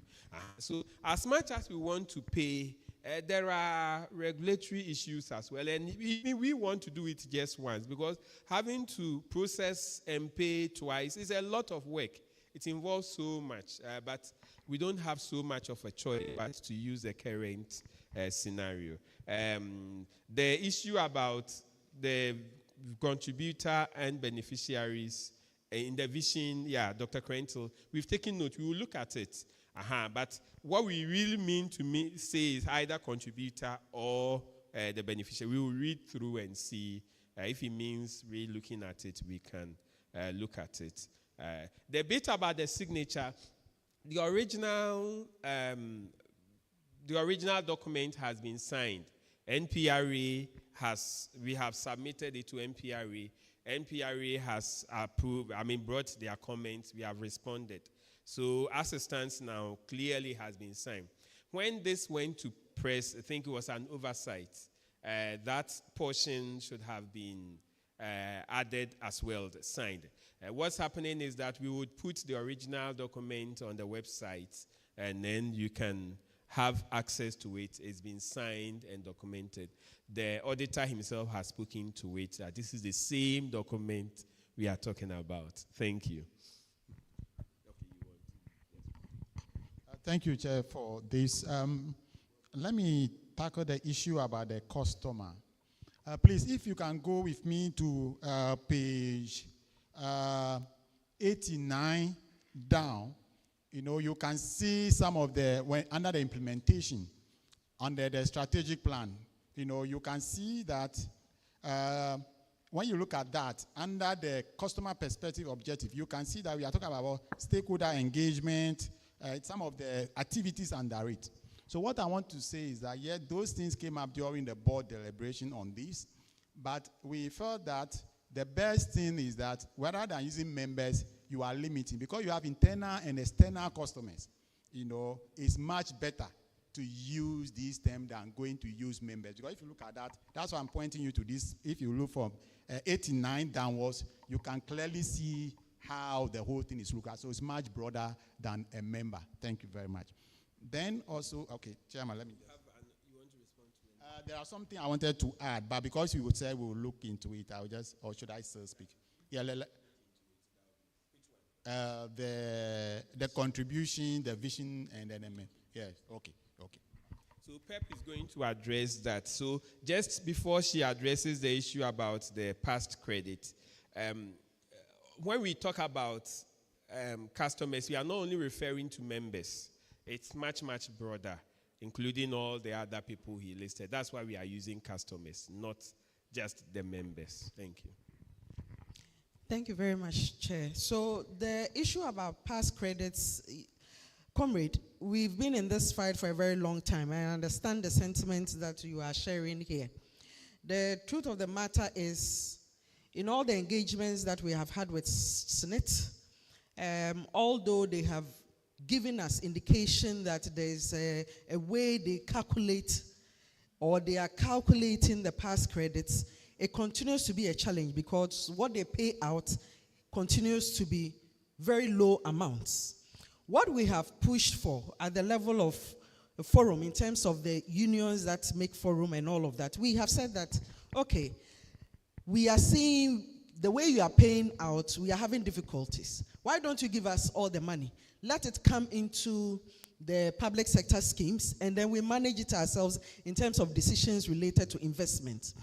Although we have pushed for this over time, there has been a difficulty or challenges along the way, because the understanding of the government and SNIT and other stakeholders is that if they should give or release that portion of our contributions to the public sector schemes, it is going to have a great impact on the total AUM that SNIT holds, and may have repercussions for those to receive monthly pension on retirement. So these are some of the conversations going on, but we understand clearly what the issues are, and will continue to forge forward. If you ask whether the scheme has locus to engage in this conversation, my response would be the scheme is also a stakeholder in all of these discussions. So we'll continue to engage as stakeholders to see how the issue can be addressed in the nearest future. And it is up to you and I and all others to see how it goes. Thank you very much. Okay, so thank you. I think the points have been raised clearly. Yeah, so we are going to look at some of the online questions, and then we'll take maybe if we have and the last set of questions from here, and then we can go to the last part of this meeting. So we will look at. Do you have them? You have them. Okay. Yeah, you give me phone now. Okay. Okay. Okay, so I do receive text messages once a while from enterprise trustees regarding my tier 2 deduction, which tells me that I am being deducted every month. So in this case, I want to see all of my contributions. How do I go about it? Kofi, take note of this. I'll let you address it. How do I go about seeing my contributions, my statements, basically? Now, Yasmin Mustafa. Okay, so that's from Yasmin Mustafa. Then from Prince Asegba. My big concern is the delay in disbursement of contribution to the Tier 2 fund. What are the penalties for such delays? And are they applied? What are the penalties and are they applied? Okay, so there are penalties, actually. For every month in which there is a delay, you're expected to pay 3%. Sorry? For every month. For every month. For every month in which there is you're expected to pay 3. Yes, for that. And when you accumulate it over 2 months, 3 months, it's huge. 36% per in a year. I mean, that's how high. It's higher than Treasury bill and all that. The problem is the implementation, usually. And for us, we always write demand notice. We hardly receive it, I must be frank with you. We are engaging, in fact, NPRA has been engaging with government and all the defaulters, including all the other stakeholders, to ensure they pay on time. And additionally, even just, I think, last week, we were asked to submit by way of accumulated penalties that had not been paid. So we are hoping to engage, and then if we're able to get those, it will boost the scheme performance and the yield, the interest will go up. But at the moment, implementation-wise, I must be frank with you, we are lacking a bit, but we have been pushing for it. We are not receiving them. Because you owe so much, sometimes you want to receive it, that when you receive, you want to work with it. By the time you receive one, there is already accumulated, others that have accumulated so much, which you have to fight for. So it's a multi-headed, in quotes, somebody used that word. It had multiple heads. It has so many facets, so many areas that is difficult to win, but it will get better. Thank you. Yeah. You can read the rest. So the next question is from Ebenezer. He says, please, what is the administration doing about the 18% the civil servants received? The health workers, because we were left out. It's not related to tier 2 pensions, so this one we cannot speak to it. There's an impact, eh? I understand. Okay. Dominic says, when is the tier 2 payment resuming? Because the arrears dates back since 2023. And then Sheila says, Sheila Ejapon, can we do partial withdrawal of our tier 2 contributions? Thank you, Chair. Andrews, you address the partial. Thank you, Chair. As Tier 2 is a mandatory pension scheme, and there are rules and regulations surrounding that. So the rules of how somebody can take money are provided in the Act. And one is, well, when you are age 60, or two, when you are age 50 and you are unemployed. But that one, you have to go to labor office and declare that you are employed, and then write to MPRA. And MPRA to have to vet you that you are unemployed. So it's not an easy path to go declare yourself unemployed and come. Then also 3, when the person is emigration, that Chair has talked about, but that's for non-Ghanaians. And then 4, we all know maybe God has called a person, the person has gone, and then 5 on medical grounds, So if you look at that, we have been given clear mandate as to how we can pay Tier 2. So there are no partial withdrawal or withdrawing before retirement. Unless you retire, then we can pay you. That's why when Ghanaians actually go abroad, we say, well, you wait when you retire. Not we, even the artists. When you retire, you can always come for your money. So these are the provisions in the Act. Chair, thank you. The spirit of this is good for us as economy and all. We want to be able to preserve some income for your retirement.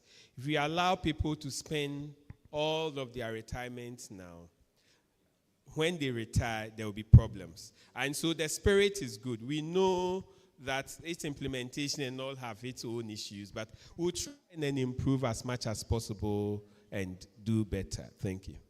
Any other? So we'll just take the last set and then we are out of here. Yes, before they come. Right. Yes, when it comes to the Tier 2 payment, I think I have made it clear here that we have had some payment up to March 2024. And so there have been resumption of some payment, even though we haven't gotten to the September desire. Okay. Okay, so to assess your statement, what trustees has done is to provide various channels and options for members. So for those who want to view your statement online, you can do this via the HSOPS website. When you navigate to the website, www.hsopsghana.com, on the home page, there's a member login page where you can go. You do a quick registration, you get an OTP code to confirm your details. Then you log in again. There's on the dashboard, there's the left-hand side that says view statement. So you can view your statement and you can download your statement anytime you want to have access to your statement. Now, for those who also want to walk to any of our offices, that's also available. So any of our offices that are available, just go with your ID. Once you identify yourself as such, the customer service person will assist you to get a copy of your statement. You don't pay in accessing your statement, just an ID, and the statement will be made available to you. Thank you very much. That one, was it for me? No, I've answered that already. That's okay. So go ahead, please. Okay. Good afternoon. My name is Bashrat Adam. Okay. My name is Bashrat Adam, Gospa Kolebu. Yeah, so the first question, I think the online participants have actually dwelled on that. I was going to ask how regular is the payment or the transfer of our contribution to the fund? Because I receive messages, which is almost a year. So I was going to ask about how regular we receive the payment from government. Yeah, the second one has to do with the calculation of these monies that are contributed. We're told if you go on retirement, yes, it will be calculated, and then. So in this case, my contributions have been taken for more than a year, and then the fund receives it. Is it going to be, the calculation is going to be based on the interest, in addition to what I have already have in my account, or how is it going to be done? The last one is a suggestion. Health sector workers, most of us, our remuneration, or should I say our salary, most of it are not on the base pay. Should I say the base pay most of the time is not that encouraging. All other things are either premium, other conditions which are added to our salary. I'm suggesting, is it possible that we can fight to get these other conditions of service or payments that are added to our base pay so that it will increase our amount that we take home as pensioners? This is the last one I want to suggest. Thank you. Thank you. Thank you. So we just take, there is one hand here and then that should be, there is nobody on this side. Yeah, there is. Okay, let me see those who have questions. Let me see, 1, 2, wow, okay. So very quickly, just 4 and that's all. Hello, my name is Mama Abukari. Sorry, the name is? Mama Abukari. With regards to the basic pay contribution, that's 288.8 across board. Is it basic or is it applicable to everybody? Or is it depending on the amount that one takes home? In terms Which of 288 are you talking about? Contribution. No, okay. So I'll just clarify yours. That is unit price. What's happening is when we receive, let's say we receive 500 cedis from you, we put it in the system and then we unitize it. So that 500 cedis may be able to buy 2.5 units. And each unit at this point is worth 288. What we do, when we started, each unit was 50 cedis. But because of the profit that has been coming, the unit has been increasing. And now what was worth 50 cedis in then when we started, is now worth 288 cedis. So it has nothing to do with your... Okay, thank you very much. That's right.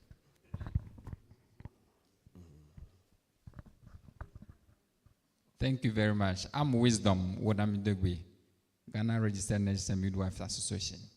Please, I would like to ask this question that is there anything or activity of mine that can reduce my money at the end of the pension? That is, if I have sponsored or if I have signed a student loan for 2 or 3 people and at the end they couldn't get job and to pay this loan back and when I'm due for retirement, what happens to that? Would that be deducted from my money? Thank you. The other two.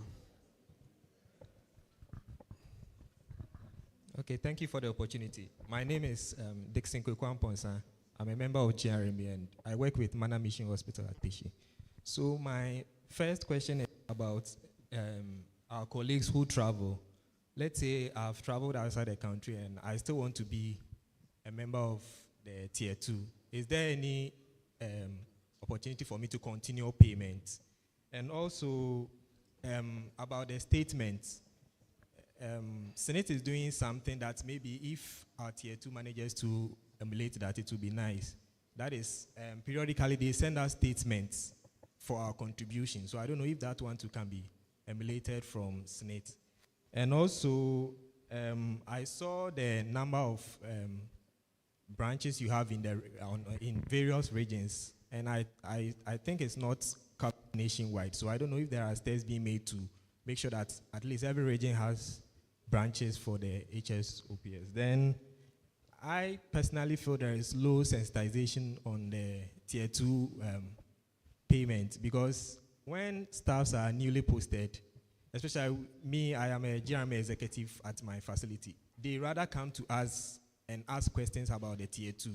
So some of us, because we normally relate with our leaders, they give us information that we share with them. But I feel there should be more effort to, maybe you can get some trained staff who will be visiting facilities so that they train us on the deduction. And some even sometimes want to know what percentage of deduction is being made for the Tier 2 and other things, which some of us who have information normally give. But I feel there should be more efforts to train our staffs on that. And also, my last bit is... So that should be last, eh? Yes, please. My last bit of it is, I don't know whether it falls within your mandate, but I feel there are a lot of working force in the house in terms of the health sector. And I don't know if it falls within your mandate to lobby with the government so that all such people will be posted and they will all join in the contribution so that it keeps growing. Thank you. You should lobby for more people to be employed. Yeah. Okay. That's fine. Thank you for the opportunity again. I'm Frederick. This one is just to, I don't know whether it will go to enterprise. But and the name again? Frederick. Frederick. Darfur.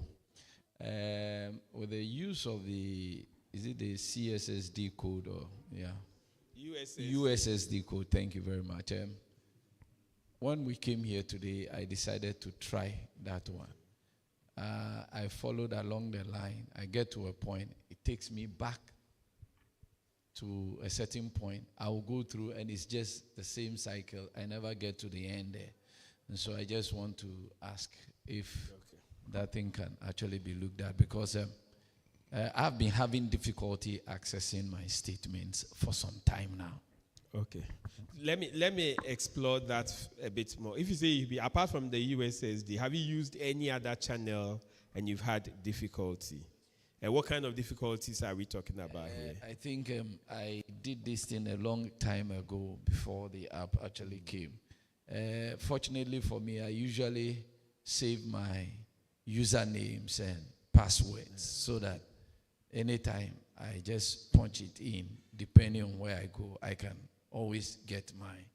I've done that several times and it still hasn't worked. Okay. That's what actually pushed me to want to use the USSD and still no results. That's fine. So that's noted. But then the beautiful thing is there are other modalities where you can actually call, you can send a mail, and all these issues could easily be addressed even before you come here. But I'll let Kofi speak to what you have just said. Now, when it comes to the other questions, activities that reduce, fortunately, the law does not allow you to collateralize your tier 2 for a loan. And so we don't approve any, unlike others, this one is not affected in any way. So we don't have any activities. Any activities that can influence, of course, unless we have had a court injunction, for instance, for one reason or the other. But we cannot use this as collateral or anything for a loan, or so it would, unless there is foreplay somewhere, like any, issue that has shown that you have done something illegal or some, otherwise it will be paid. So you should be rest assured that your funds are secure. On this issue, the point he wanted to make, previously, if you had guaranteed a student loan for somebody under SNIT, if the person fails to pay, they will take it from your accruals. So I think that is what he needs. So that has whether to that do is with applicable SNIT. to tier 2. Yes. Okay, thank you. That has to do with SNIT. It's not applicable to us. And it's this is a defined contribution scheme. What happens is that it is whatever you give plus whatever returns you make on it minus the administrative fees, and then it comes back to you. So it's not, there are no formula. Somebody was talking about calculation. We don't do any calculations. It is what you have contributed over the period, the interest you have made over it, we give it all back to you. So there are no formulas when it comes to the tier 2 bit. A very simple one. So when you pick your statement, you can see these are the contributions. This is what you have retained, the returns you have made over it. And this is the sum, and you take it home. Okay. Issue about maybe sensitization. Maybe you can make a word. Okay, thank you. Education, Mr. Bonza. Yes, we do a lot of education. What you can do, or what members can do, is from your facilities. If you can organize your facility, just inform us, we will come. We do it as a board, and also the ETL team also go around and do this. So at any point in time that you need education, just let us know. Either board members will come or ETL team will come there and your members will be sensitized. Thank you. Pep will speak to the other issues. The other bits that's why today we are talking about stakeholders. You are involved. I mean, you are executive of JRMNA. You are involved. When we look at sponsors of this scheme, it is government and the unions. So the unions form a huge part of ownership of this scheme. So what we have used, from the onset of this scheme, right from the beginning till now, is to use the existing structures, and that includes the union. And so what you are doing is not out of place. That's why we invite you to forums such as this, so that you can have the information and give it out to the people. But we agree with you, we need to do more sensitization. Thank you, Chair. So on the issue of regional branches, it is part of our strategic plan to ensure that we establish at least an office in every region. So it's a gradual process, but we are hoping that by the time this plan ends in 2029, we would have been able to establish all the offices in the regions, which makes it very easy for contributors or members of the scheme to just walk in and access services, especially those who don't want to allow themselves to be digitized and to go online and apply for their benefits and all of that. You can go in and get somebody to assist you. The issue about lobbying for more workers to join so that Tier 2 funds can increase, well, it's our collective responsibility, and we all have the responsibility to talk about it. The most important thing of not employing people you train is the loss of skill and the loss of that human resource that the country can benefit from, and not necessarily even their contributions that are coming into the pensions. And therefore, it should be a very important issue that Ghana as a country needs to look at. You can't train doctors, you can't train nurses, or train other allied health workers and leave them at home for 1 year, 2 years, 3 years until you have money to employ them. Then why do you train them in the first place? There should be other avenues to address the issue of employment if we want to go on the same trajectory of the numbers that we train. These are discussions for other forum. But when it comes to pensions, we wait for you to be employed, your contributions come in, and you become our responsibility. Thank you, Chair. Thank you. Is there, yes, Kofi, quickly speak to it, and then... So the issue with the web portal and then the USSD platform, what it is that the web portal works, but it depends on the device you are using. You don't get the full efficiency when you are using your phones because of the way phones are. So we would recommend that your phone will work, but you won't get the full utilization of it when you are using the web portal on the phone.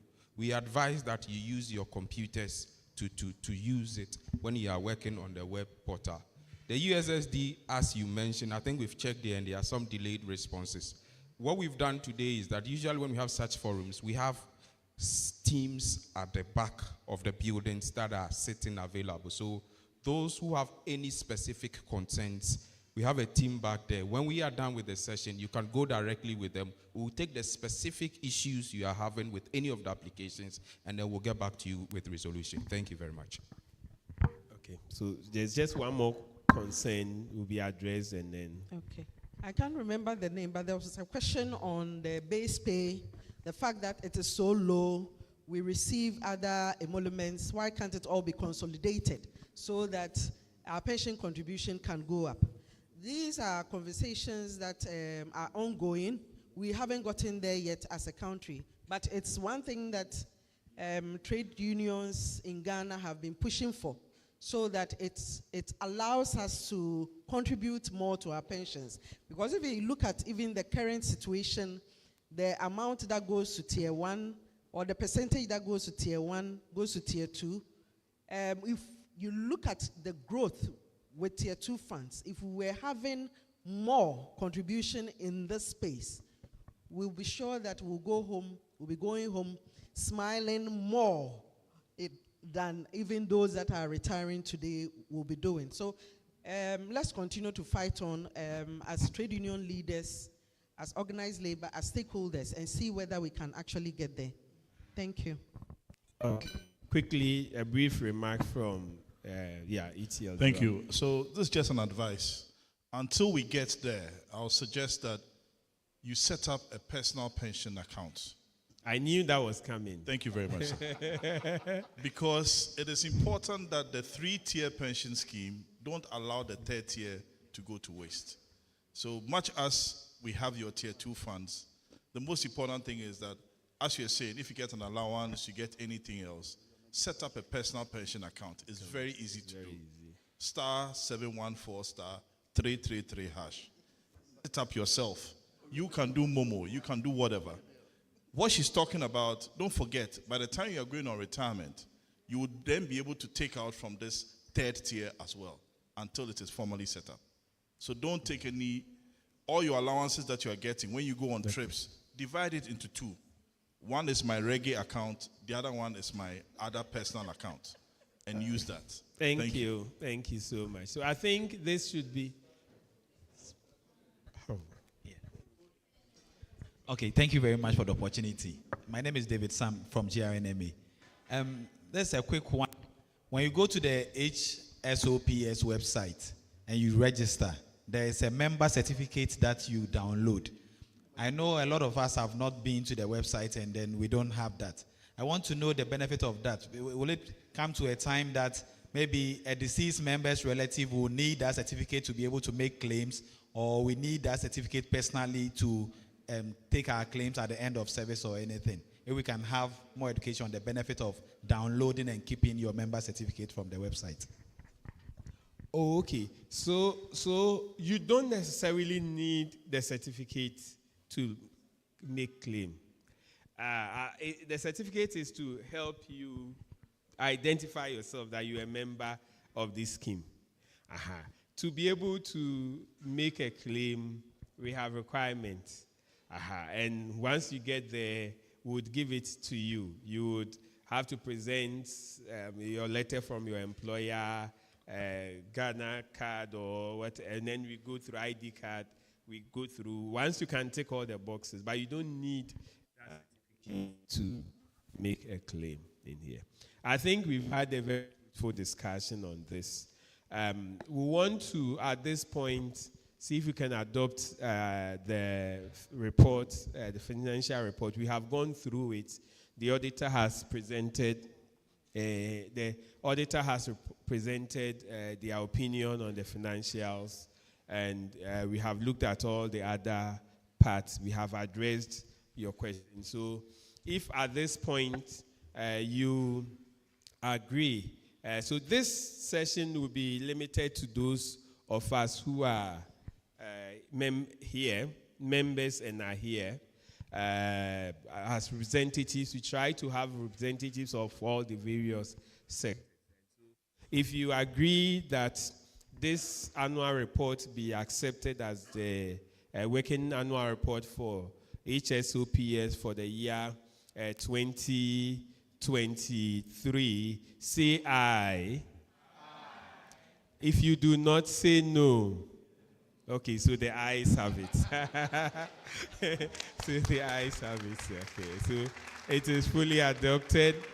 The other bit has to do with the strategic plan. A strategic plan. We have tried, even though we didn't have a lot of time, we have tried to break it down as much as possible for you. We want to have this as a document adopted by this assembly or this gathering, so that we can run with it for the next 5 years. So if you accept that this is adequate as a working guide, you know, one thing about strategic plan is that you review it, and we review every quarter, and we move on from there. So input will come in. But if you do accept that these documents be taken as our strategic plan for the next 5 years, say aye. If you do not, say no. Okay, so the ayes have it. So we take it at this point that both the strategic plan and the annual report have been accepted as for use for the scheme. Before we go,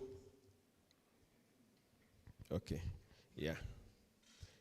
before we go, so just a few remarks and then we can end here. As we are aware, the health sector occupational pension scheme is your tier 2 fund. Our main role is to be able to ensure that when you retire, you can have a lump sum you can do something with. And we as a board and as a scheme are doing everything possible to ensure that we preserve the value of your funds. I want to, on behalf of the board, say thank you for all the support you have given in various sectors to be able to bring us this far, especially those who started this. Before I came in, people had done a lot of work on the ground, and we have grown this way, this far because of all this. So we want to say thank you to them.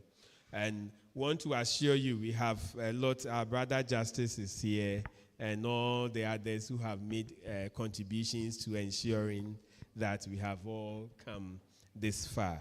Want to assure you that we are committed to what we have been called to do. We are committed to what you have entrusted to us. And we will do everything possible that indeed you retire with a smile. So thank you very much. Let us all get involved to ensure that the right things are done. If where there are questions, ask them. Where there are suggestions, bring them. Where there is the need for criticism, criticize. And we will make sure we work with all these for the betterment of this scheme and for its contributors. We'll take a few remarks from the Assistant Secretary, and then we would end it.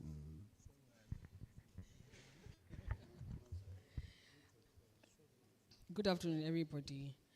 We want to thank you for taking time off your busy schedules and joining us for this AGM. It is our hope that this will not be the last AGM. We'll have many more AGMs, and you'll participate the way you have done this afternoon. Know that your contributions are in safe hands, and we ask that you continue to pray for us so that we'll be able to manage your contributions well, so that you can retire with a better smile going forward. Thank you.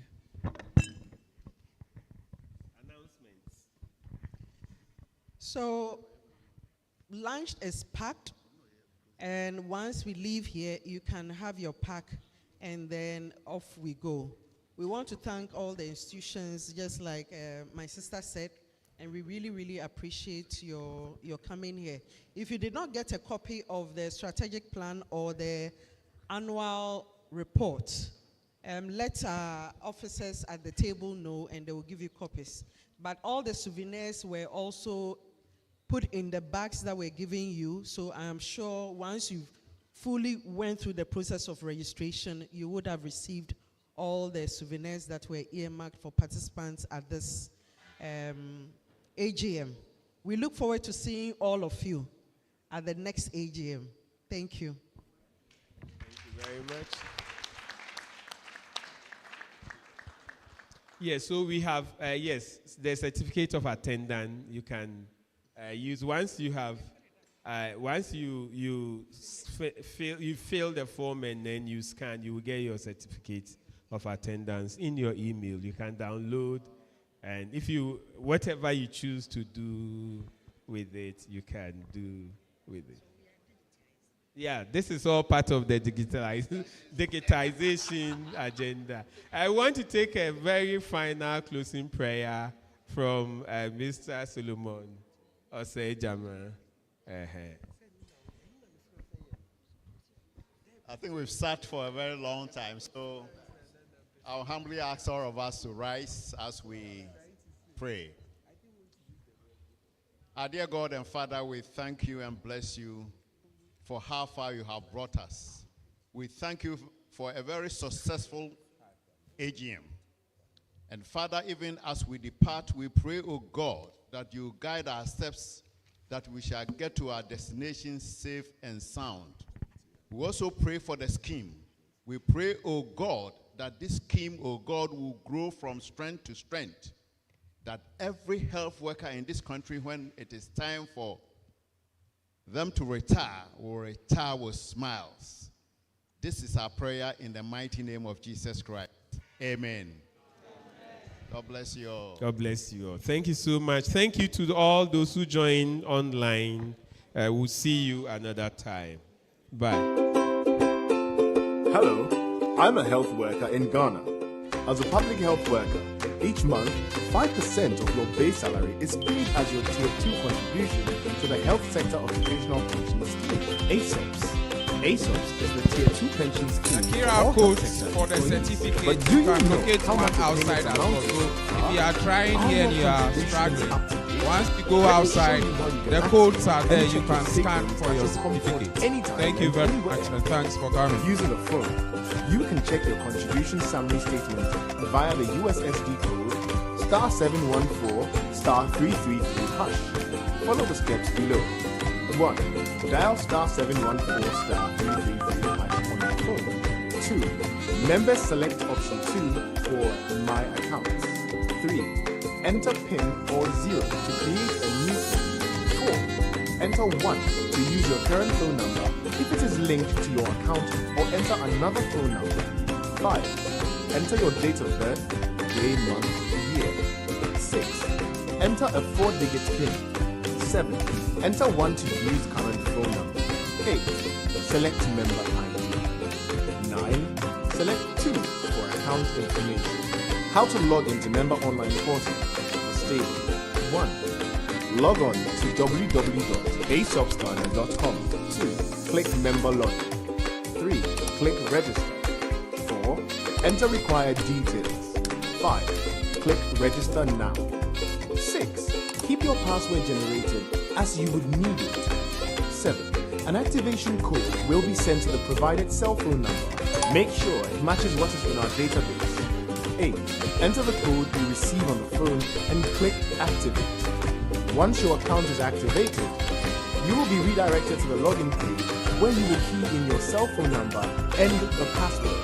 With access to your statement at any time, you can plan for the future, monitor your account from anywhere, enjoy the assurance and peace of mind that each ASOPS contributor deserves.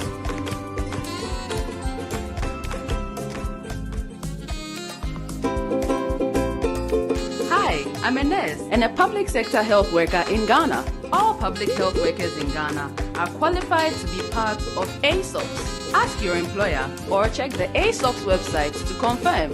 Here is how to process your retirement benefits with the ASOPS scheme. Make sure your information